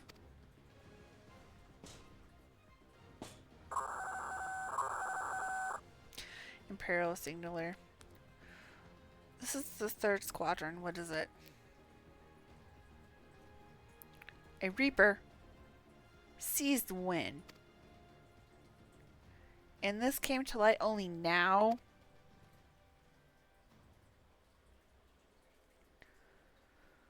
The culprits will have left a trail. Take as many men as you need and scour the area.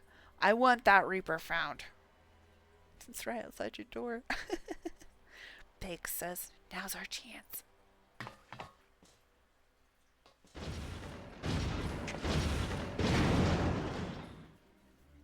Imperial Signaler says, what the? Strike my last. Eliminate the intruders. Talk about riding on a black horse. Alright, here we go. Let's do that.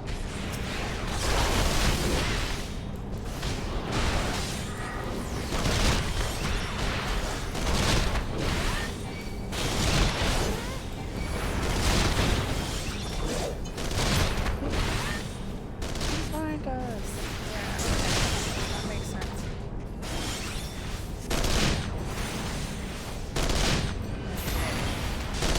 Corrupted.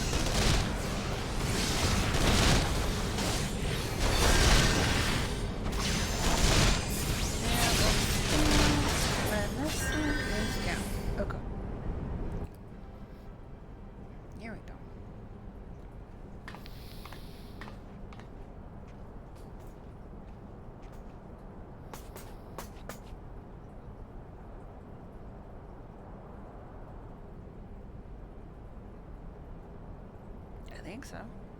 Should. Tataru says, Nyra, I was so scared.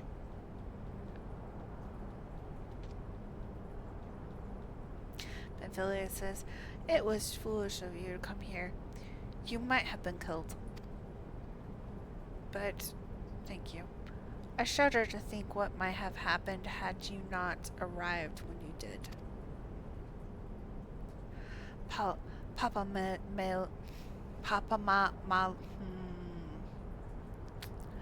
Mino says, I say, did you not see Thancred anywhere? I'm beginning to fear for the fellow. No, we have not seen him for quite some time. Undre says, to linger here shall yield us no answer. Let us away ere the window to our liberty closes shut. Well, just... Oh, that's so many words in that sentence. Oh, look, it's the Power Ranger. I know, I just have this stutter on words sometimes. So, yeah, I'm sorry. Vila Sas Janitas says, what did you say? Escaped? Then recapture them. Fail, and I shall have your head.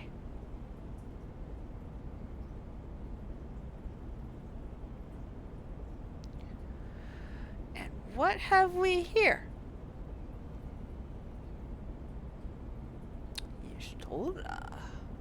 Y'shtola says, the Tribuness herself, just as you said. You have the eye of an Mirman, Yida.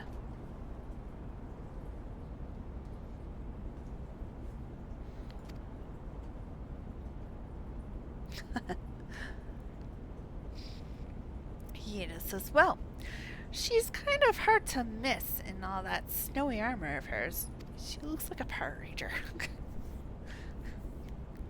Livida says, accursed Scotians, how did you slip our defenses? Y'shtola says, with unexpected ease, if truth be told.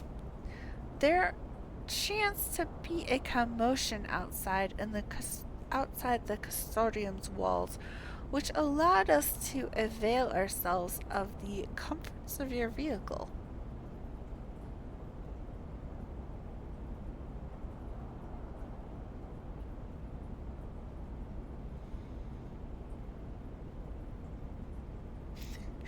Yeah, I have a bit of a stutter. You probably notice it more when I replace words with other words. Like, instead of saying cat, to say feline instead. Yeah, yeah. And yes, I do have dyslexia too.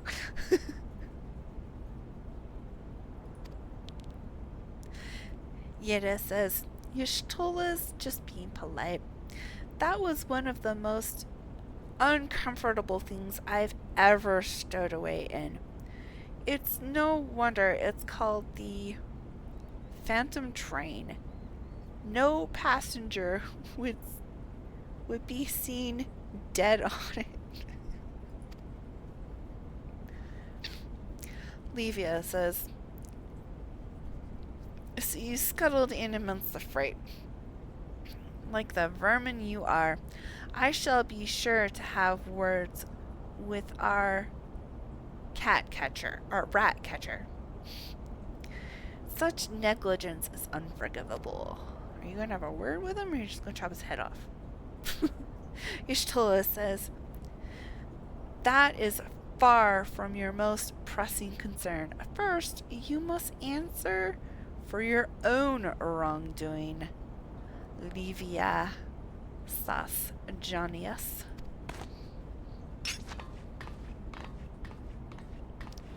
'Tola continues.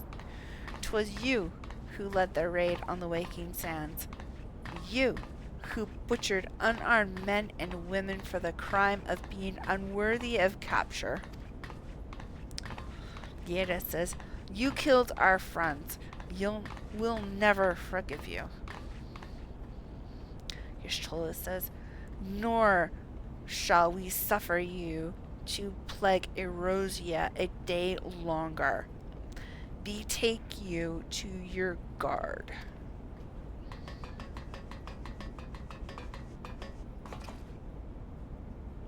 Imperial Sentry says, more intruders, protect the tribunus.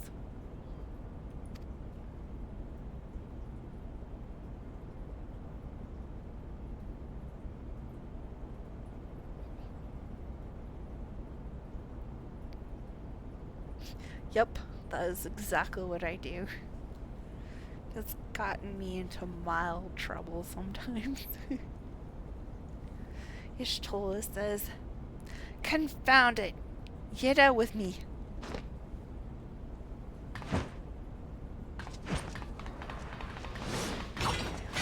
Actually, it's a masking technique.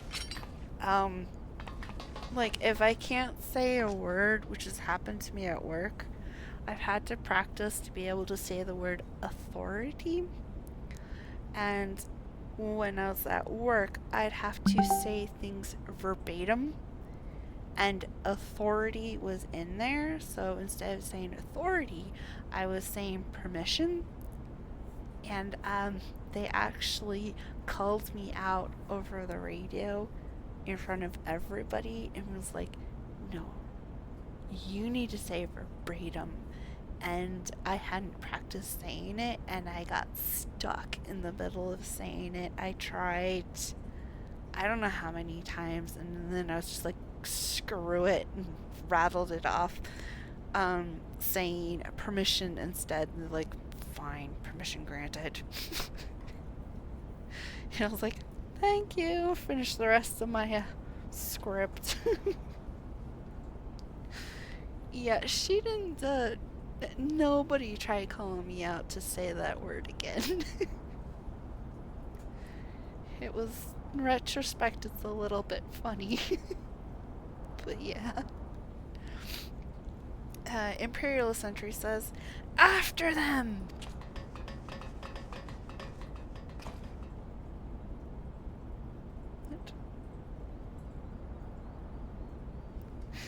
Okay.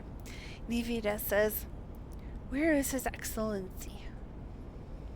Imperial Sentry says, in the hangar, my lady. In discussion with our guest. Livida says, alert him at once. Imperial Sentry says, yes, my lady.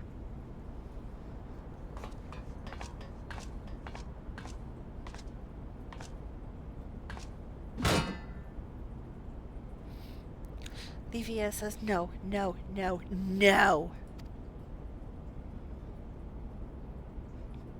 Imperial Sentry says, there they are. Fan out and surround them. It's grass. Oh, here we go. Oh, poor Totaro. Which says, must protect Totaro. Biggs, I'm going in. See everyone to safety.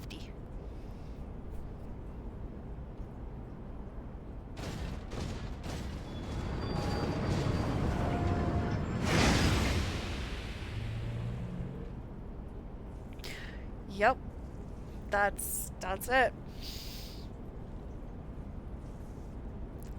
I don't know if there's a word for it, but that describes it pretty good right there. Yep.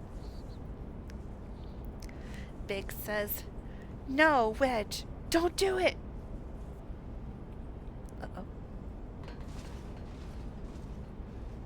Here they come. Big says, oh no, Nyra. Hold him off. I'll look for Menphilia and Totaro. I'll look after Menphilia and Totaro. Here we go.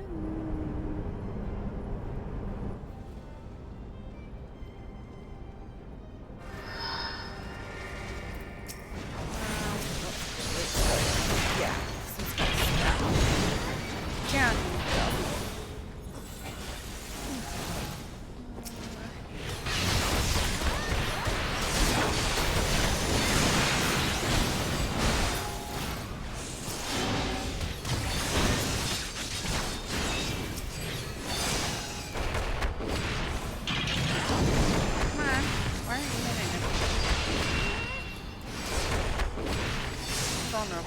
Why is he invulnerable?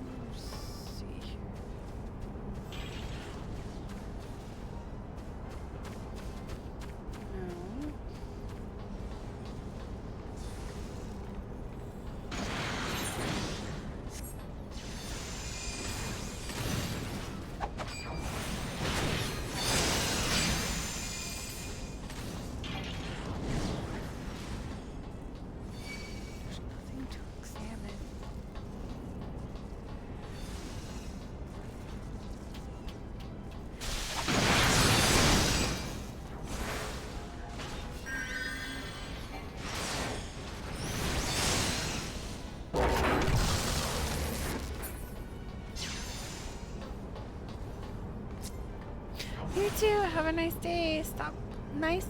Thanks for stopping by.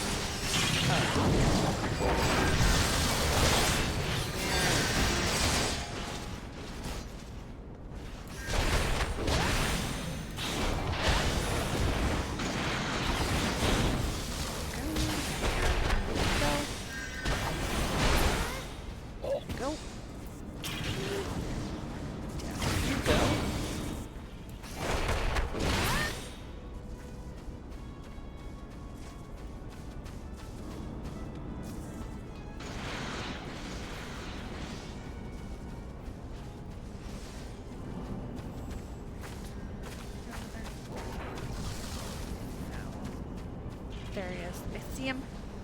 I'll see his name tag poking out.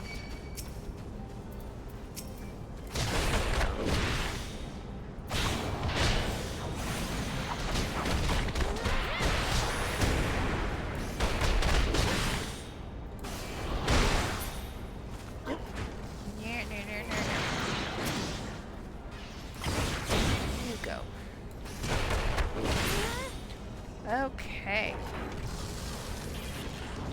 Yeah, they'll start taking damage.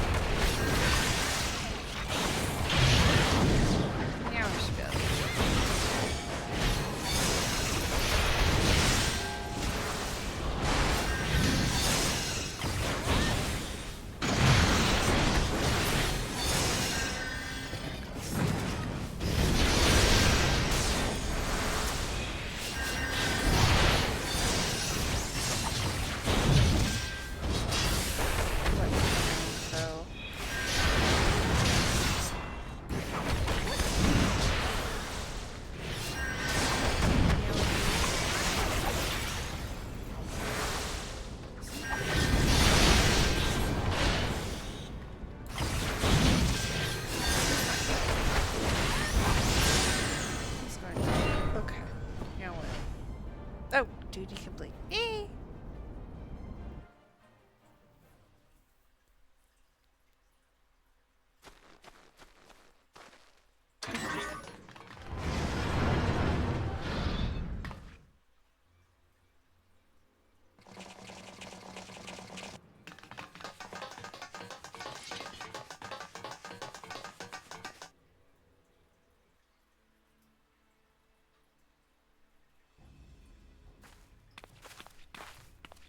Take the leader! Kill the rest!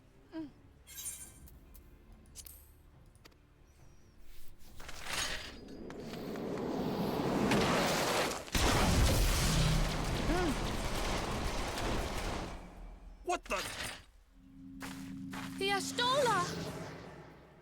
Pray, forgive us our delay.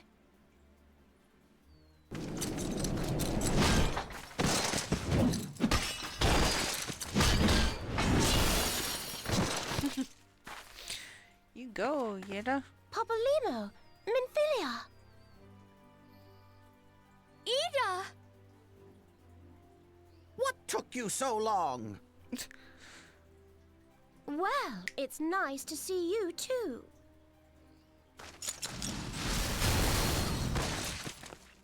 The reunion must wait. Right. First things first. Yes, let's get back to being heavily outnumbered.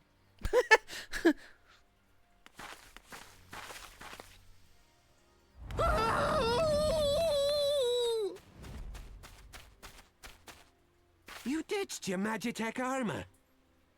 Fool of a Lalafell! Well, excuse me. She's all yours if you think you can do any better.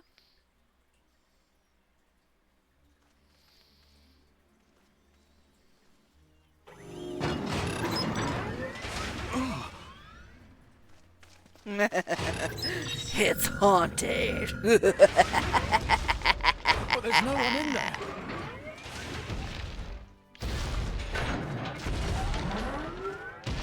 This is Sid. Can you hear me? Yes, we hear you. I need you to count to 5, then jump. Understood? Okay. 1, 2, 3. 4. Oh, I'm supposed to say 5.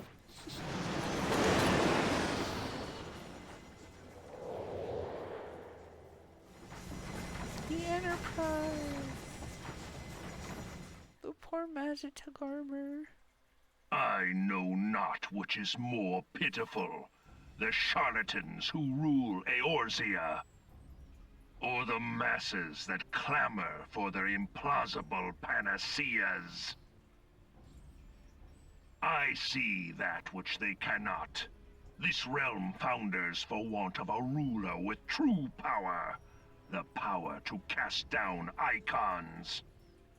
If you continue to deny this truth, it is the people who will suffer. Embrace reason.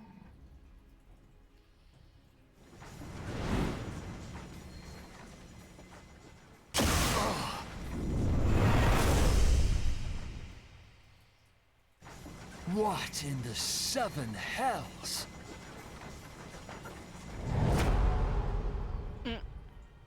Oh no. It's here. 12 preserve us. They finished it. Ultima weapon. So it has a name.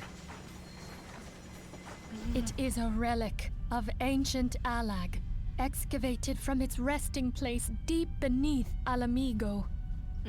The Alagons used it to crush primal and foe alike, and now the Garleans mean to do the same.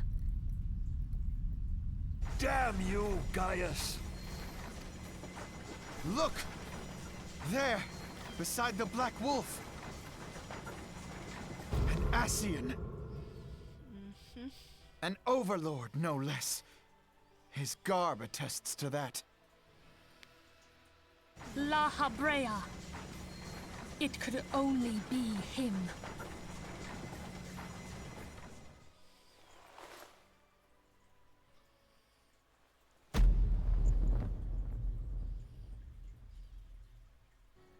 Thancred!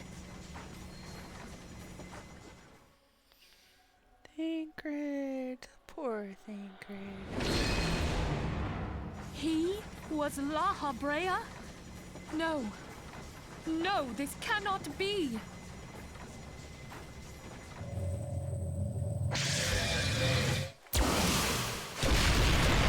We have to go now! Hang on! Thancred! No!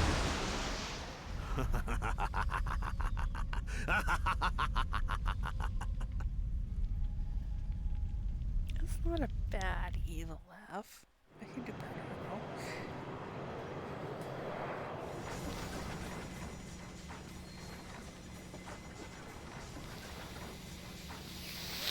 All that time, the enemy was beside me, and I never even suspected. And to think that it was I who suggested that Thancred investigate the Ascians. How could I have been so blind? That actually may have been what got him in trouble off note. Small wonder the enemy knew our every move, and where to find us. Confound it all! No. No, this is not the time for self-doubt. The Alliance leaders staked their hopes on the Scions, but now they believe us all dead or missing. When they learn of the Empire's new weapon, we cannot be certain what they will do. We must go and offer them what assurances we can that defeat is not inevitable. Cryle, this is Minfilia. The situation I may am have in taken some an haste, ill so turn, forgive me if I seem brusque. but the battle is far from over. Is it ready? And so long as we stand together, Wonderful. there shall I'm ever sorry be to hope press, of but victory. we need it urgently. How soon can The it be people of delivered? Eorzea falter for Fully want of doing. such hope. I am in Let your us debt, my provide it. friend. Let us bear to them the tidings that the Scions of the Seventh Dawn are returned.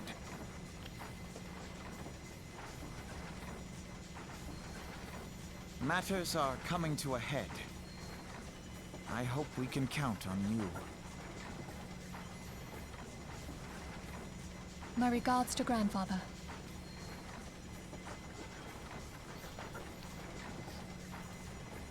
I am ready. Let us pay a visit to the Council of the Alliance leadership.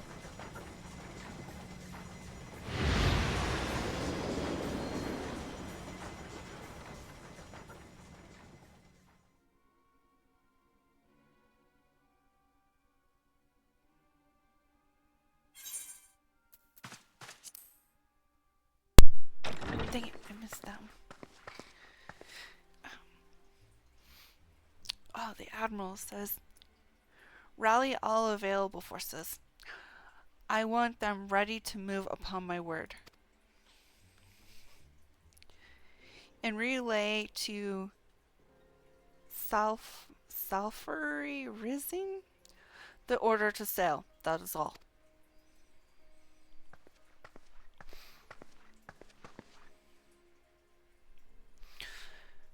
Admiral continues, the maelstrom stands ready. What of the flames? Rubahan says, ready as we're like to be. I need only give the word to Rioli? That's too many.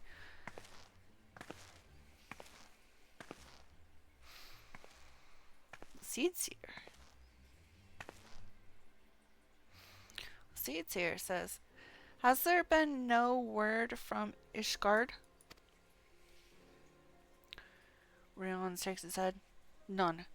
The dragons have got their tongues. Seeds here says, silent to the last. I was unwise to hope for better.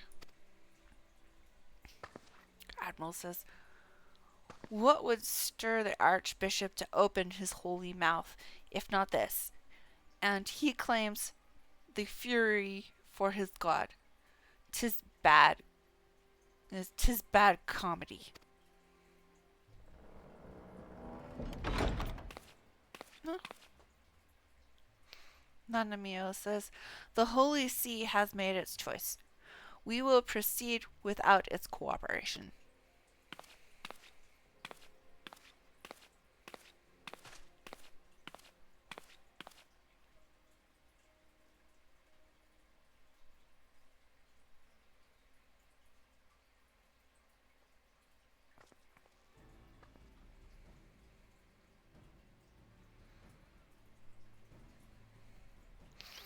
Nanamio says, I believe we are all acquainted with the terms of the Black Wolf's ultimatum. We must agree upon a course of action not less than the fate of Erosia hangs upon the decision of this council.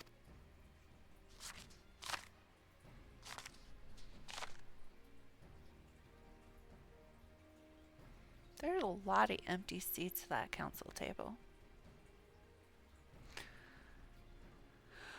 Rubahan says, Van Balstar claims to wield the power to smite primals.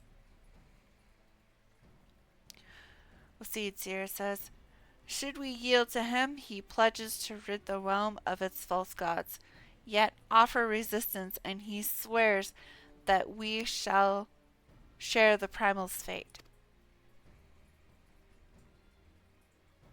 Admiral says, pardon me my bluntness, but I like not these choices. Asataneta says, this is too great a decision for any one of our nations to make alone.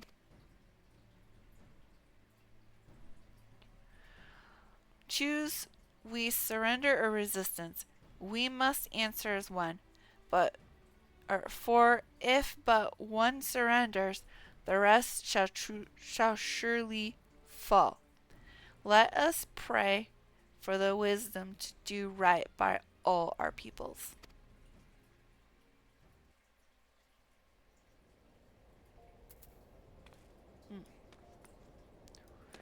Hail Menphilia. Menphilia says, Thancred's plight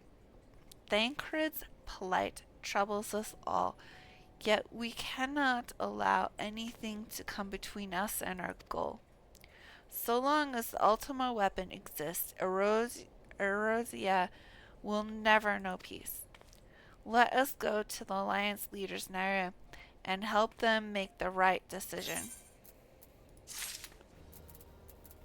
Put my gear back on. There we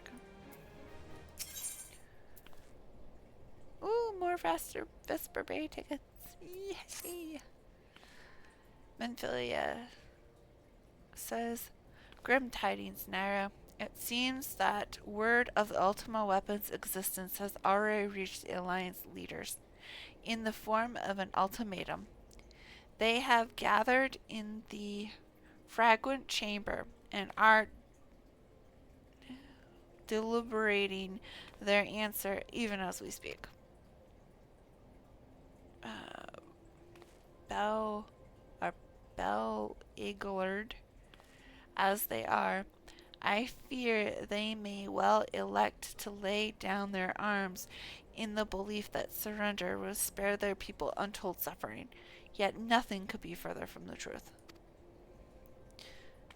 That which the Black Wolf offers will doom Erosia, not deliver it, and the leaders must be made aware of this. Let us hurry to them, Nyra, and ensure that they do not act in ignorance of the consequences. Ooh. Okay.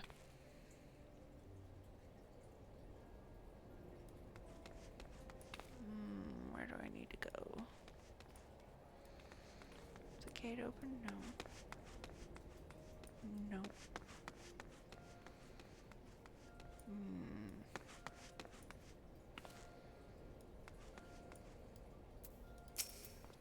Do you wish to leave the area? Yes. Yes, I do.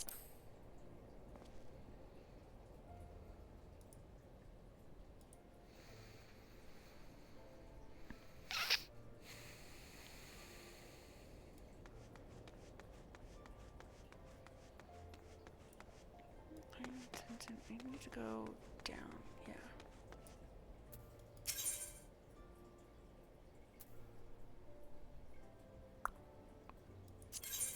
I think.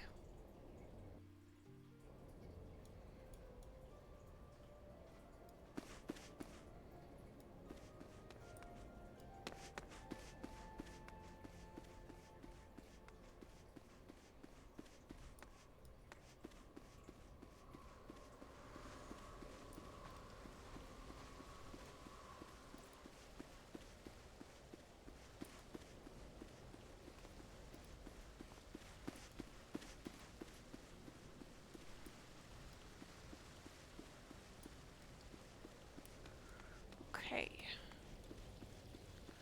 We have arrived. Bartholomew, hail! He says. The Council of Alliance Leaders is presently in progress in the Fragrant Chamber. I must ask that you step away from the doors, madame. I'm sorry, you're here on behalf of the Scorchers of Seven Dawn? 1,000 pardons, my lady. Of course you may enter. Yee! I get special privileges. We keep treading the same ground. There we go. Van Belsar's demands are clear.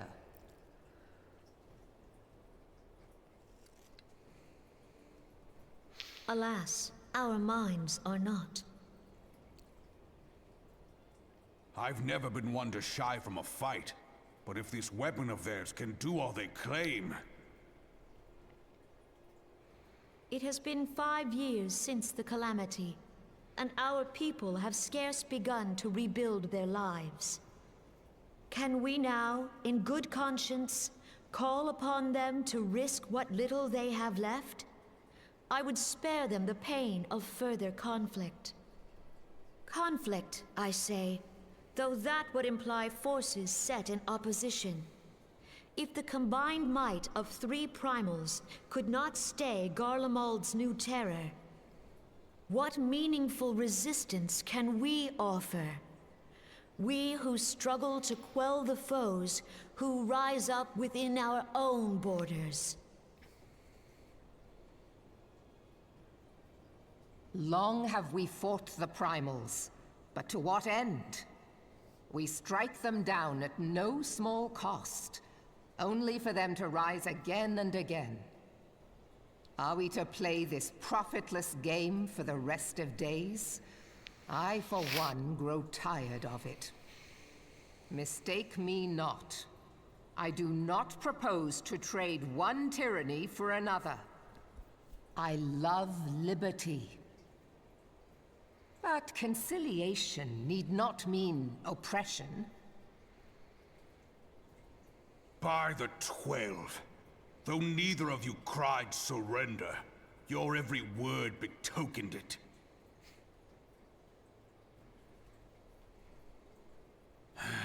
Not that I deny there is truth in what you say, nor can I rightly claim that Ul'dah is ready to fight. Refugees flood our gates, and beastmen swarm our land, while the great and the good do nothing. My flames struggle to bear the burden. I put on a grand show at the Remembrance Service, made all manner of lofty promises. I've made good on not a bloody one. Do not blame yourself, Reborn. You said only that which the people needed to hear. All present have done the same. Our citizens had become lost to hope. If our words serve to kindle it in them anew, better we speak than remain silent. Our enemy condemns us for failing our people. Yet what does he care for their well-being? While we labored to rebuild their lives, the Black Wolf built instruments of murder with which to end them. She's got a point. Her Majesty speaks true. For all our failings, the people's well-being has ever been our foremost priority. While none among us ever doubted that the Empire would one day resume its war, we scarcely had means enough to solve the problems of the present. Aye, which is why we look to others to safeguard our future. The Scions of the Seventh Dawn. Alas, they are gone, and the Black Wolf is at our door.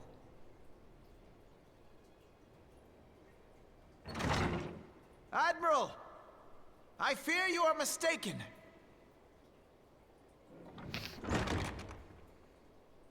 Alphinord, Minfilia, and Seven Hells. Master Garland?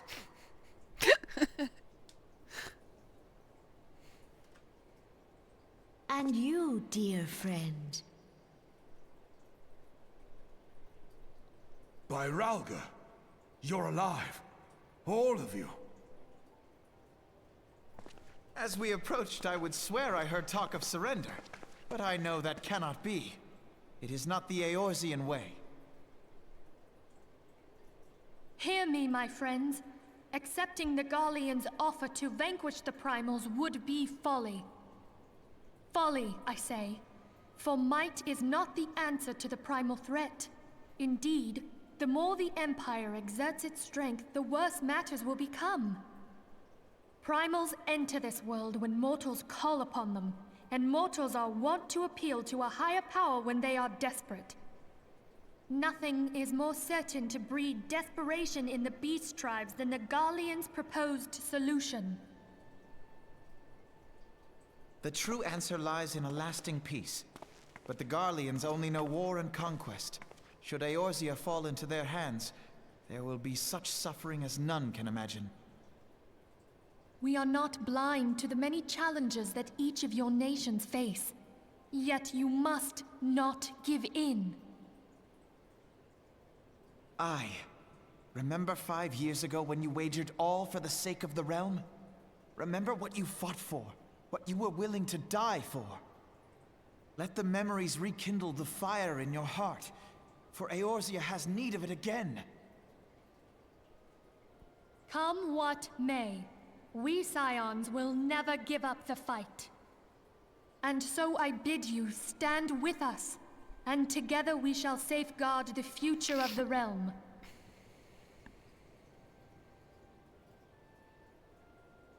A great man once said that a shrewd merchant grasps not for the quick profit, but invests in the future. Wise words, eh, Ralban? Sid,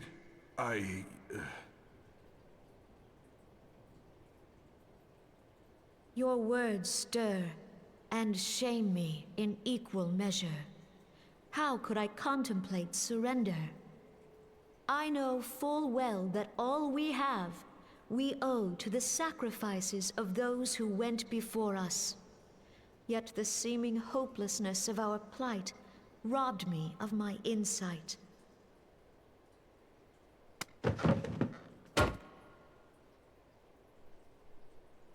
We Gridanians have no love for war. Yet we have still less for those who would threaten our homeland. Ever have we fought to protect those things we hold dear, and this shall never change.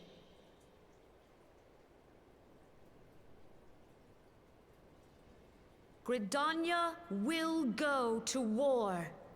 We will fight the Empire for the sake of the realm and all who abide here.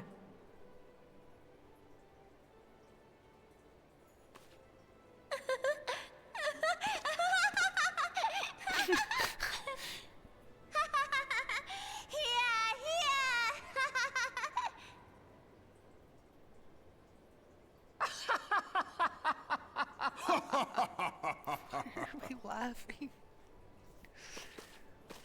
At long last, I hear words worthy of a founder of the Alliance. Ralban, are we to be outdone? I lost one homeland. The thought of losing another had blunted my resolve.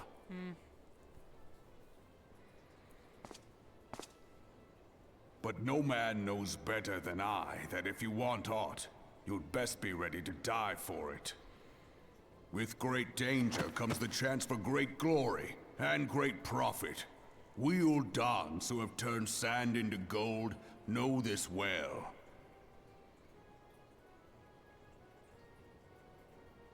How many times have we fallen into the pit of despair, only to have you pluck us out? I've fair lost count.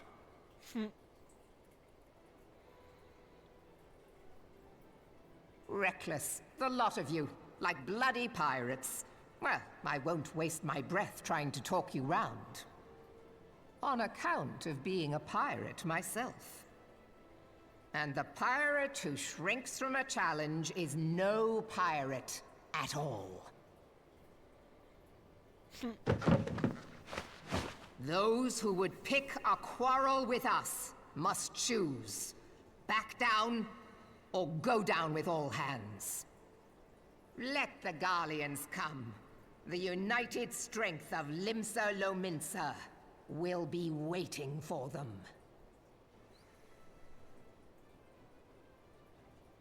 If our realm is to be free of this pall of darkness, let it be by our own hands. For Eorzea! Yay! Nope, we're burning the ultimatums. Okay.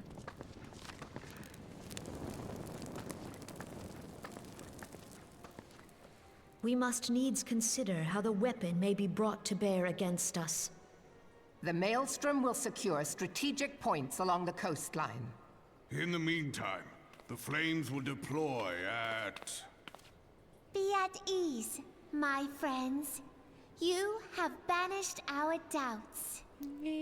Pray leave the military matters to us, and retire to the waking sands. We will send word anon.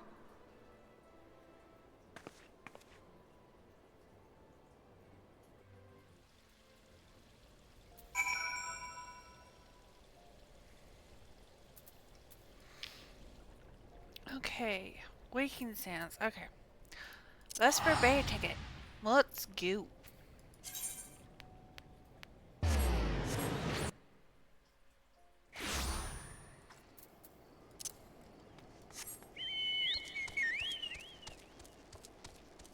Oh. There we go.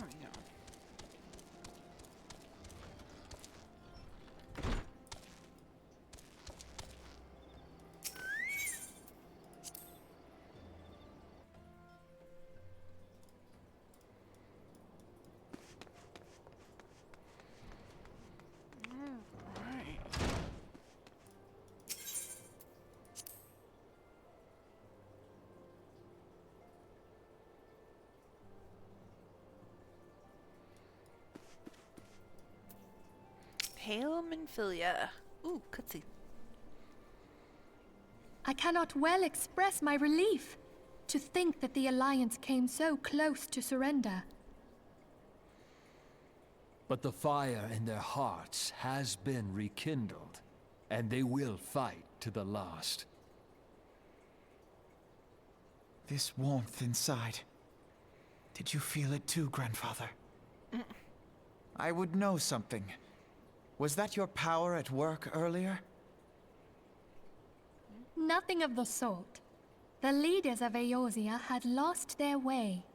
I merely helped them to find it again. Oh, hello. Yes, our party returned just a moment ago. How close are you? That's pretty close. It's all right, Sid. We must needs plan our next move. Pray continue liaising with your respective nations. Sid, would you be our man in Ul'dah? Yeah, because Thancred's usually I'll be Ul'dah. whatever and wherever you need me to be. We haven't a moment to waste. All right, let's do this. Thancred's fate weighs heavy on my mind. I cannot bear to think of him enthralled to an Ascian. Mayhap you know this already, But the Ascians are immortal beings without physical form. Since time immemorial, they have fanned the flames of chaos from the shadows. That they might work unseen, the Ascians entrap and possess mortal men by means of malign artifacts known as crystals of darkness. One such crystal may yet be the key to saving Thancred. You busy, This is a Mintilia. crystal of darkness. A mere replica, created using data obtained from anomalous crystals found across Eorzea. It comes to us courtesy of the students of Baldessian, our distant allies. Even for an Archon, Thancred's talents are exceptional.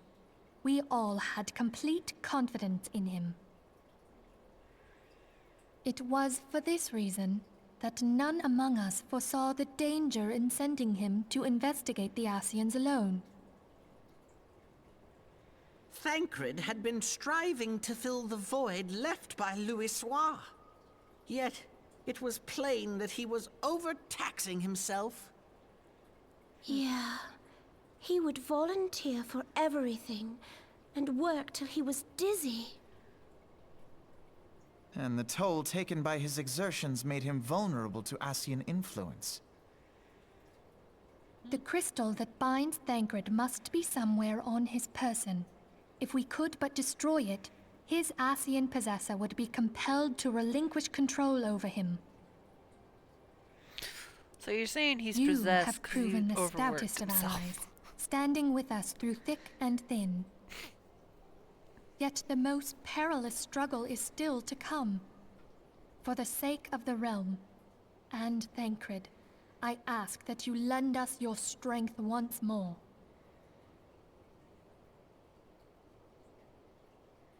Thank you, from the bottom of my heart. As I am sure you are aware, the realm was saved from certain doom 5 years ago by heroes known as the Warriors of Light. What you may not be aware of is that your many feats in service to the Scions have prompted folk to make certain comparisons. I must confess, you do remind me of them. Yet remember this, however glorious the past, it is the hero's lot to be judged on the deeds of the present. A new darkness threatens the realm, and the people cry out for a savior. I believe that you are she, a warrior of light, here in the present, guided by the crystal's will. Come, my friends, let us fight to safeguard the future of our beloved Eorzea.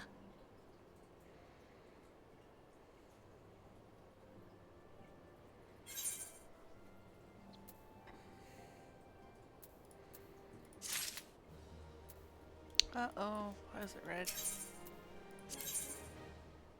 49? That's quite the jump.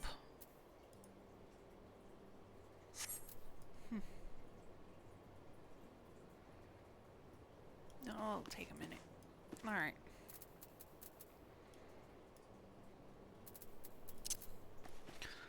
So I'll just go ahead and end it here, and I'll see you guys tomorrow, same time. May not be as long, but same time tomorrow. So see y'all later. Y'all have a good one.